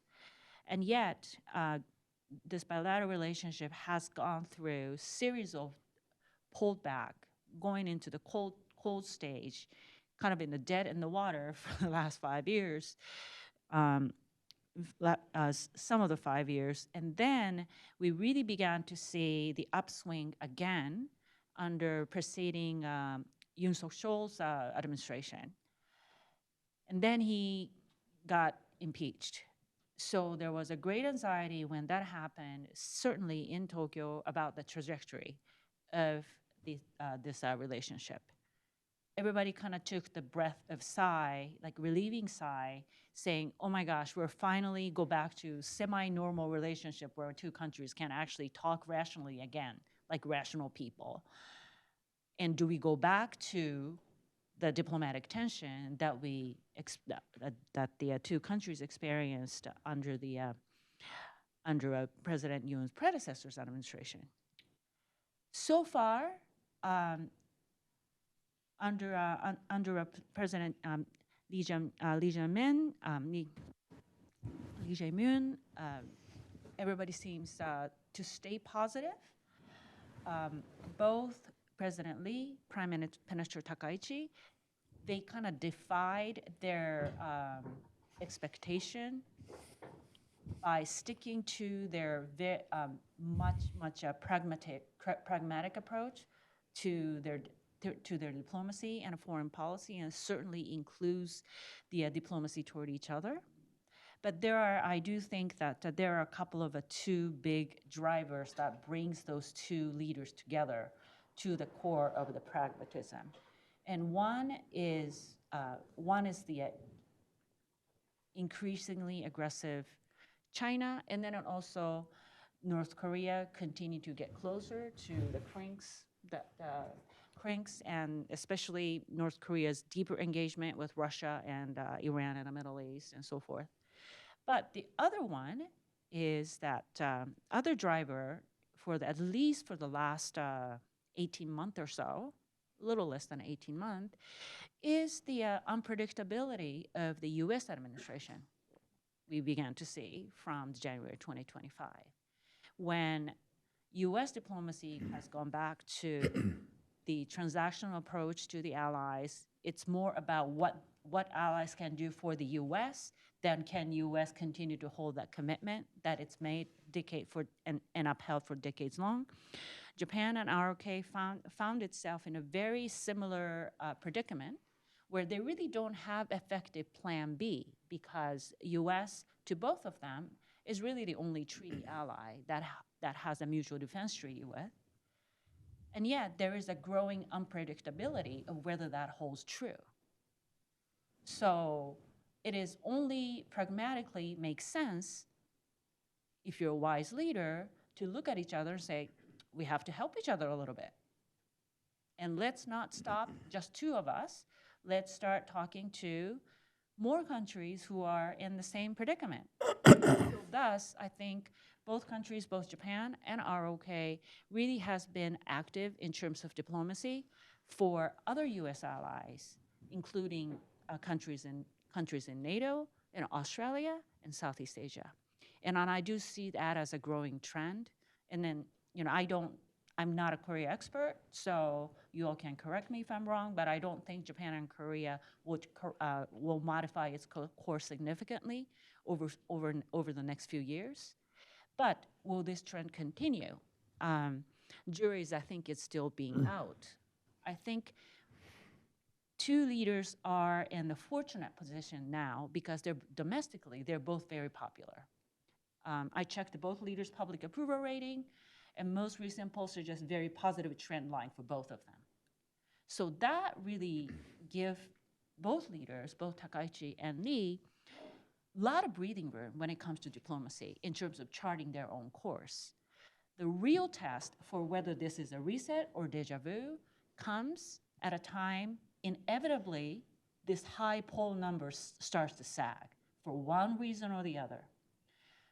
Can both of them stay the current course of being pragmatic, keep their eye on the ball, and stabilize the relationship, and set the floor at this current high stage, and continue to build on this elevated stage of the bilateral relations that they currently seem to stand on. So I'll stop there, and I very much look forward to your comments.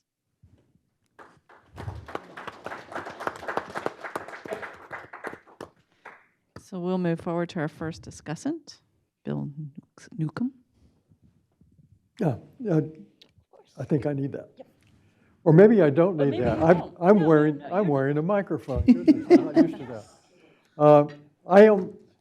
I'm going to take up your paper first. Okay. Since you were kind enough to leave time, and then I'll move on to Bruce and Andrew. I had a couple of prior experiences that I'll just kind of throw out there. I was at a conference in Tokyo some years back, and the subject was on naval cooperation and discussing the problems in trilateral naval cooperation. And the problem was South Korean ships and Japanese ships couldn't talk to one another. They had to talk to the US ship in order to get the information to the other one. Now, whether that was, well, certainly it was because of communications protocols and equipment and so forth, but I suspect with goodwill and a little ingenuity that could have been overcome quickly, but it wasn't. It was a continuing sticking point, and it made exercises difficult, if not dangerous, if the weather got poor. So there was that. Second, a lot of you know I was involved in the Illicit Activities Initiative years and years ago. And it was international. And the person who headed it up in Japan was Abe. And so we met with Abe several times. He was a minister at the time. And we worked with him in hand in glove with Howard Baker, who was the ambassador at the time, who was sort of our consigliere. We met with him a lot in Washington and there. And with Ambassador Baker's help and with Abe's help, we were able to break down the traditional Japanese stovepipes. You know, the stovepipe is when you hold a meeting and somebody really doesn't want to play right, and so they send the wrong official or a low-level official who has no voice to sit in the meeting but cannot make any commitment. And so you're being stalled in the process. And Abe broke that down. And he got us great cooperation from the Coast Guard, which of course was the Navy misnamed. But anyway, he proved himself very pragmatic. And to the extent that she is his successor, I suspect she will be equally pragmatic as he was. Now, pragmatic politicians don't always voice in public what they do in private. So we have that kind of overlaying thing. So that's one of the things. Then, when you talk about the cycle, we have events that cause other events to happen. So, I mean, by happenstance, you know, somebody insults somebody and so forth. I used to study China a long time ago. And what I noted, I was in Chinese economy and not the politics, but forgive me if you think I'm wrong, but what I noted was every time China had a National Party Congress selection for the Politburo and so forth, everybody who was wanting to be a candidate all of a sudden was really anti-Taiwan. They were all trying to trump each other with their rhetoric. And so there's this cycle of rhetoric, I think, that occurs, and I don't know if in this case there is an underlying cycle with periodic spikes of noise. And so that's a question. And then I have a comment that this is so important today because it's really vital not to interrupt the intelligence sharing arrangements and the planning. Because the North Korean threat, as we've been chatting about all day, and for a lot of us, what we've been thinking about for months, if not years, is just growing worse and worse, particularly in Northeast Asia. And the word emboldened was used earlier today, and that's certainly true. And so I've got a tough question for you.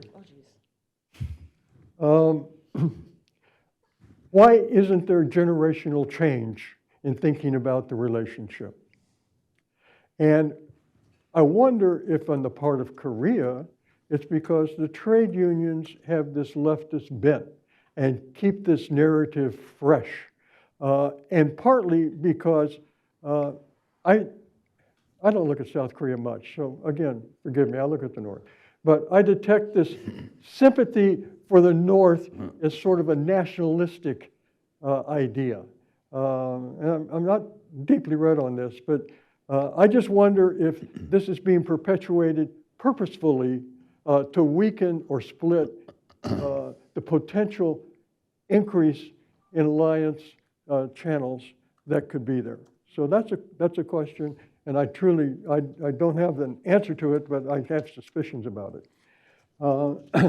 Bruce, I promised you a tough question. Oh, that was just one paper? And yeah, that's all I got. But before I do that, let me just make just a couple of very quick operations. You talk about the beginning of North Korea's relationship with Iran, beginning with the Iran-Iraq War.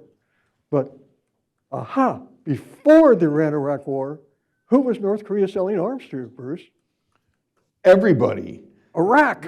Well, yes. Iraq. Well, they weren't actually, selling to Iran because the Shah was in Iran, right? And they wanted oil from Iran, truly. They asked the Shah, hey, can we have an oil relationship? And he said, huh? Right? So anyway, they got thrown out, the bums rush, and they went back very quickly once the Shah was gone and established that particular relationship. And Okay. In your book, and I think in the paper, you mentioned the intercept of weapons going to your Iranian allies from the Bangkok shipment. You mentioned that as evidence, you know, the weapons picked up in Bangkok that Iran was funding for its proxies. I happened to do a bit of investigation on that. You know, usually when you get a weapon shipment, you get RPGs. The weapons on the plane weren't RPGs, they were TPGs. Say that TPG again. is different. Say that again. It's a TPG. TPG is thermobaric. I know the difference, yeah. It's meant for urban warfare. So they were equipping themselves to fight in the cities, right? And so that's just a little throw out. Okay, I promised you something tough. You've written 2 books. You've been interviewed innumerable times. You've given papers at a lot of conferences. You know, you've been interviewed in print. You've been interviewed on the air, and yet, to quote one of your TV references, why can't we get smart, right? Why is there this cone of silence? And if you don't get that, you're too young. Get smart. Get smart, right? So there is that. Second, all along this whole process that your facts are like machine guns, right? And they're all documented because I've read your book. And I know that you have got solid evidence for all these points that you have made today in too short a time. At the same time, in academia and elsewhere in conferences, there was a strong denial of the North Korea-Iranian missile relationship and what it consisted of. And so, why do you think there was such a denial, perhaps? Why do you think there's been so much silence? The administration doesn't talk about it, right? The press doesn't talk about it. Other academics aren't talking about it. You think they'd at least be stimulated to come out. If they didn't agree, you think they'd oppose you, right? That's what academics do, and that's how you make your career progress, right? You pick a fight, and you start exchanging articles, right? And so you get a series of articles in a journal. At least that's how economists do it. But maybe we know more than political scientists. I don't know. Maybe. So No anyway, way. why is there this silence? And then, kind of the corollary to this, and to this conference, how do we get this issue front and center, right? How do we get it out there? How do we let the public know? The public should be outraged by what's been going on and the inaction and the ineffectiveness, you know? But they appear to be uninformed about it. And then there's an overarching problem. And I think it's partly one of the reasons why we haven't had things effective. And that's unclear and vacillating priorities in the government, where one priority exists for a short term and then another priority trumps it because they're not able to look over the horizon, right? They can look a week down the road, and they're always kind of reacting to these sorts of things. And when you appeal to, wow, why don't we let vital national interests be the trump card in deciding all these priorities? That doesn't work because we have commercial interests, right? And they'll come in the short term and trump things. We have other kinds of interests, trade, or maybe we've got a negotiation going on with a particular country like Iran. And so we don't take action on North Korean Iranian misbehavior at the time, right? Which, in my personal opinion, was a huge mistake, but I won't pursue that here, but you can always grab me over coffee. So anyway, that's my challenge, Bruce. You know, see if you can speculate on why this isn't making an impact. I got like 5 questions. Yeah, but you can distill them down into one answer. Okay, Andrew. Wow, this was really interesting. In effect, you talked about this bilateral primacy, and that's how you organized your paper bilaterally. And so that works to a degree, at least historically. I mean, those of you all who know a little bit of North Korean history know it used to be associated with what they used to call the communist bloc, although there was never such a thing as a bloc. But anyway, there was an organization called CIMA, Council for Mutual Economic Assistance. Everybody belonged to it except North Korea. Why was that? Because it meant your plans were coordinated within CIMA. CIMA countries operated on 5-year plans. How long was North Korea's plan? In 1960, they adopted a 7-year plan, later extended to 10 years.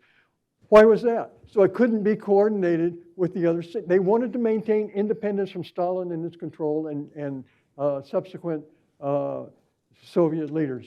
And it was a gradual process, but Kim Il-sung began the process of distancing himself. Remember, there was a purge of the Soviet-linked North Korean officials early on. So there is that. So I'm sympathetic. One thing I kind of disagree a bit. I wouldn't put this in the title of a paper, but I use it personally.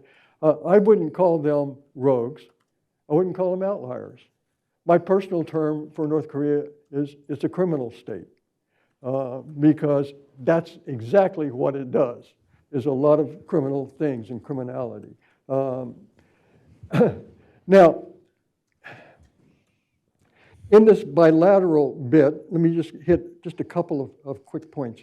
You talked about the China relationship, and you kind of jumped from the 60s to 80s up to more recent with the Chinese response to the Trump meeting with North Korea. There was an interval, and I'm speculating again, and when the Soviet Union fell in 1991 and Korea was left high and dry and went into, simultaneously, crops started failing, flooding because of poor agricultural practices more than anything. They asked China for help. They wanted to continue to have China extend friendship prices. What did Beijing say? Beijing was normalizing with the World Bank at the time. They were trying to get themselves on a Western footing. They said, no, they weren't going to do that. They started turning the cold shoulder to North Korea for the next several years. When the famine in North Korea got worse, China's arms had to be twisted to allow the port of Dalian and others to have food aid flow through it. And China was a very reluctant donor of food aid too. That changed in the mid-90s. Why do you think it changed? Agreed framework, maybe?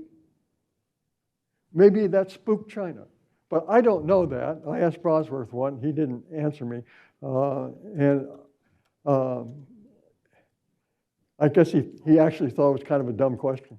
But, to me, the agreed framework happening and then China suddenly changing its posture toward North Korea says, yeah, we do have a vested interest there in keeping the U.S. out as well as keeping things fairly peaceful. So there's that. Okay, moving on to your Iran connection. You mentioned oil. And 2 minutes? 1 minute? 2 minutes? 1 minute. Okay. Because everyone's been over. I'm trying to hold it. Well, he's the last one anyway. So you mentioned oil, and my question is, what oil? North Korea got Iranian oil early on. They brought it into what was then named the port of Ungi, for the Ungi refinery at the port of Nasan, which is now called Razan. But back then it started with an N, in my lexicon anyway. So they built this place where they could unload the oil out in the harbor, and they brought in VLCCs from Iran, very large crude carriers, and they imported a lot of oil, and it was refined there, right there at the Ungi refinery. Ungi refinery doesn't operate anymore, right? The refinery at Panmari, that operates off oil from Daqing. The oils are different. Daqing can't handle Iranian oil. It's very specialized. Ungi doesn't operate, right? It used to get the oil from Iran, some from Libya, and some from Sakhalin, but it doesn't operate anymore. So what oil, right? There might be some product coming in. I can speculate on how it could be done, right? By selling oil to Russia, and then Russia sells, some product, so it's sort of an indirect trade. Once oil is on the high seas, money goes one way, ownership goes another. You never know who's going to own the cargo because it's bought and sold all the time. So I don't quite know about that. And then how do they handle it? Well, maybe ledger accounting. That's how North Korea handles a lot of its relationships with a lot of other companies, other countries. So that's just debit and credit in each capital, right? And you keep track and settle up from time to time. And it's not worth North Korea's while to bring money inside Pyongyang, because then they got to get it out to spend it. So mostly they want to keep it out of the country, but secure, so they can easily import what they need. So I'm out of time. I've got a couple more comments. One important one. You contrast the BRICS and the CRNK. And you talk about the BRICS being multilateral in a way that the CRNK isn't. But I wonder, the BRICS have grown from the original nomenclature to about 11 or 12. Mm-hmm. And they meet occasionally to discuss various trade matters and so forth. So my question is, you think it might be conceivable that since all these countries are subject to significant sanctions pressure, that they might find it opportunistic to start cooperating in a multilateral way, economically? I'm sorry for taking so much time. Thanks. And I apologize to you, Doug. I am going to try to be brief, and I'm really going to make only 3 points. The first one is that in thinking about all of the things that I've learned about North Korean support for Iran and Iran's proxies from Bruce over the years, it appears to me that the entire pattern of violence that has gone on in the Middle East since October of 2023 was absolutely impossible without the ordnance that North Korea has supplied to Iran and its proxies. That violence has had an enormous human cost and an enormous financial cost. We have people with economic expertise in this room. Someone should try to total what that cost to the world economy has been and write an article saying, here's a bill for North Korea. Someone should, long ago, the great British reporter Chapman Pincher, when he wrote his story about the capture of the Soviet spy, George Blake, included 42 human profiles, stick figures, for the 42 agents that Blake had betrayed and to their deaths. How many people? You're probably the greatest expertise in the world in this room on the number of of North Koreans that North Korea has killed is within this room. But how many deaths is North Korea responsible outside its borders? If we want to draw attention to North Korea's role, we should draw attention to the enormous financial cost. It's got to be more than $1 trillion, and the enormous human cost of the proliferation activities that Bruce has chronicled over the years in so much detail.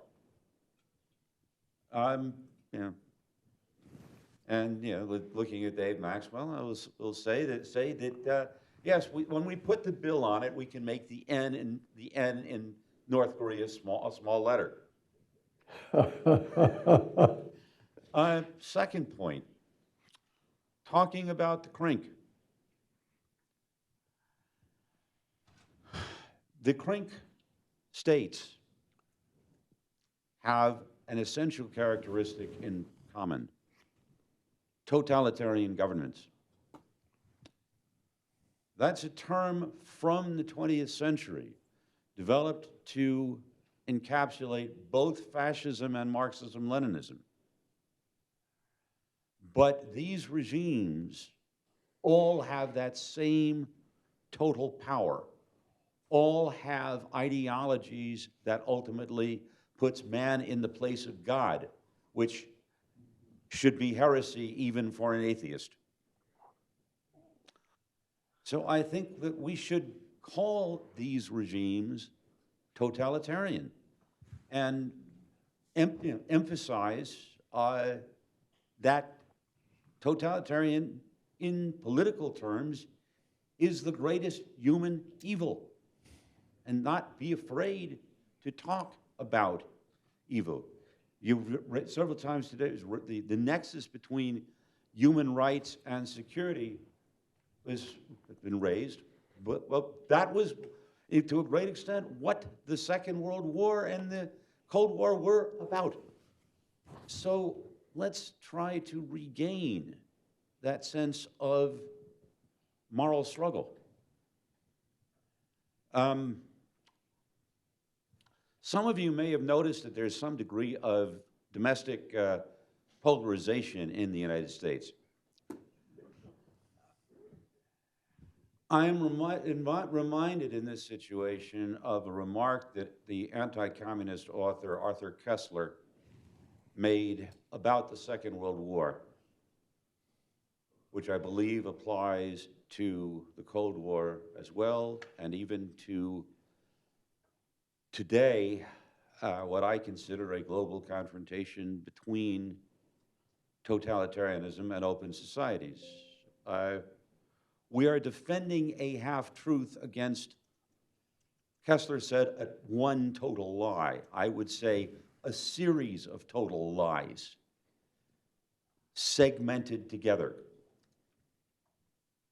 And we should be able to set aside our own differences enough to confront that. We should also be able to say that any ideology, any government that promises perfection is by definition a total lie because of the imperfectibility of humanity. Because being human is an aspiration, not a status. So that's my contribution. I don't count missiles. I don't trace illicit financial transactions, but I hope that I clarified the big picture a little bit. I think so. Thank you. Evil, evil. So I have a question as well, as you all are thinking about this, just to bring it back to right now, in this moment, right?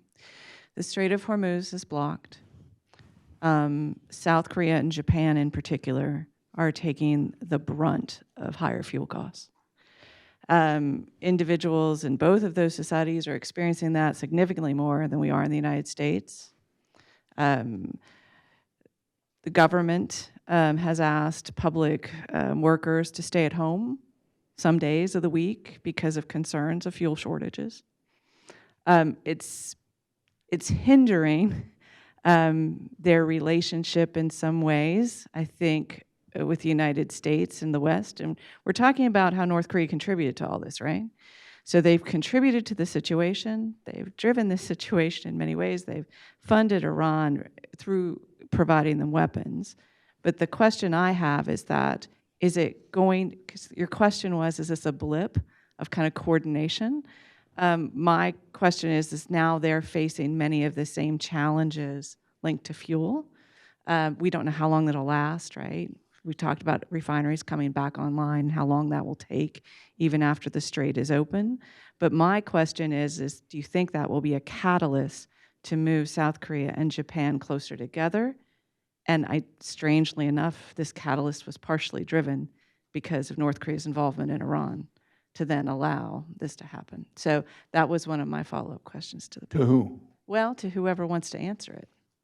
Well, let me start off with what North Korea is making off of all this, right? Yeah, that would be that question up there, yeah. Right. So in March of 2025, the Korea Institute for Defense Analysis did a study. I don't know why she's laughing, but it was an amusing study. And it talked about how much North Korea was making off of the Russians since the last month of 2023 to that date, so roughly 15 months, right? And the answer, based on a very good methodology, you can go read this. If you read Hangul, you can read it. Methodology indicated $20 billion. Why is that significant? Because North Korea's GDP last year, Google it, use that magical research tool, Google, and you will see that their GDP last year was roughly $26 billion. So $20 billion in profit, which they didn't report to the World Bank. That's a lot of money to the North Korean regime, more than they have made off any proliferation ever to anybody. What they were getting from Iran, according to Larry Nish, who was a Congressional Research Service, and according to the IDF, was most of the time about $3 billion a year. That included, because Iran paid for not just themselves, but for Syria and the Shia militias and Hezbollah, Hamas, the Houthis. That's a lot less than $20 billion, but it's still a lot to the North Koreans. If we were to destroy Iran, destroy that government and move in, then is that going to hurt North Korea? Well, not like it would have, because they're making $20 billion a year, or roughly 15 months off the Russians. 20,000 containers in March of 2025.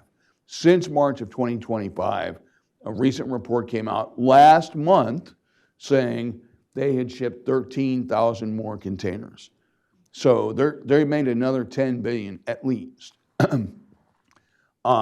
I don't know, obviously it is affecting Japan and the ROK. All this is doing for North Korea is helping them. And I can tell you this, all that they're getting foodstuffs, they're getting oil, they're getting cash, they're getting technological assistance for their military, they're getting factories built by the Russians. So the worst thing that happened to the North Koreans is if the war stops. And the big question is, and nobody in this room knows the answer, no matter what you think, what's going to happen when the war stops and the Russians don't need that stuff anymore? Because this is a failure of the Russian military-industrial complex. 50% of the artillery being shot into Ukraine, cities, towns, villages, bases, is coming from North Korea. 1/3 of the ballistic missiles. That's a lot. That means the Russian military-industrial complex is incapable of providing the armaments that its people need. And they're getting it from this poor little country that's now proliferating copies of stuff they originally gave them for their war. That's a big deal. And I'll stop.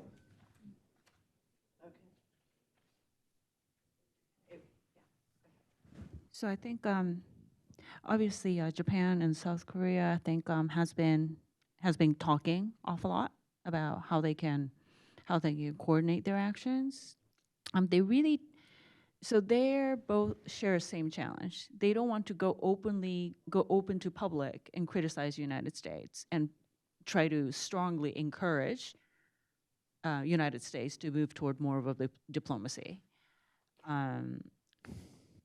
like some of the European allies have done. But for Japan,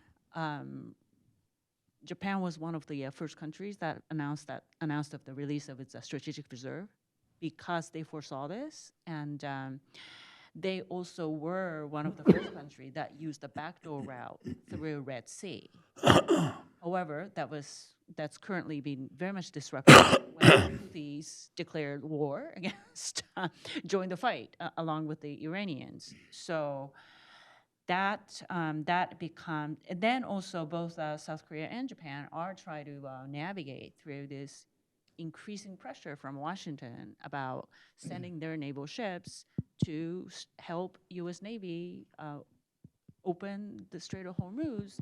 And in case of Japan, and I would imagine ROK is very much similar, that there's no UN Council, Security Council resolution or anything that can those governments can use to justify such deployments, and this will be an entirely different story if it's like if it looks anything like 1991 Persian Gulf War, when Washington went out of its way to consult in the United Nations, pass Security Council resolution, authorize these multi-force operations, then they can confidently go to the public and say this is for the greater goods.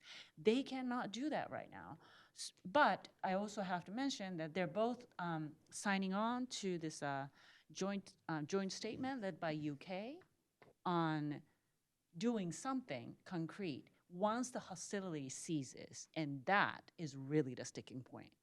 But in the meantime, though, I think that will continue to drive a trend where Japan and South Korea continue to reach out to other U.S. allies and partners that shares the same dilemma. Can I just respond? That's a good answer. One of the comments. So, Doug's point about labeling these CRNK members as totalitarian. I'm a recovering political scientist. So just get that on the table. So I use the T word very advisedly. But it's interesting. 20 years ago, scary to think, I published an article titled "North Korea and Comparative Communism." And in it, I assessed that North Korea is the world's longest-running totalitarian system. And, it spanned 3 generations, and I think that's still the best way to describe North Korea, as an eroding. It's weakened. You can't control everything, but you can sure as hell try, right? But that's an eroding totalitarian system, right? Because in most other fascist or communist systems, it doesn't last more than the tenure of one leader. So in China, Mao, Mao's rule roughly approximated totalitarianism. Stalin's Russia, Stalin's Soviet Union, similarly, Mussolini's Italy, Nazi Germany, but they only survived, they barely survived one leader, right? So North Korea is unique in that respect. So can you describe other CRNK members as totalitarian? Well, I think, and I have said this, that China, yes, you can. And what's interesting about China under Xi Jinping is, I think what you've seen is he's reconstituted the totalitarian party military state. And the mechanisms had weakened, atrophied, he rebuilt them.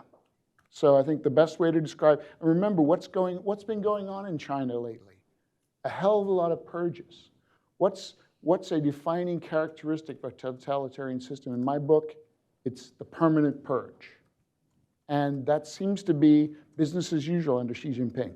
Now, when you go to Russia today, I'm not a Russia expert, but I pretend to be one. I've studied comparative communism, and I'm not sure you could describe that.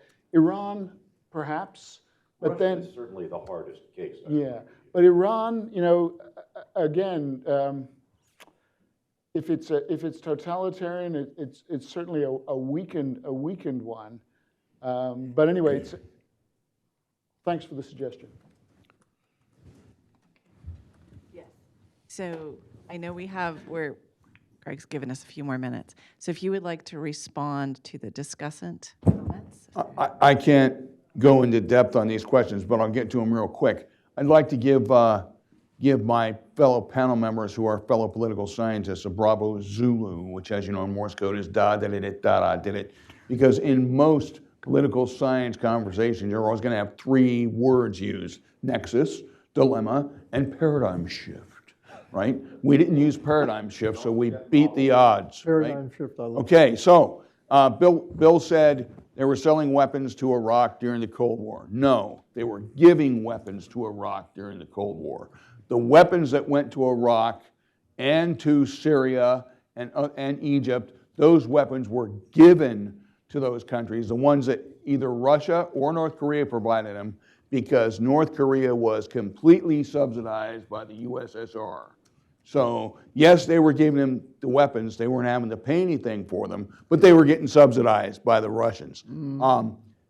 Totally changed. It was a paradigm shift after the Cold War ended, and then it became cash and carry for everybody. The only exception to that, Bill, as you know, was Iran. Iran always had to pay for the weapons they got from 1983 on. Okay, shipment through Bangkok, TPGs. Well, duh. Those were going to Hamas and Hezbollah. They were Exactly. Yeah, they were fighting in a very good. I love working with Bill. He keeps me on my toes. Why no hype about proliferation? 2017, I was sitting at home watching a Raiders football game, and I got a phone call from the deputy, or actually he was on the NSC at the time, for the Asia desk, Matt Pottinger, and Matt asked me, hey, do you think that the Syrians are getting their chemical weapons from the North Koreans? And of course my answer was, well, yeah. And my second answer was, where the hell did you get my phone number? I don't know you. Anyway, I said, do you have time to hear about it? And he said, sure. I said, about an hour and a half? He said, sure. So for an hour and a half, I walked Matt Pottinger with how they got those weapons to Syria, how they were paid for, where they were located. And then I, of course, told him, you know, your intel folks have all of this info. They don't even have to go into a classified computer to get it. Why strong denial? I'll tell you why I think there's a strong denial that Bill asked me about. It is, and we have seen that, and I'm going to, remember that Seinfeld episode where the Jewish communists always met in the Chinese restaurant? He named name. Yes, well, I'm going to name names. Guys like Mark Fitzpatrick at IISS, guys like other guys, Peter Hayes at the Nautilus Institute for Peace, and guys at the Monterey Institute have consistently and for a long time routinely downgraded their assessments of what the North Korean capabilities are continuously, to the point that even in a 38 North piece that happened about 10 years ago, they said, we're not really sure the North Koreans gave these missiles, referring to the Musadon, to the Iranians. We're not even sure they have these missiles. Well, ask the people in Tel Aviv now who just experienced those cluster munitions, or ask the sailors at Diego Garcia who almost got hit with one of them. Of course, it was a North Korean missile, so one of them fell out of the sky and the other one was shot down by an SM-3, so they were lucky there. So very strong denial. I would say that's all about an agenda. Let's make the North Korean threat look like less than what it is, because we'll never have to fight a war against any of those weapons, right? Well, wake up, because we are right now, this second. How do you get this front and center? I don't know. Nick Eberstadt's here, you're here. A lot of people listen to you old guys. Tell them to put us up front and center in congressional testimony so people start talking about this. Also, watch another news network besides CNN. Okay, not rogue states. I'm insulted by that, sir, because 2 of my books have the word rogue in the title. So, I'll buy you a drink later. all right. So, and by the way, I wrote 6 books, not 2. This guy's one of my best friends. So anyway, that's my answer, and I kept it short, I hope, right? Okay. Doug, well done. Great word spaghetti. Very good. Any other responses? Okay, great. So now we're going to open it up to questions from the floor. So if anyone has any questions for our esteemed panelists. Yeah. On purpose. You guys are so amazing. You've covered every answer. Now there we have a question. Isn't Rogue your middle name? Isn't Rogue your middle name? I can just imagine somebody right now thinking to themselves, wait a minute, Japan, why do you need the UN as an excuse to come help an ally and to help yourself? I mean, the concept of a sovereign nation saying, well, we can't really do anything unless the UN approves. We can't help an ally. We can't be there for our other allies. We can't even be there for ourselves because we need to ask UN approval. Imagine how that goes over in the heartland of the United States. We're not, I mean, that is not a view that you'd want to ever articulate if you were the Japanese government. So I pass it on to you. So I also have another news for you too, that this is not, Japan was never consulted on this fight. Right. So, Yeah, well, and, again, and then again, Japan as a nation does not wage war to other countries. We would defend ourselves, and it got us this far thanks to the Peace Constitution that, oh, by the way, occupation force gave us. That kind of stripped Japan's right to declare war. Fun trivia.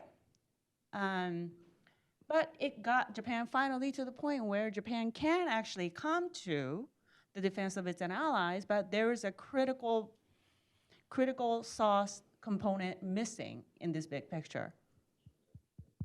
Consultation was not there. So basically, Japan's mad because they weren't asked. Pretty much. Well, yeah, in every other country. Again, I just merely mentioned every other country. It's a little odd for a nation to. It's like my son. He got these feelings hurt. Wow, son. All right. Well, and then, if you're not asked, and then all of a sudden all your oil dries up, of course everybody will get mad. Yeah. So that'll be my answer. Good. We got a guy in a baseball hat. Question here. Thank you. Questions to Mr. Chumi.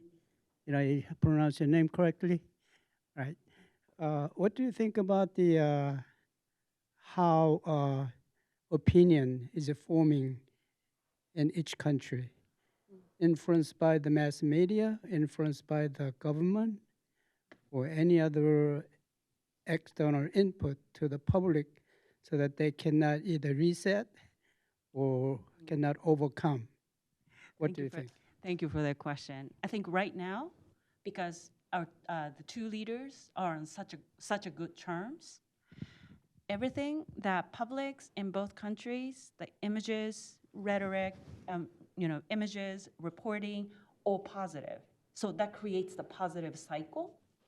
And I think things are changing. You mentioned about generation change. I did. With your country gave a wonderful gift to the world called BTS, which, and that was a great gift to Japan too. And I think, from Japan's point on the more of a, popular cultural level, they have a similar gift to each other. And then I think that it's slow, but I do think it has begun to change the people-to-people perception of one another. It still does get affected when tension flies at the leadership level on high display. But I do think that at the people-to-people level, because of these kind of apolitical gifts that both countries have for one another and to the rest of the people who likes the culture,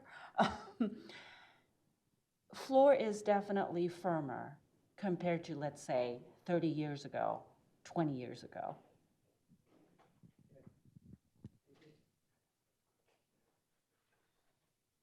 Other questions? Any other questions? Well, if not, I thank you so much for your time and attention, and I will look forward to you in the talking to you next session. Thank you so much. Okay, what do you say we have one more panel today? Yeah, all right. No, we want to go home. The bar is downstairs, so it's very quick. We've got our last and, of course, our best will be on the US-ROK alliance and the changing global environment. I think the Latinate word is your moderator. The Anglo-Saxon word is time cop. And my job is to get us out of here by 5 o'clock because I understand that's when happy hour commences. I thought happy hour started earlier than that. Does it? Why are you still on stage?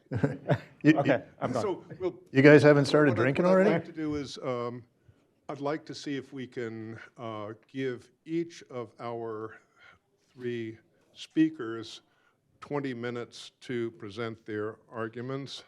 Gordon Chang of Gatestone, Troy Stangerone of Carnegie Mellon, Bruce Klingner of Mansfield, and then 10 minutes each for our discussants, Patrick Cronin of our own Hudson, and Dave Maxwell, Colonel Dave Maxwell of HRNK and Center for Asian Pacific Security. I don't want to, kind of get dirty here, but I have this thing which is known as the bell of shame.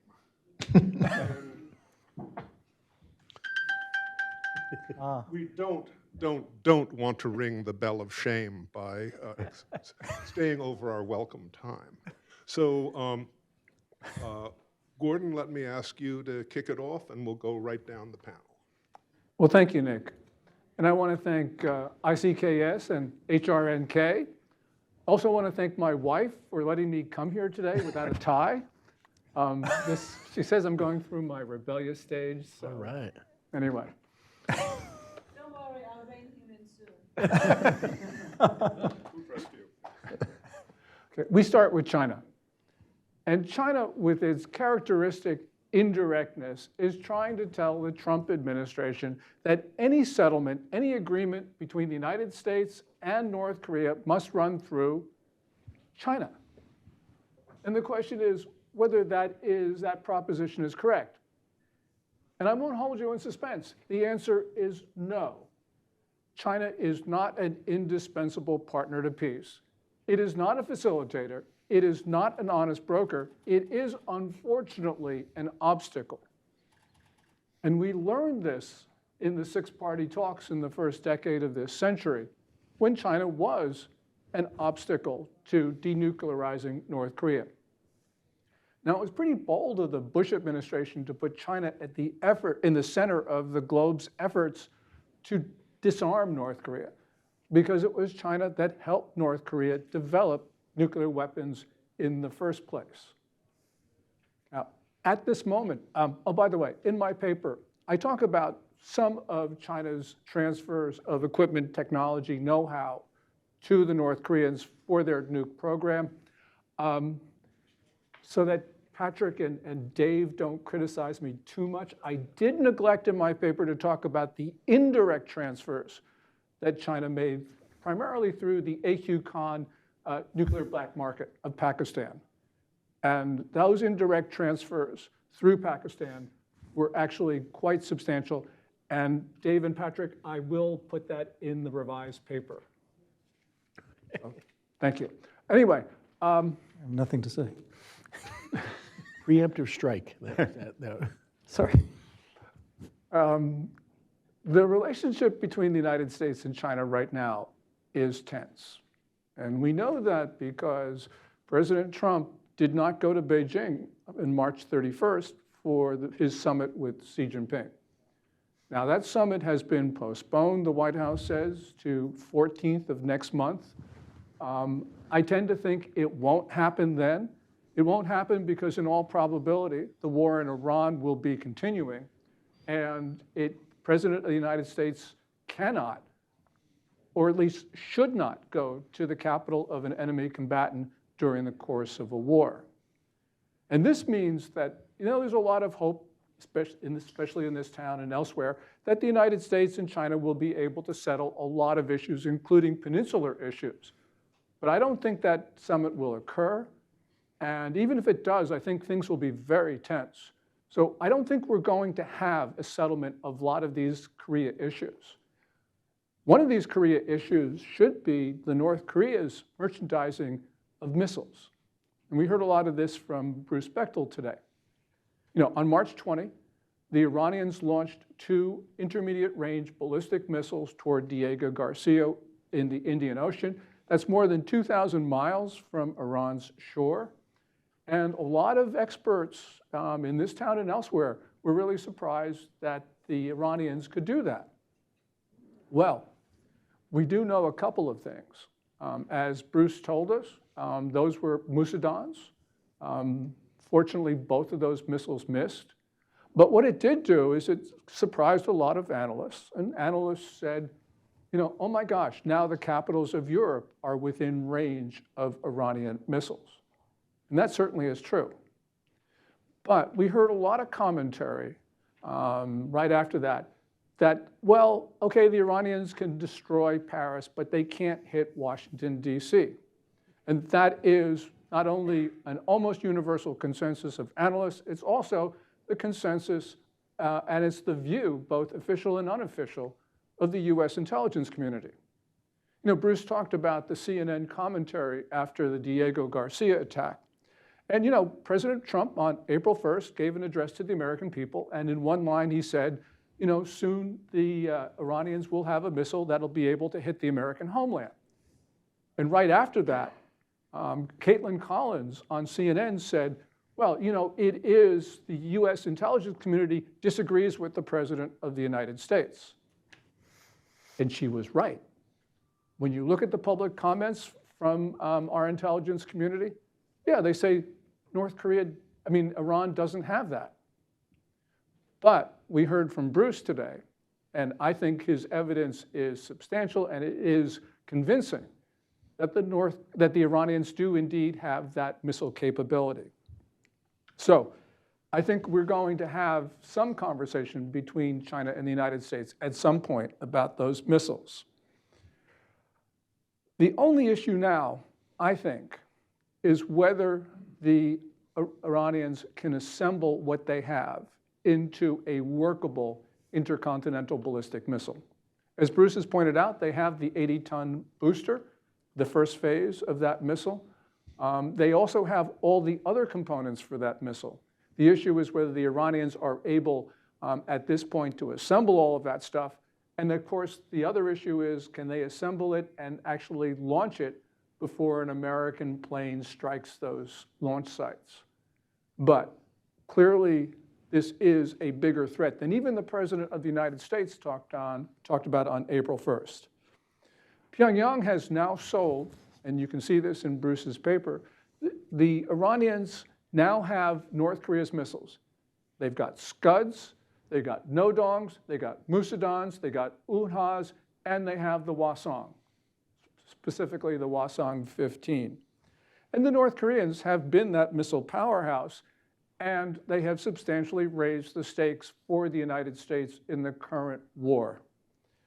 Now, as Bechtel says, and I'm not trying to turn this into the Bechtel show, but missiles are important.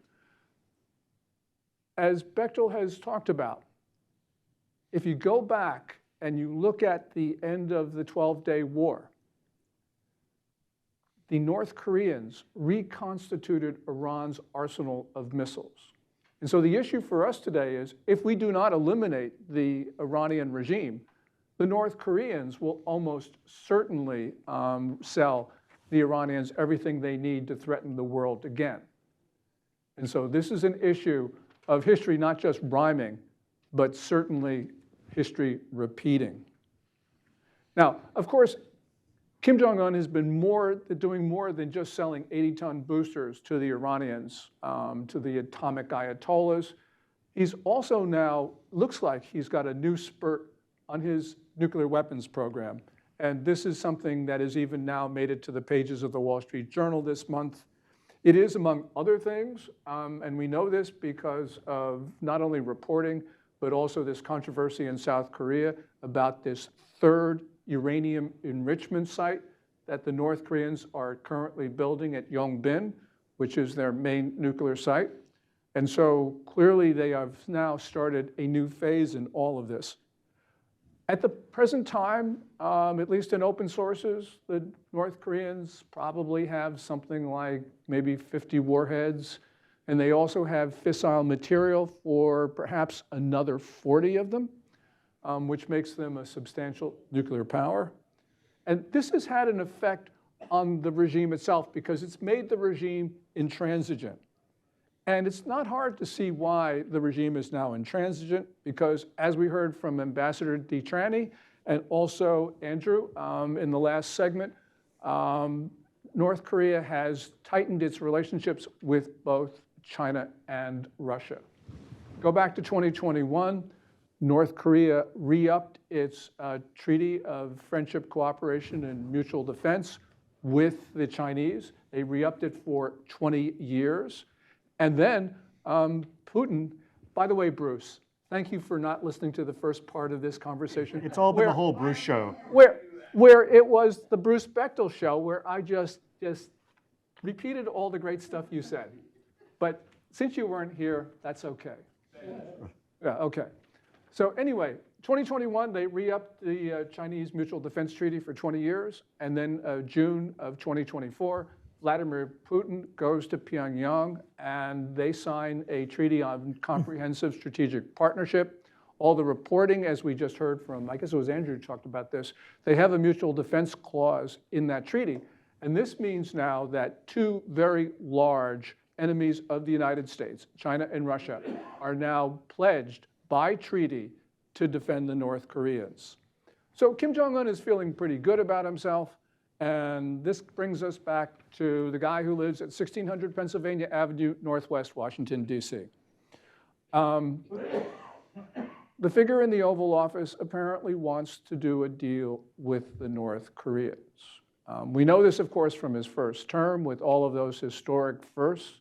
First time meeting a North Korean leader, sitting US president. First time an American president stepped onto North Korean soil. And then all of the conversations. Those conversations didn't go anywhere. And I think Trump wants to start again. There is reporting now that there will be a meeting of the American president and the supreme leader of North Korea sometime this year. Joel Witt has actually raised the possibility that Trump and Kim will meet each other 2 weeks from now when President Trump, if he does, goes to Beijing for the summit with Xi Jinping. Whatever it is, and I don't actually think that they will meet this year for a number of reasons, but whatever it is, I think that we are going to see at some point an attempt to recreate that series of summits between Trump and Kim. Now, neither of them, of course, got what they wanted during Trump's first term. The question now is whether Trump can actually offer something to Kim that Kim will accept. During the first term, apparently Trump offered a nuclear freeze, or at least indirectly floated that idea to the North Koreans. For various reasons, it didn't go anywhere. And the question is whether Trump will do that again. And my sense is that that's probably back on the table. Of course, as we've heard in a couple of sessions today, this has been a longstanding goal of the North Korean regime to be recognized as a nuclear weapons state. It's something the United States has not wanted to do and actually shouldn't do, because at a time where the world looks like it is falling apart, we do not need a rapid proliferation of the world's most destructive weapons. And countries may feel that if North Korea is recognized as one, that they can get away with it as well.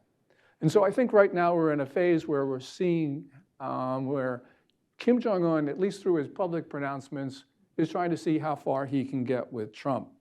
For instance, in December, Kim is reported to have said that we could have good relations with the United States if they give up this absurd drive to take away our weapons. And if they recognize us as a nuclear weapon state, there's no reason why we can't have good relations with Washington. You know, Paul Bracken from Yale, he talks about this as the second nuclear age, in other words, the post-Cold War period. And in the post-Cold War period, who knows what could happen? And certainly it would be more realistic for the United States to actually recognize the North Koreans.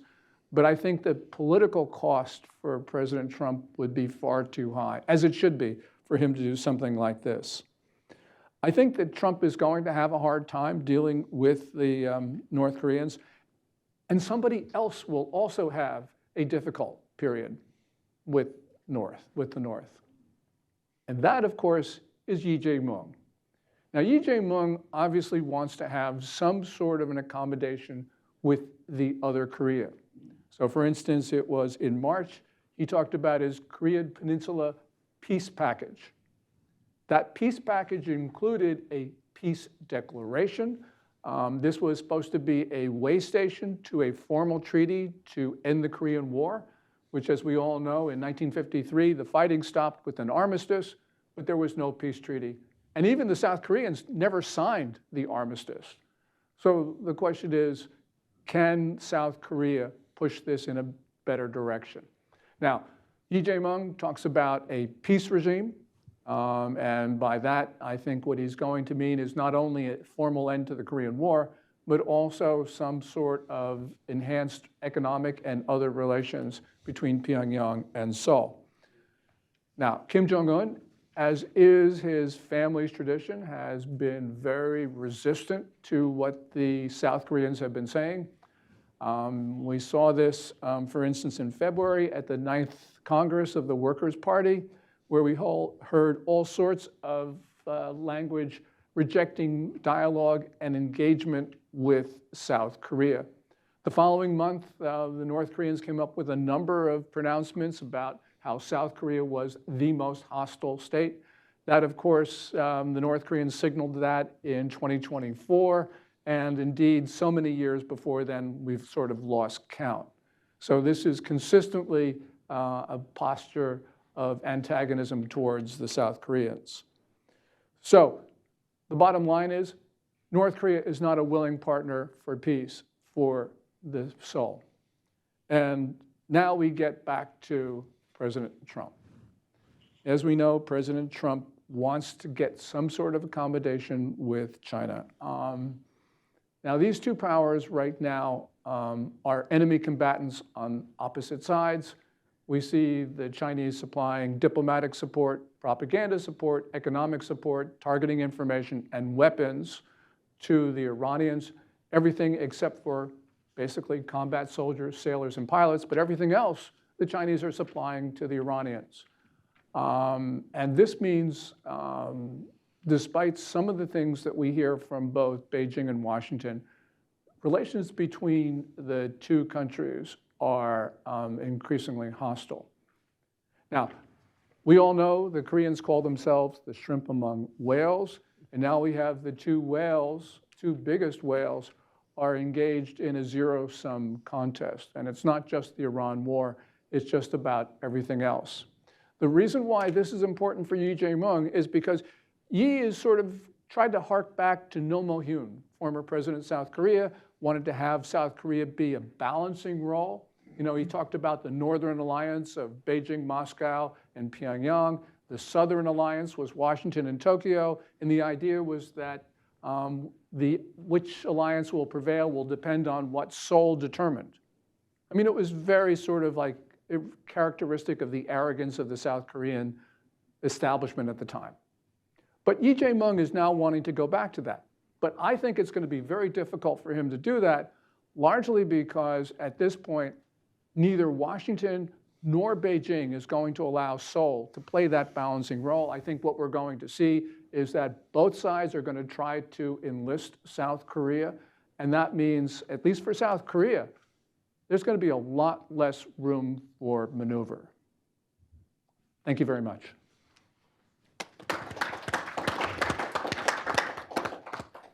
Gordon, that was terrific. Troy, the floor is yours. Thank you, Nick, and thank you to HRNK and ICKS for the opportunity to speak here today. I'm going to shift to like a different topic, though. North Korea and China will both be my remarks, and look really at US-Korea tech cooperation. And I want to start with an anecdote.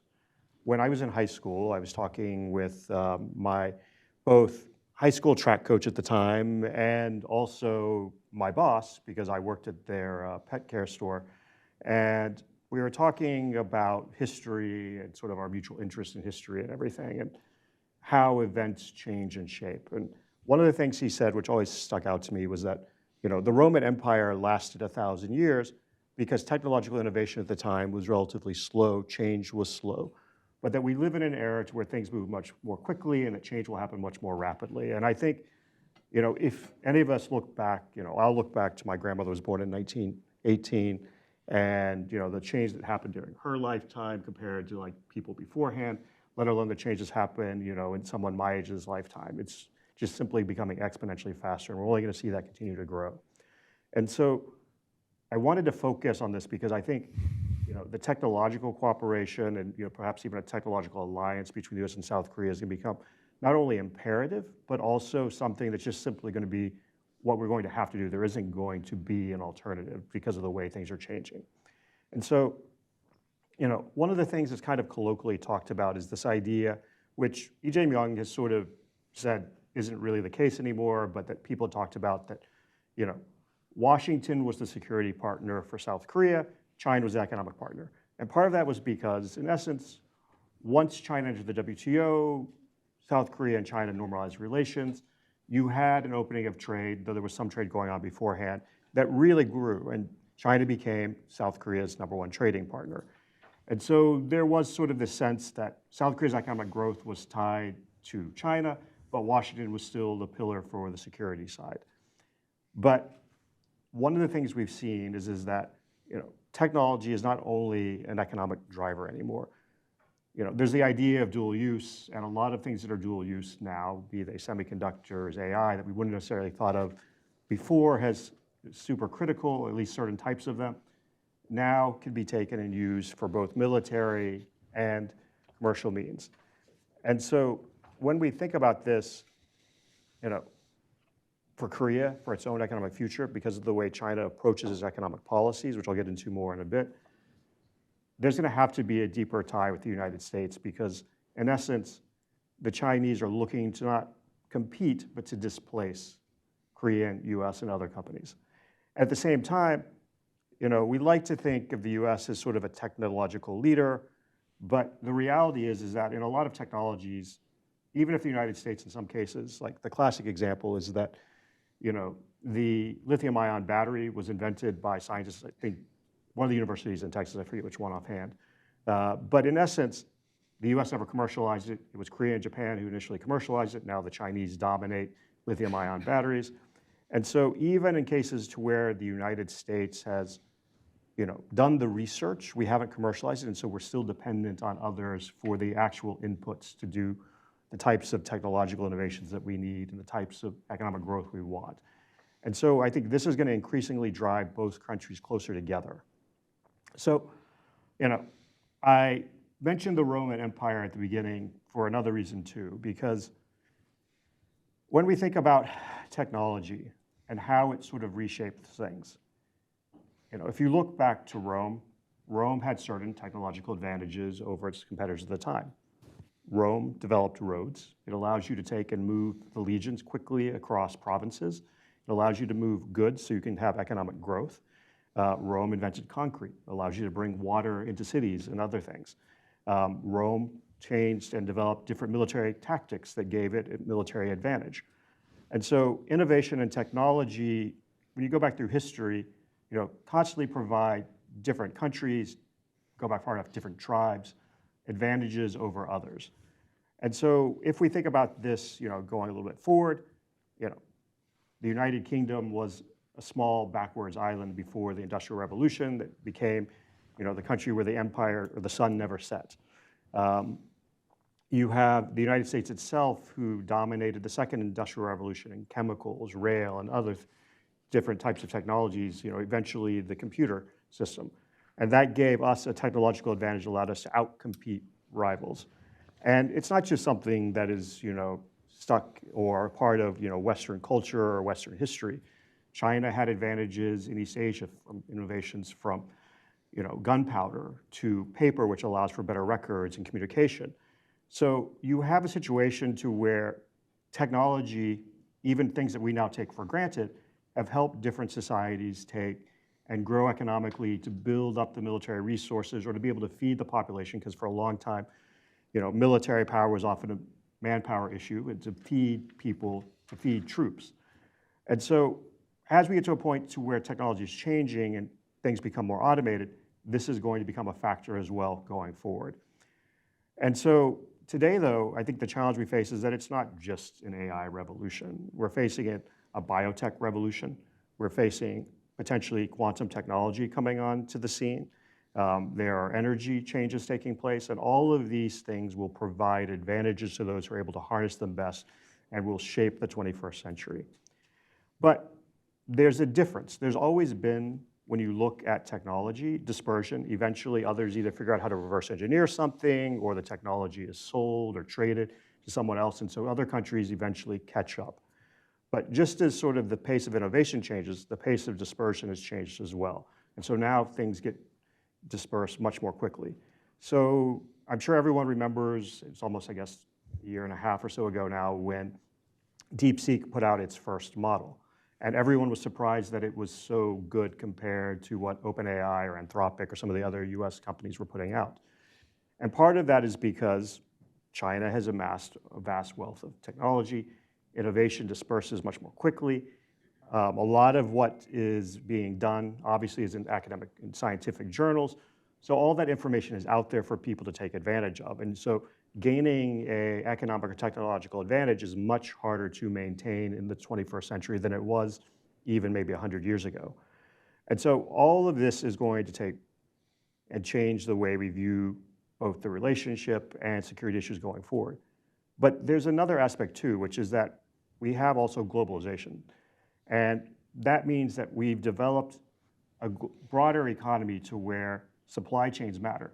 You don't simply take and build everything in the United States or in South Korea. Parts, supplies, and other things come from different parts of the world. We all know that, in terms of critical minerals, that the United States, Korea, everyone is dependent on China. And China can take and restrict those, and we've seen that they are willing to restrict those things. So how you take and maintain the advantage when someone maintains access and control to the key inputs you need is another challenge we face in the 21st century. And so going forward, firms may design in one country, we may prototype in another, you scale in a third, but ultimately this interdependence isn't avoidable. And if we try to take and cut off all that interdependence completely, it's likely to put us behind peer competitors because it'll take years to catch up. So we have to take and manage interdependence. We have to manage the risks from that. And we also have to manage building in systems to protect us against those risks. So, like the administration is doing in terms of trying to get access to more critical minerals that aren't controlled by China. But all of these things have to be managed at one time. And so the question, though, is, why is China so sort of central to the strategic challenge here? And when we look at this issue, if you go back to when China entered the WTO, at that point, most countries, not every country, but most countries' largest trading partner was the United States.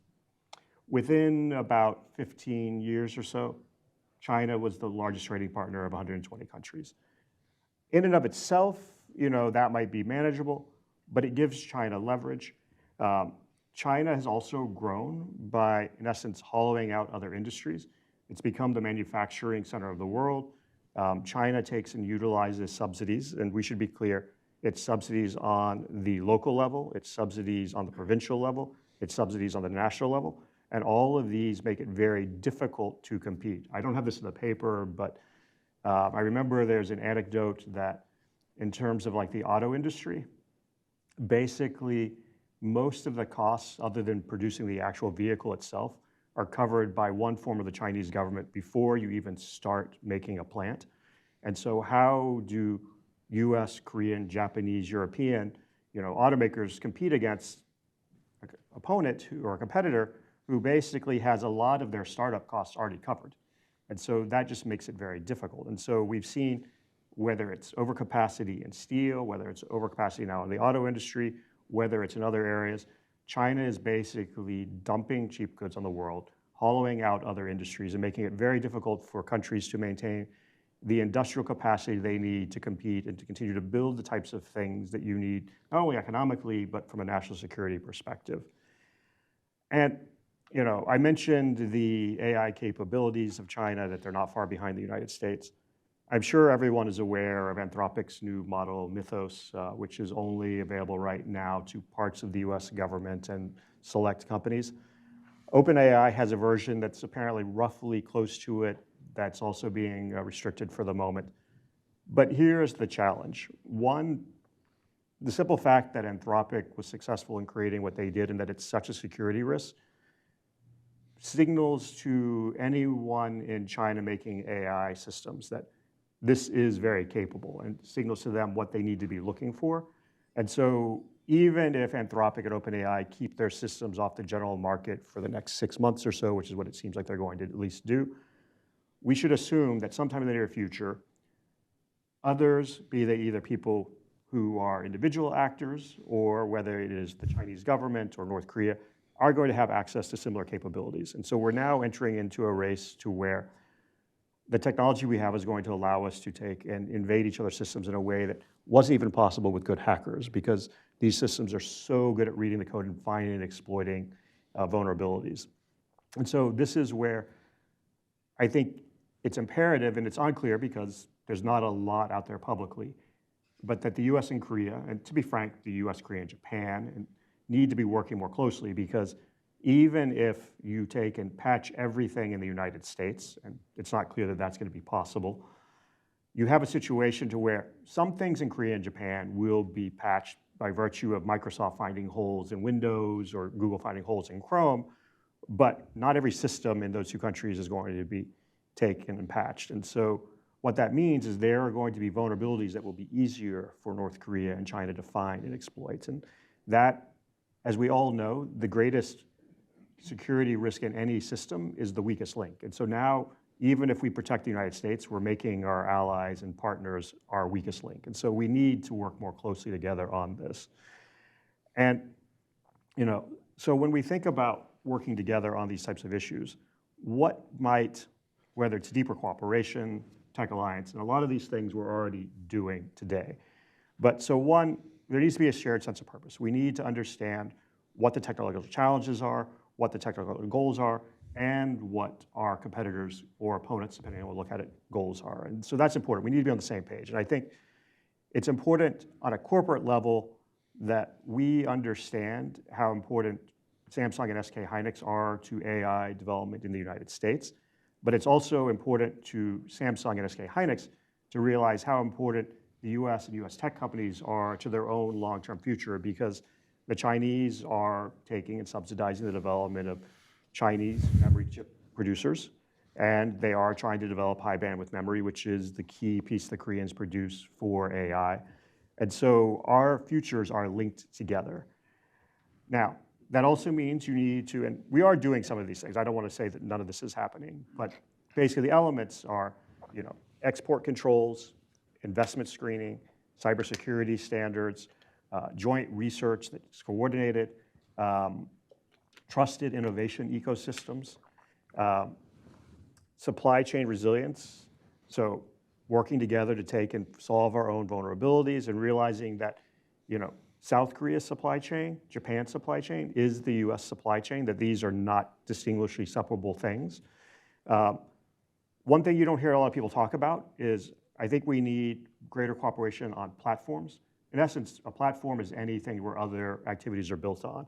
So, Amazon is sort of the obvious answer in the US, but Netflix is a platform. We need to have common standards on how these businesses are built, how they're protected, how they all work together, so that way we can protect these systems. And, I don't want to get into Coupang, but the one thing I would say is that if there's a conflict on the Korean Peninsula, Coupang is a logistics firm. Coupang will likely be needed to help either move supplies to the civilian population or to help the military move supplies. So not only do you need good relations between South Korea and Coupang, so we need to get past this issue, but Coupang needs good security, because in a crisis, a Coupang that works well is going to be a critical component and player. So platforms are important. I've mentioned cybersecurity and the threats there. And then lastly, defense interoperability. Both the United States and Korea, for differing reasons, Korea largely for demographic reasons, the United States for technological competition reasons, are moving towards AI-enabled systems. And if we're going to be an alliance, we need to make sure that our systems work on common platforms, that they can take and talk to each other, because the last thing we need is independently operated systems that are in conflict with one another. So this is an important thing we need to think about. And I don't want to hit the bell, and I know I'm getting like, oh, I thought I only had like 3 more minutes. You've got 4. Oh, 4, okay, so I was close. But so I think, where I'll kind of just try to go is, there's a lot of things the United States and Korea have done. When I was going through and looking at this, we've been working on technological cooperation going back to at least the 70s. 1973 was the first 1-2-3 agreement. That was what enabled South Korea to develop its own domestic nuclear program. We have had basically baseline science and tech cooperation agreements since the 70s as well, largely just because of the way things started to change, not necessarily, I think, because of different administrations. You see a lot more discussion and cooperation starting with the Obama administration on ICT, cyber, next-gen technologies. All of these are things that have either been implemented or carried through by both the Obama, the Trump, and the Biden administrations. So everyone understands that, but it seems like there's really, when you look at it, a jumble of things, and we probably need a better, deeper framework. But this is something, admittedly, I need to talk to more people about in state and other parts of the U.S. government. But lastly, I've mentioned high bandwidth memory. So this is the key piece that unblocks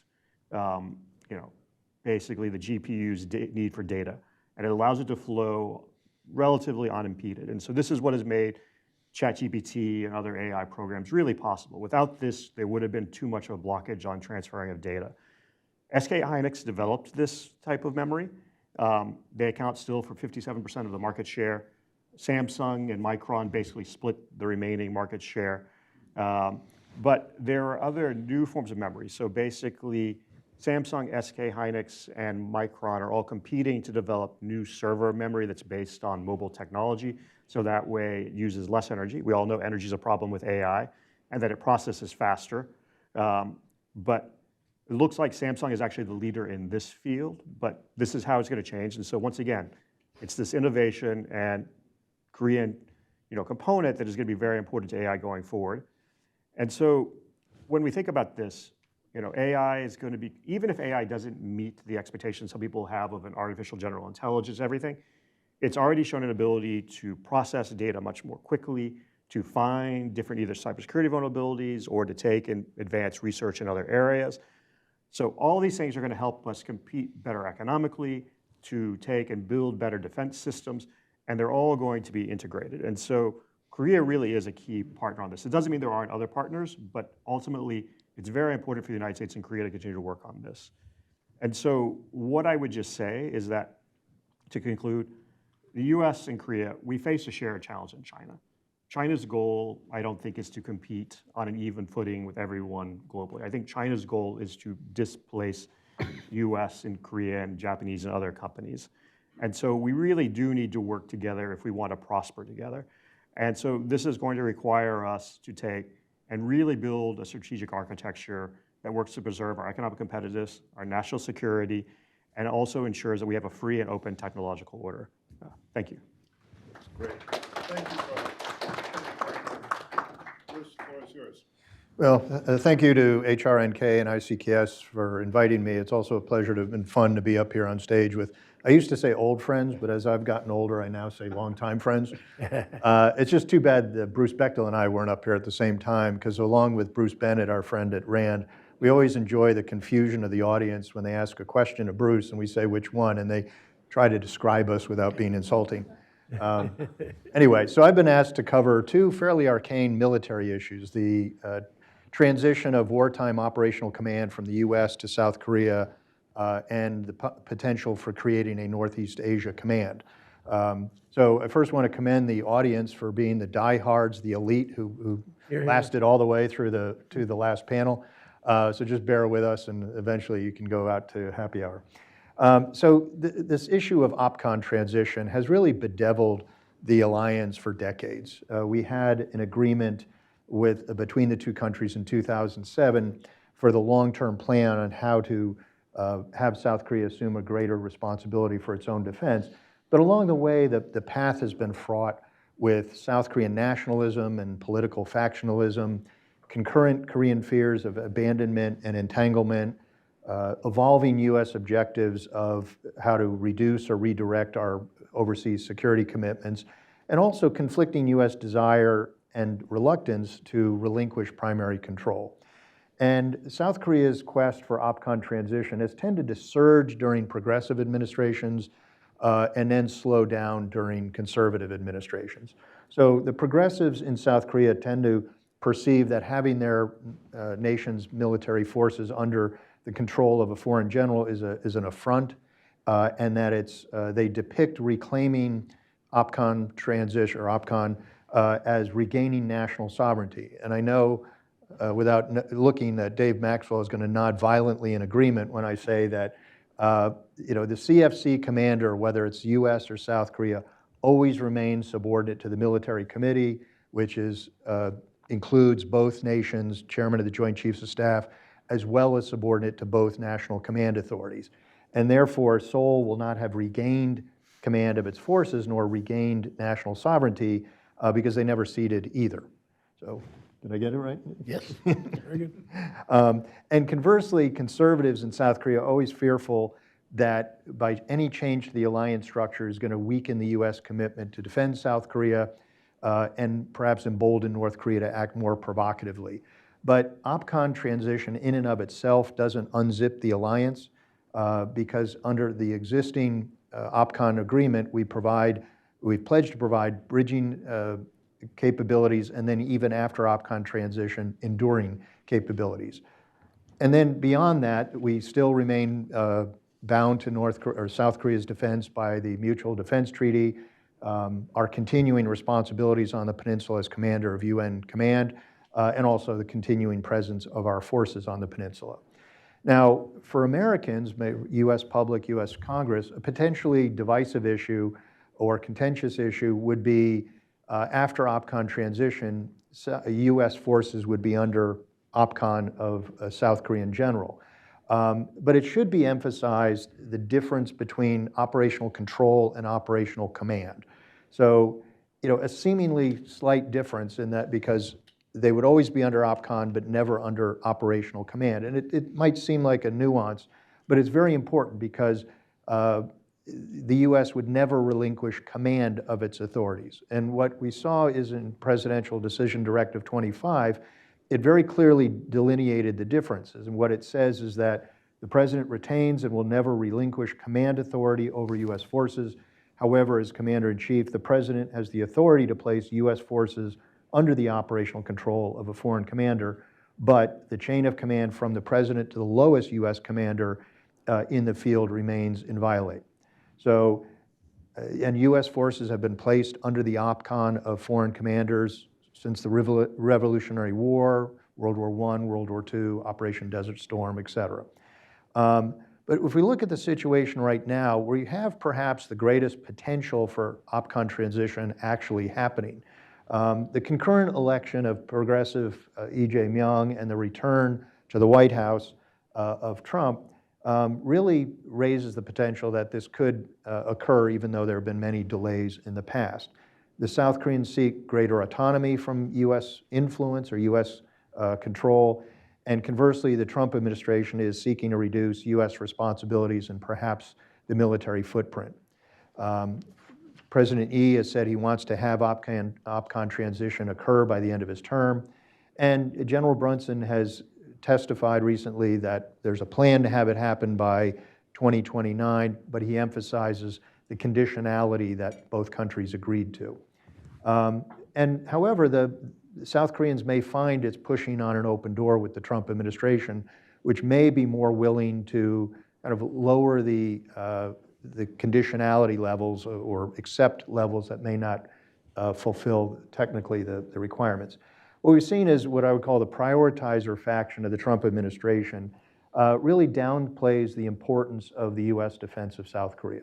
We've seen Elbridge Colby, the Undersecretary of Defense for Policy, has said things like, the US shouldn't be keeping its forces hostage on the Korean Peninsula for a problem that's not central to American interests, and that OPCON should happen as quickly as possible.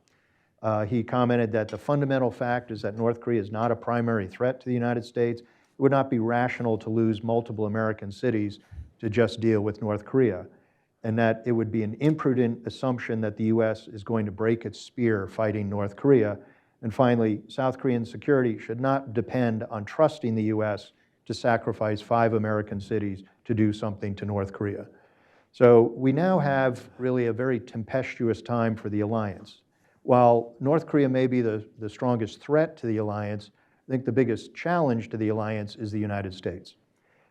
Trump has long held negative views of alliances. He sees them in transactional terms rather than the long-term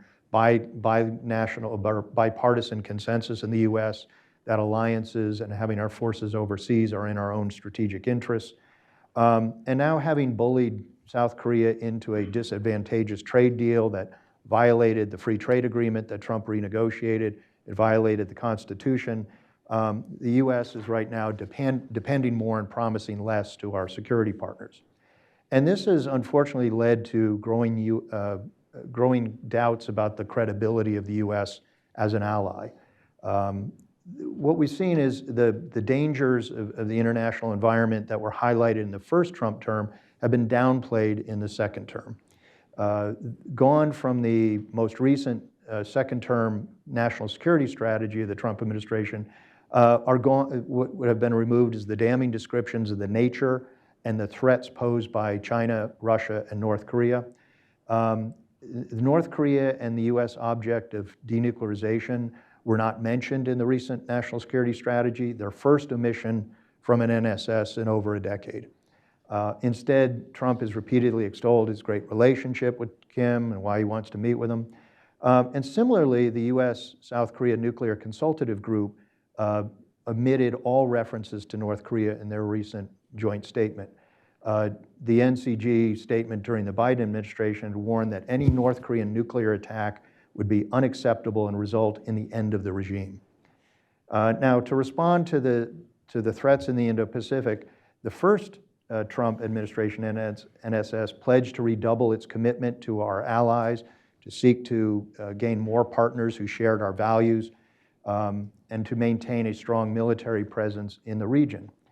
By contrast, the second term Trump NSS said that the days of the United States propping up the entire world like Atlas are over. America's allies must assume responsibility while the U.S. serves as a convener and a supporter. And there was no mention of the U.S. defense of South Korea in the document. So right now we've seen the Trump administration is focusing on the defense of the first island chain while neglecting to mention either the North Korean threat or defending South Korea, which has led some to worry about a repeat of the Dean Acheson line of 1950. But right now we have a Schrodinger's alliance with South Korea where there are questions about the vitality and the commitment to the alliance. Right now, the U.S. policies have strained relations with Seoul. The aggressive second-term U.S. approach on tariffs alienated our allies and partners who now see Washington as a greater threat to their economic well-being than Beijing. And allies now perceive a price tag for America's adherence to the treaties and severe punishment for any aversion to pain for that. And America's war with Iran exacerbates the Indo-Pacific concerns, our allies' concerns.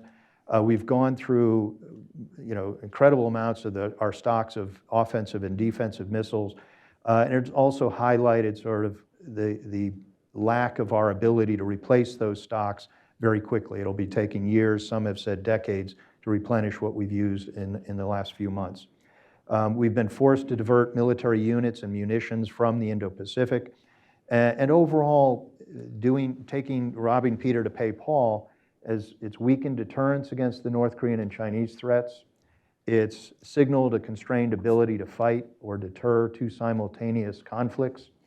It's downplayed the prioritization of the Indo-Pacific theater and eroded the U.S. credibility of our commitment and ability to defend our allies. And it's also, the inability of the world's most powerful military to subjugate a second or third level military power raises questions about our ability to deter or defeat China. Now, switching to the second topic, is OPCON enough?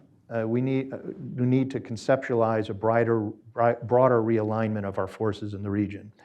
So as we focus not only on OPCON but bigger issues, one might take the advice of Dwight Eisenhower, who said, if a problem cannot be solved, enlarge it, to look at it in a broader context.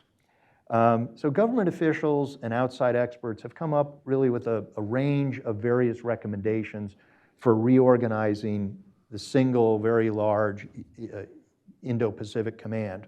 And advocates for reorganizing in some way the command in the Pacific, cite the increased ability of our opponents, the increasing interrelationship of the North Korea, Chinese and Russian threats, the potential for simultaneous Taiwanese and Korean conflicts, and really the span of control of Indo-PACOM, which is responsible for literally half of the Earth. So now, while there's some consensus on the need for creating a Northeast Asia command that incorporates U.S. Forces Korea and U.S. Forces Japan, there are differences over sort of how that would be implemented, what the new command's authorities or scope of command would be. So kind of going through a range of different options that have been raised, sort of from perhaps smallest to largest. The first Northeast Asia Command option would be creating a new regional sub-unified command that's still subordinate to PACOM, and that would include USFK and USFJ. Others envision a new Northeast Asia Command that's responsible for not only Korea but the surrounding area, as well as creating a parallel US-South Korea Northeast Asia Command that would oversee the war-fighting mission of CFC, would integrate alliance counter-nuclear and all-domain operations, deter intervention by China or Russia, whereas PACOM would still be responsible for the defense of Taiwan and the rest of the Indo-Pacific.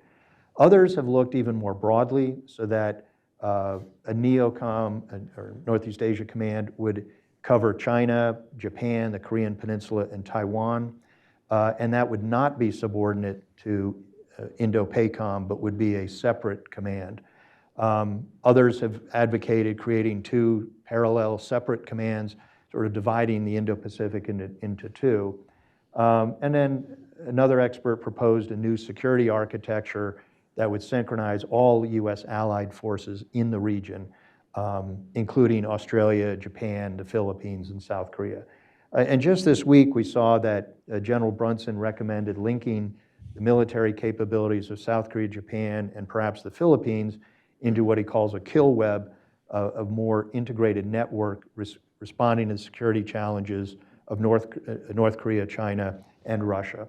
Now, in assessing these proposals, I'm fairly agnostic about picking one of them, but I think all of them have merits and should be assessed, including within the US government.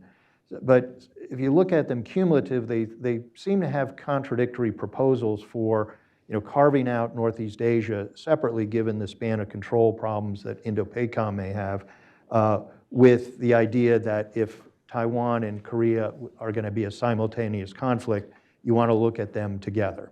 So if you have Taiwan being done by Indo-PACOM and Korea by Northeast Asia Command, does that divide the effort?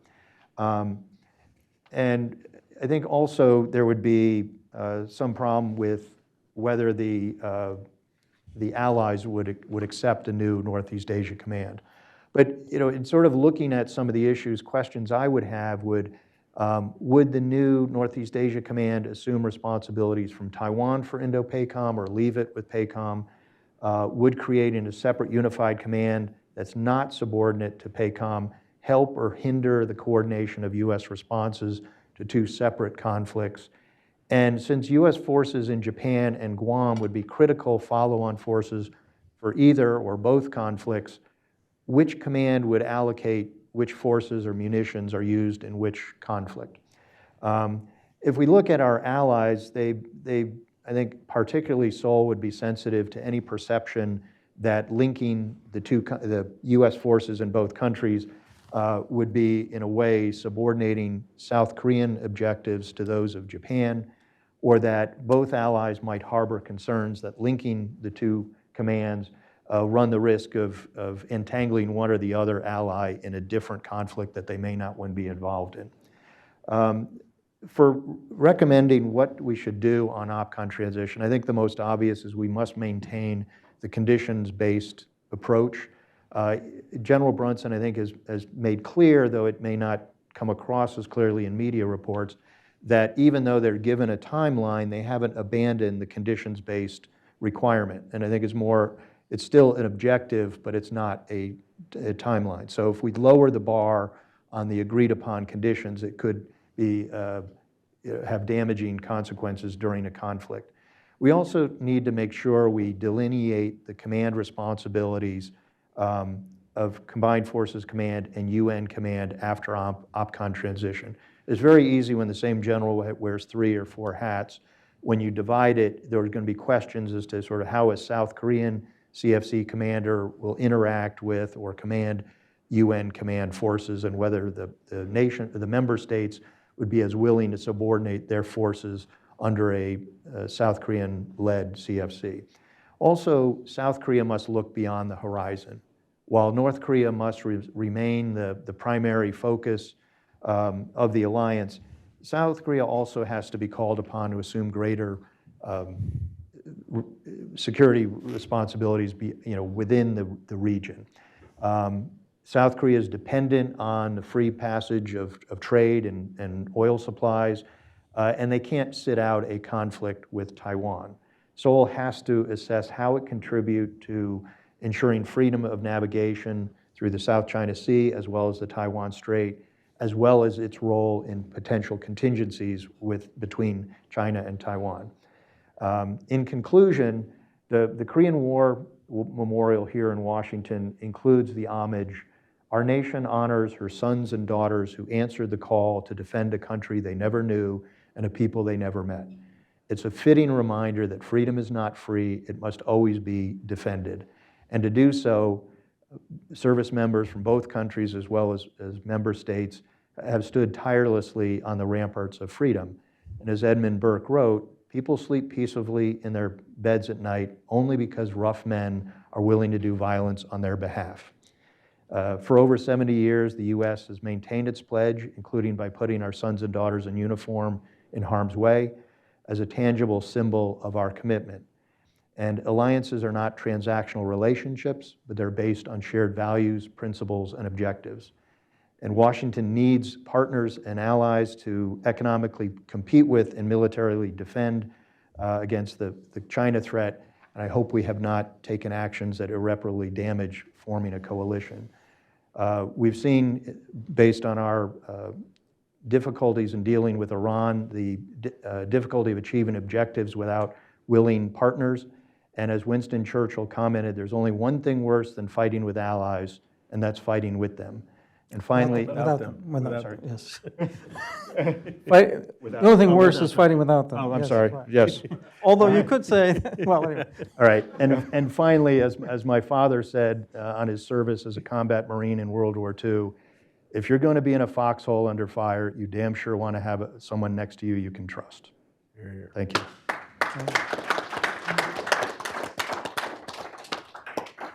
Thank you, Black Felt Fruits. Thank you for Black Label Fruits. Patrick, take it away. Nick, thank you very much. Well, we've heard 3 very rich presentations. They've given us a lot of context. They've also sharpened a lot of the current issues that we face, both in the United States in terms of the alliance and with others. Let me, in a few minutes, try to make some comments on each of these 3 papers and bring up a point of current policy that maybe deserves some more scrutiny. Let me start with Gordon's paper, because in many ways he's dealing with the biggest issue, which is the fact that the United States ultimately is trying to not lose a rivalry with China. And so that shapes everything else down from there, including the US-Korea relationship, including our technology alliance with South Korea, and so on. And I agree with most of what Gordon has to say about the challenge, the threats. He's absolutely right. China's not some impartial actor. It's not going to simply provide benefits to the United States. It's been assisting North Korea's bomb program in many ways. It's definitely been frustrating some of our efforts to find a deal that would be congruent with U.S. interests. And the only question I would raise there would be, despite our failures, if you will, in terms of negotiating with North Korea, we still have some very important success, right? We've preserved the peace, and we have a really strong alliance, and those are not trivial issues in this day and age. It's not sufficient. We're not stopping there. North Korea is continuing to build. And this was made very clear in the trio of articles that came out in Foreign Affairs this past couple of weeks, including by Victor Cha, talking about the need for a cold peace, which will sort of speak to the current policy issue that I want to drive to in terms of can we achieve some kind of meaningful diplomacy with North Korea despite the very real obstacles that Gordon has, I think, accurately highlighted. And I think here we have seen, and I think what Victor has done, and what he often does very well, which is he seizes a kind of a way to triangulate what is the art of the possible in U.S. policy of the Trump administration, how is he reading the E. Jae-myung administration, and then what does he think is possible if you really push the boundaries with North Korea that so far has been so reluctant to engage the United States and North Korea in the last 5 years or so. And I think that's what he's trying to look for. Whether he reaches something that's actionable, that's harder to say, but just a minute. I think Gordon also rightly points out the interactions between Russia and North Korea's very serious challenge for U.S. interests, even if in the previous panel, even if the Ukraine war ends and that relationship starts to wither between Russia and North Korea, there's still a lot of damage that's been done in terms of that Russian-North Korean connection, in terms of what North Korea's been receiving. I don't think it's been negligible. I'm very much thinking about Andrei Belisov, the defense minister of Russia, right? Last week, he's in Pyongyang. He's there with Kim Jong-un, and they sign a 5-year defense pact. So this is a way to signal a lot of things. It's a way to say, one, Russia, we're going to keep fighting. It's a way to say, we need this economic munitions missile troop pipeline open indefinitely while this war goes on. And so we're going to sign out this 5-year contract.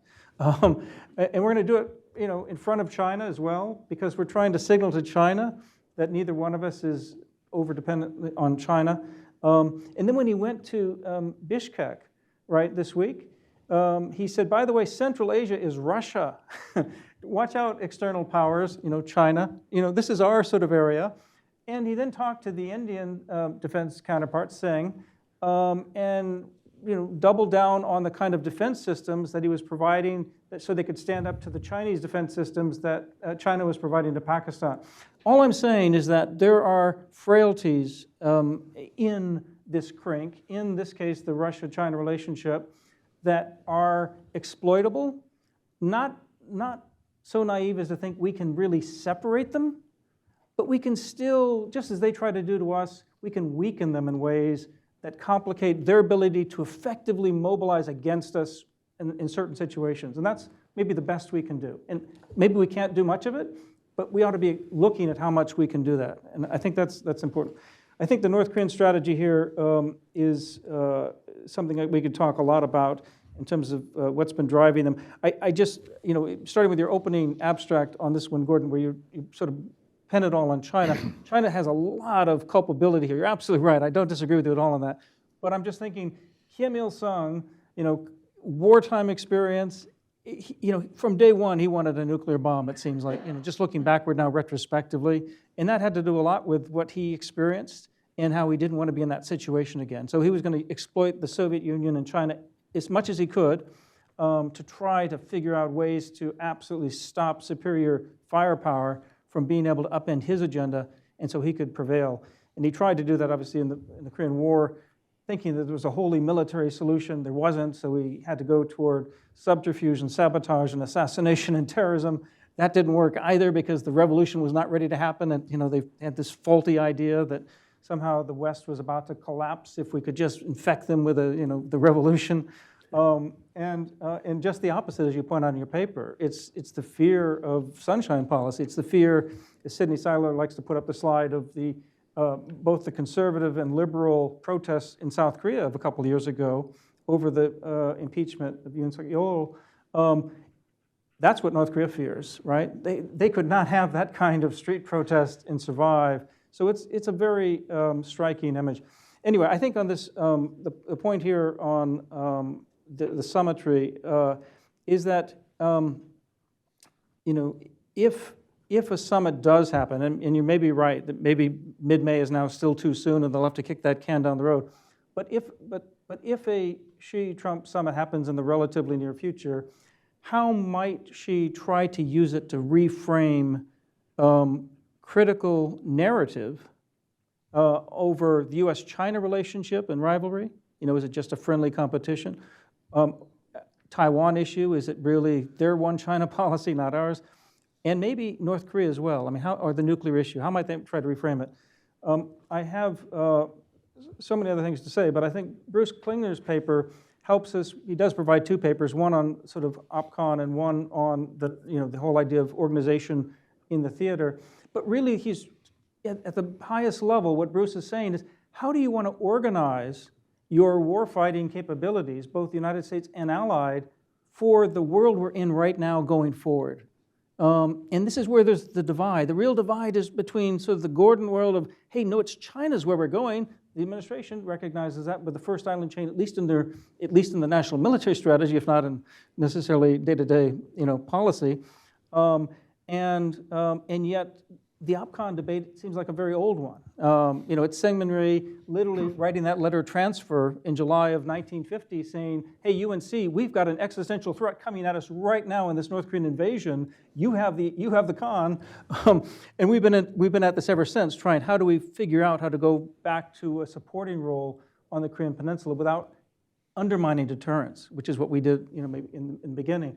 And I was there, I remember in 1990, for instance, George Herbert Walker Bush and the East Asia Strategic Initiative, which one of the few things you didn't mention in your very long paper, which was a great paper, but you intimated, you suggested, you just didn't necessarily get to every detail. But it was one more effort in the long evolution of U.S.-South Korean alliance, where U.S. has tried at various times to shift burdens back to South Korea, and we've not really been very successful at it for various reasons, including the threat that came up. In this case, it was the 1994 first nuclear crisis that stopped the 3 phases of doing the transfer. Anyway, I think great paper. The warfighting commands, all very interesting. I guess the question I would be asking would be the prospects for trilateral cooperation on something as offensive as a kill web. We did hear from Tatsumi-san that, no, Japan doesn't do offensive, but I don't know how you get deterrence in this day and age without having this ability. And in fact, that's what's underlying Japan's introduction of counter-strike weapons, I would argue. I mean, those are not simply they are defensive, but they're to make sure that you have deterrence because you now have an ability to punish a potential aggression from China or North Korea. But I mean, how do you think that kill web idea could go in terms of this architecture? I do like the idea more of interoperability than integration, only in the sense that politically it's the easier sell, because there are too many differences of political objectives and threat perceptions. And then finally, Troy, you've taken us from the Roman Empire to the US-Korean Empire, maybe. And I appreciate that, and it's very important because you're really raising, two big questions. One of them is, how can you have power in the 21st century without technological innovation? And then the bigger question for the alliance is, can you bring US-South Korean cooperation to produce meaningful technological cooperation? And so for you, the question would be more on the sharper end of that tech cooperation, not just chips and ships, and but also for the frontier technology for the new war, the new sort of type of warfare that includes the cheap expendable drones and the intelligentization of warfare, which is what China's aspiring for, and which China, as they woke up this past year, watching Midnight Hammer last year and Absolute Resolve in January and Epic Fury, the PLA is saying, oh my God, our plans were not adequate. We have not successfully, intelligentized war the way we need to. Go back there. I've just purged everybody. But go, you young guys, go back there and purge. Create this new intelligentization of war, because that's what we're trying to. So how can the U.S.-Korea alliance, this tech alliance, help address that issue? And I'll stop there. Sorry. Thank you very much, Patrick.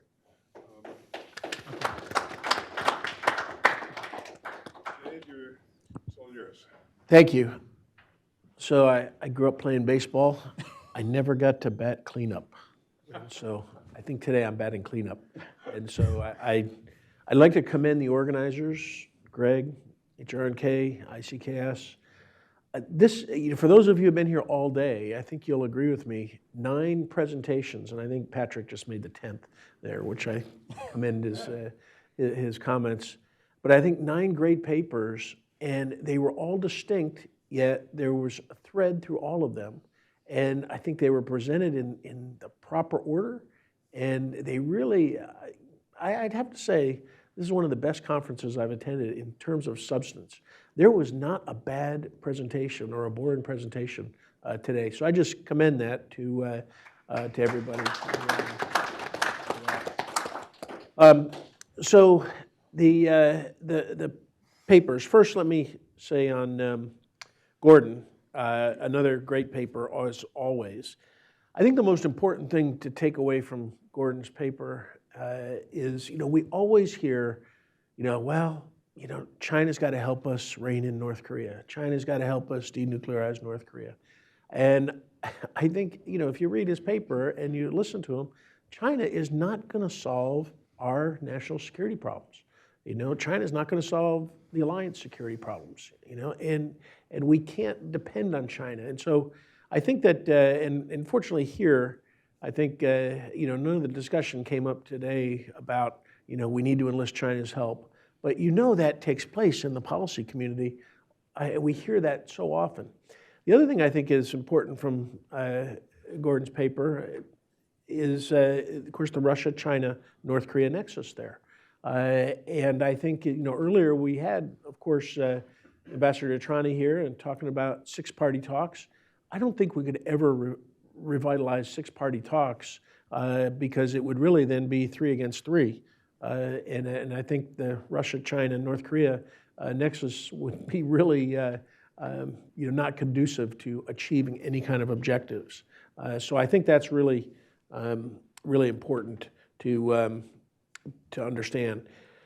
I think that I really like how Gordon described that China has been behind North Korea's nuclear development, and and I think we talked about earlier the indirect contributions as well from the previous panel. I think that's really important to really recognize, and I think that the other thing that I think he's really talked about is, of course, South Korea and its relationship with China and the U.S. And I think the politics are there where we talk about the shrimp among whales, of course, but is South Korea going to be put in a position to choose between China and the United States? And I think that's, I hope it never comes down to that. I don't, like Greg said earlier today, I have great hope for South Korea. And so I hope that, but, if South Korea ever shifted towards China, that's going to change. That'll have global repercussions there. So I think Gordon points that out. That's really, really important. So I got a couple questions, but it really goes to the last one, and what I'm really getting at here. You argue that South Korea is going to have to pick a side. And, what are the most dangerous miscalculations that you fear from Seoul's political class about, trying to hedge too long?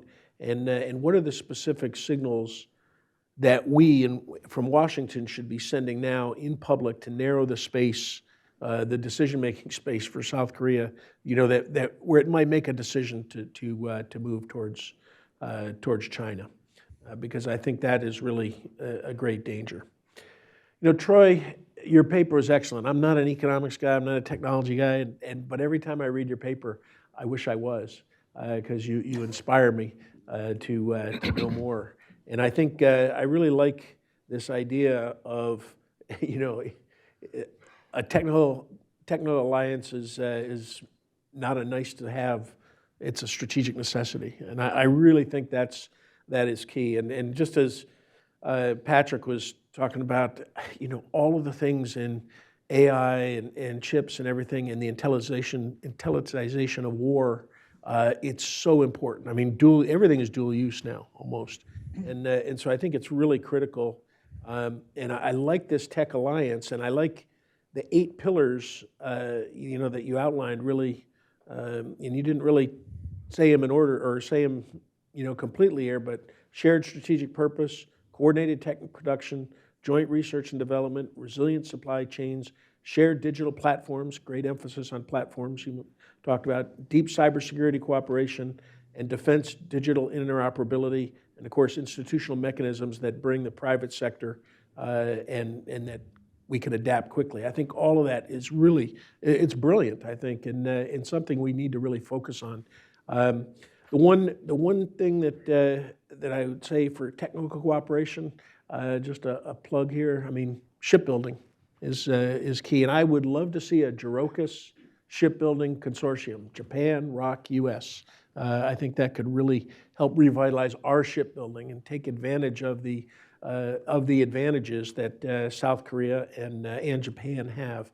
And I think, and you know, that's another area of trilateral cooperation that could form a you know, a foundation for other trilateral cooperation or to improve what we have. So, just in terms of questions, I'll just ask this. You know, the central role of AI hardware, rapid adoption, what concrete alliance moves would best leverage Korea's asymmetric strength?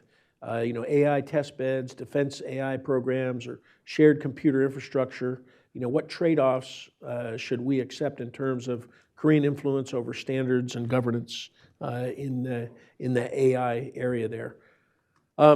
Lastly, Bruce, you know, something near and dear to my heart has been OPCON transition. I've been involved with it since Roh Moo-hoon's emissaries visited Washington in January of 2003 after the election. And Rumsfeld made you know, said 2 things. We're going to get out of Yongsan and we'll give up OPCON. And that was, and it's been on the road ever since. And I think, and Patrick really hit the nail on the head, this is old think now. OPCON transition is old think. And, but questions that you did not answer in your paper, because they have, and I know you searched for them, but the questions are, what is the true intent of the ROK government and the US government in terms of OPCON transition? What are we really trying to achieve? You know, yes, sovereignty and, you know, reduce our support, you know, critical but more limited support, used 9 times in the National Defense Strategy, by the way. I think those are some damning words from Elbridge Colby. You know, what are we really trying to achieve? And then second is, what do we envision after OPCON transition? You know, what is it? How much support are we? Because, you know, I just came back from Korea. I spent the month there, the exercise, observing there. I was there in August for the exercise. I hear a lot of talk on the Korean side, the US side, and there's a lot of differences in what the future, the vision of the future is. And, you know, so what are we really trying to achieve? And you couldn't answer that in your paper because no one is clearly articulating that. I mean, you can't find that anywhere. So I'm not criticizing your paper at all. You know, I'm saying your paper is excellent because it really has laid out the history, really laid out you know, what's happened and where we are and maybe where we're going. And of course, Patrick, you stole the key question and the admonition I would give here. You know, is how do we organize our military forces, our combined military forces? How do we organize them? How do we train, equip, and educate them and optimize them to meet our strategic objectives? US strategic objectives, ROK strategic objectives, and our alliance strategic objectives. And, you know, so I think we've got to move to the next point. In Bruce's paper, you really did a great job. You know, I'm a proponent of a Northeast Asia command, but you've really laid out the issues in a very, very good way that I can't wait till your paper is published because it will get wide dissemination, as all 9 papers will. I will make sure that on the Korea Regional Review, hosted by United Press International, which once ICKS publishes them, we will link them all there too and have wide dissemination. I would commend all the authors to write some op-eds based on their papers, and I'd be happy to publish them. They will get global global visibility there. Please, shameless plug, but our Korea Regional Review is meant to be a platform for all information about Korea and the region. And you can always read George Hutchinson's Fault Lines that we also publish there every day as well, link to that every day. So that's another great resource out there. So I think this has been a great conference, and I read 3 great papers here. I commend them all, but I commend all 9. So Nick, back over to you.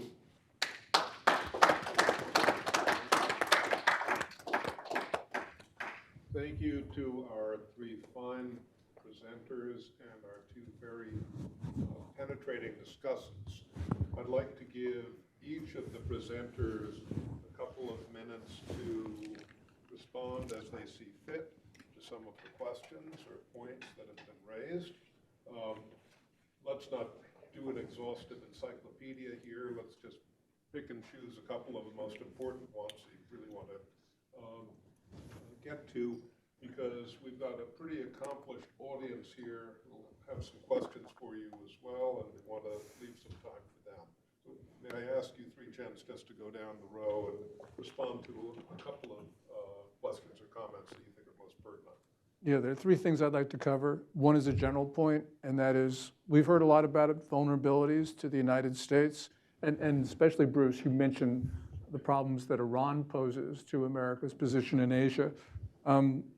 My response would be what I guess MacArthur said it or somebody, but there's no substitute for victory. Win in Iran, you really intimidate the Chinese. And you push them in a way that they've never been pushed, or they haven't been pushed for in a long time. Second, Patrick asked, symmetry, how does it reframe US-China relations? If we go back before the Iran war, I think that Xi Jinping was planning to use rare earth vulnerabilities to push around Trump. Now, because energy has become such a critical thing, I think Trump uses energy to push around Xi Jinping. People always talk about Iran and North Korea, Iran and Taiwan. As you've heard, I think Patrick mentioned it, or somebody did, Xi Jinping has decimated the Chinese military. It's not capable right now of launching a combined air, land, sea operation against the main island of Taiwan. It's a long conversation. It's an important one. But I think the Chinese military right now has been at a point where it's just not able to do the things that we would normally think a military of that size with such equipment would be able to do. Dave, you asked what signal should we send to South Korea? My sense is we have to remind them of July 21st, 2025, when South Korean prosecutors went into Osan Air Base, into Dave, correct me, the name is the Missile Control and Reporting Center, something like that. Yeah. Seized classified data, and we have to have a conversation about that because there can be no OPCON transfer, and maybe there could be very little US involvement in South Korea if we have those incidents occur again and again.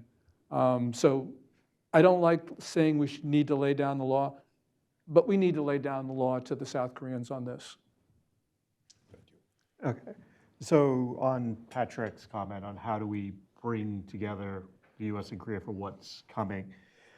So 2 quick thoughts on this. One, when we think about how AI is proliferating, right now, more businesses and countries, because China uses open source, are taking and adopting Chinese AI over US or other AIs.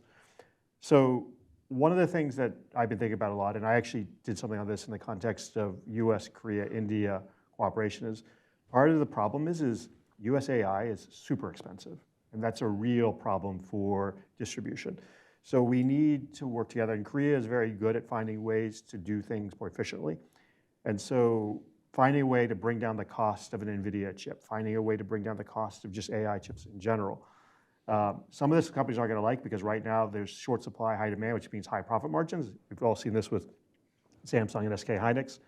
But we need to work together on finding a way to reduce the cost of AI to others so that way we can have US, Korea, others AI rather than Chinese AI.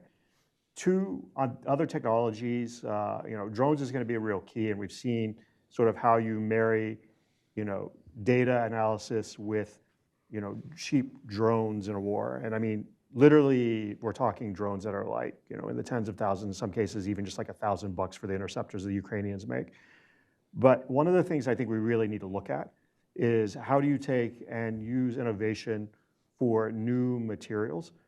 Because the practicality of it is the materials we need to build the military hardware to keep the technology on the commercial side going, you're not going to get by simply mining more minerals. You need to be more creative. And so there's an example, and Samsung is an investor in this, of a company that is trying to make a new type of, rather than a rare earth magnet, it's an iron magnet, and it's actually slightly more powerful than the rare earth magnet. If they're able to successfully commercialize that type of technology, we don't have to depend on the Chinese. We can cut the Chinese out of an entire market. So we need to take and try to innovate our way to new ways of doing things. That's how you get through all of this. Dave, thanks for the very, very kind words. And on a couple thoughts. You're brilliant. A couple thoughts on this. One, I actually agree with you, and I just want to add some context on the trilateral shipping.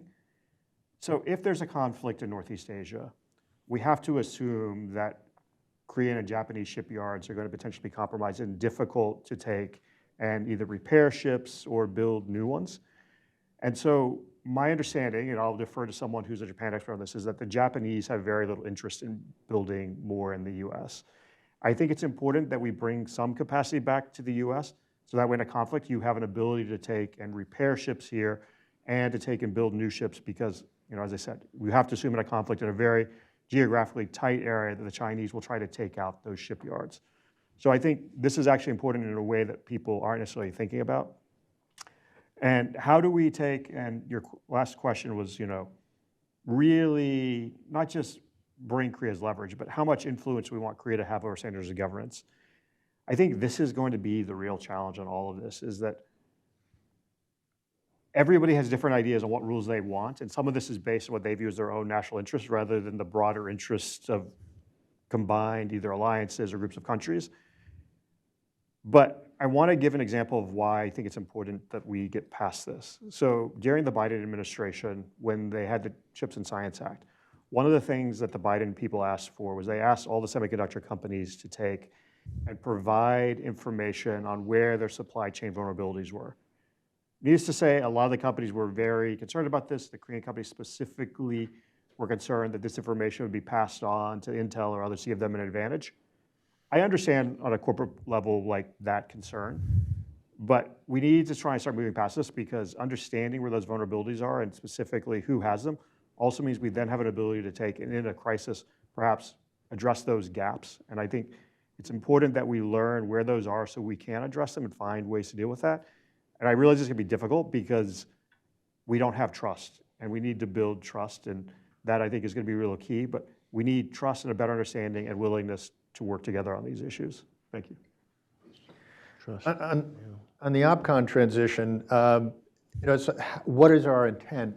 It's conflicted. On the one hand, there's some sort of the more isolationists in the U.S. would be like, why are we even there?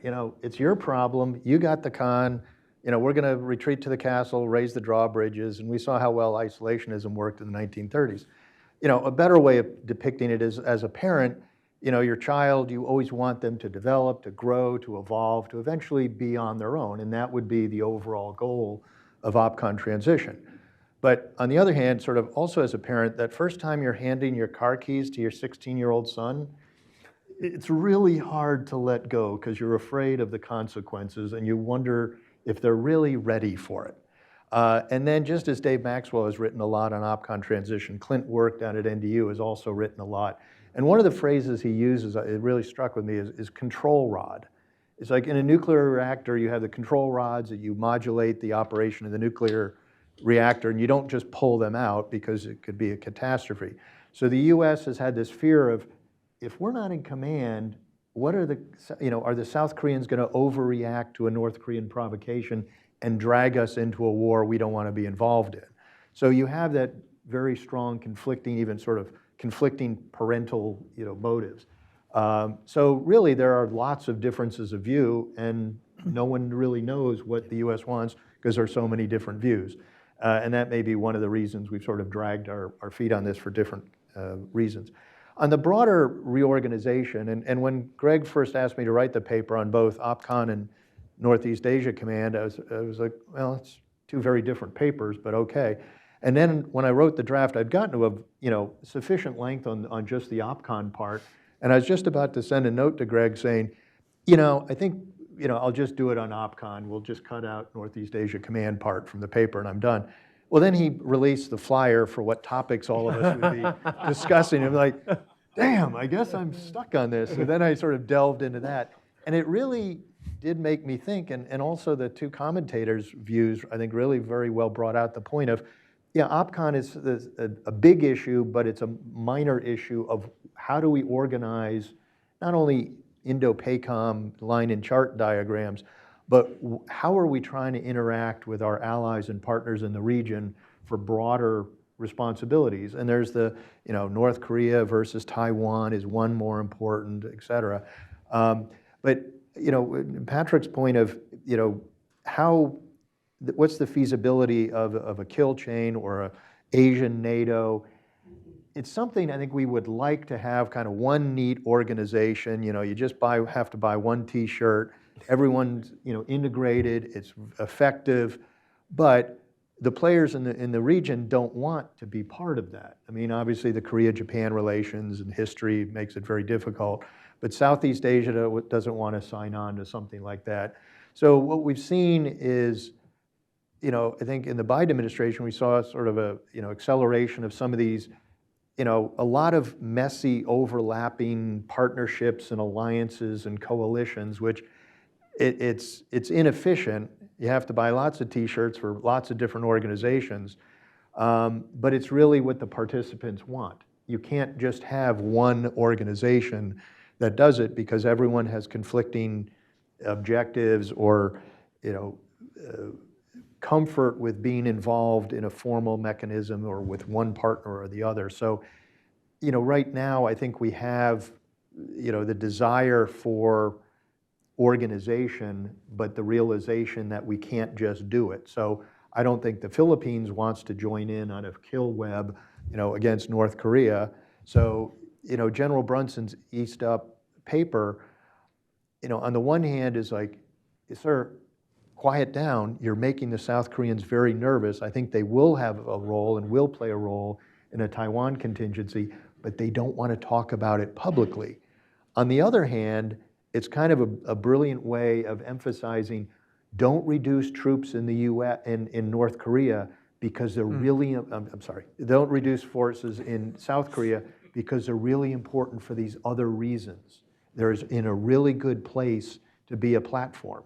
So, again, I've got kind of conflicted views of his paper, but yeah, we have to not only get OPCON right, we have to get how do we organize and bring in our partners and allies in the region for a lot of different potential crises. Thank you. Well, we've got a few minutes left, and I think we've got time for a couple of questions from our distinguished audience. What I would like to do is gather a couple of questions, ask our panel to gather their thoughts, and to go down the row. This will also be your final summations. So let's see. I see 1, 2, 3. So let me just ask you to start over here, if you would, and go around the room. And may I please ask you to ask your question and make sure there's a question mark close to it. Thank you for the detailed information from all of you. But I didn't hear some of the information that I know. Let me introduce what I know. There is a paradox in Korean politics. One good news and the other is bad news. Good news is that 90% or over people of Korean people favor the US in a Western democracy, including progressive people. There's a statistic shows that. And also, dislike of China is 80% or higher. The public opinion is clear there. At the same time, Lee Jae-myung government does not reflect public opinion sentiment. Can you see that? Lee Jae-myung government is a fourth generation of progressive people. Kim Dae-jung, Roh Moo-hyun, Moon Jae-in, Lee Jae-myung. Fourth generation. During that time, Park Geun-hye was impeached by the leftist people. I mean, political pressure by that. Also, recently, Yoon Suk-yeol was impeached, right? So there's a clear domination of leftist politics in Korea. All right, that's what one good news about the public opinion. On the other hand, the Lee Jae-myung government has very less support by the opinion, I guess. The thing is that what the leftist government is moving fast is to change local laws, even the constitution, so that it is very similar to North Korean system. They want to put the people under surveillance, really like North Koreans, okay? We'll be off the panel soon. So, Could you please give us a question, Mark? Yeah. And you can talk with people afterwards. We do have yeah. others who want to ask questions. So I would remind you that devils are in details. So we need to look into the details. Thank you. Thank you very much.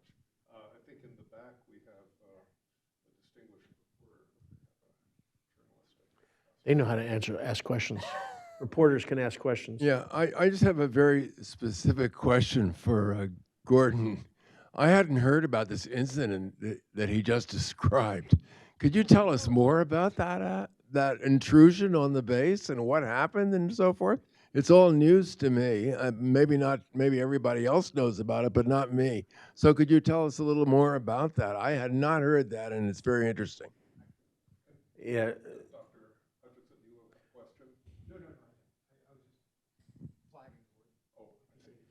Well, I guess those are our questions. Let's go down murderer's row here and wrap this baby up. I guess there are a number of people who know more about this, but what happened is prosecutors from Seoul went into the Osan Air Base without notifying US Forces Korea, which is a violation of our status of forces agreement. They seized material, some relating to classified U-2 flights. And you know, it's right after that, about a couple months after that, the US took control of one of the gates at Osan from South Korea, which showed that there was real disagreements between US and South Korea over this. Also, just immediately after that seizure of classified data, Secretary Rubio and others canceled meetings with South Korean officials who were in Washington at the time. So clearly this was a rupture in the alliance. I assume it's been smoothed over. Dave probably knows a lot more about this than I do, but this was a major incident. George can talk about it. Oh, George. Gordon's got a great handle on it. This is related to the drone. Yes, and Related to the unit, yeah. all of that. But so all the details are accurate. They got into a facility called the HRNK, Okay. where the mission control operations are conducted. And you're right, yeah, they went in under, there's two gates at Osan Air Base. So there's one that's controlled by the U.S. Security Forces, and there was one that has U.S. Security Forces, but they also have a ROK Act counterpart that there was an agreement in place that if someone came in on the ROK side, that they would be cleared. Well, there was some shenanigans that allowed these investigators to come in, and they got all the way into the HDAC, but where things started breaking down is all of the mechanisms that would preclude uncleared people from entering. Those broke down. They had cell phones with them. They shouldn't have been carrying cell phones. They got into the facility, and this caught the attention of the CFC commander, the UNC commander, US-ROK commander. And he as the SOFA, the designated SOFA representative, actually signed a complaint. And I don't know that it truly has been fully resolved. Yeah. The administration has pushed back a little and said that their intent, it wasn't a breach, that they conducted their activities under certain auspices that made it legitimate. So, but yeah, it was quite a cluster, and then it was a breach of the alliance at that level. Which is the reason why I said, in response to Dave's question, what signals are we going to look for in the future? Obviously, this is an important thing for us to resolve with South Korea. Troy? Well, I don't think any of the questions really get into my paper or anything relevant to it, so I won't stand between happy hour and anyone. Bruce? You're a hero. Yeah, I just, on Korean public opinion polls, yes, there is very high support for the U.S. and maintaining forces there. Over the last several years, we've seen decreasing positive views towards China as they've acted, not only belligerently towards South Korea, but the region as well. But as I cite in the paper, there's also polls that show in Japan, South Korea, Taiwan, decreasing trust in the U.S. commitment to their defense since the Trump administration. On domestic public opinion polls, right now, President Yi is at like 66%, and which I think is higher than any point Yoon Suk-yeol ever had. So he won the election. Right now, he's got very strong, public opinion polls. So Most Democratic leaders. I just point that out. I don't think those polls are accurate. That's a good topic. Okay. Well, Nick, no, I only just want to say, again, that these papers are rich in both context, in sort of framing issues. So even though there'll be a lot of details by the time these actually get into print that will change overnight, I think they're going to be enduring and of real value, and I encourage everyone to read them. I just want to respond to Troy's on shipbuilding. I agree. If there's a war in Asia and Indo-Pacific, shipbuilding, ship repairs are going to be hard. That's going to be a challenge. But my point is, we need to revitalize U.S. shipbuilding now, and I think Japan and South Korea in particular can really help do that. And the goal to me would be to return the United States to the arsenal of democracy. And because what has won wars for the United States is our ability to produce. And our defense industrial base, in particular our shipbuilding, has atrophied to a dangerous level. And I think shipbuilding is one area that, so we need to revitalize it in the U.S., but we also need to build ships, I think, in South Korea and Japan, including warships, to get up to 344 that we need, or 600 someday. No, but to restart that. But in a war, we need to have the base in the United States to be able to resupply. And I didn't disagree. I agree with everything you just said. I was only saying that in the context of, because my understanding is the Japanese shipbuilding companies have zero interest in this. Sure. And so I was just pointing out that there's a broader, beyond their own commercial interest reason for doing this. And Yes. that's why we need to look at that. Absolutely. So our discussants and presenters, I think, treated us to an exceptionally high caliber of conversation today. Can we all thank them, please? We're ahead of schedule.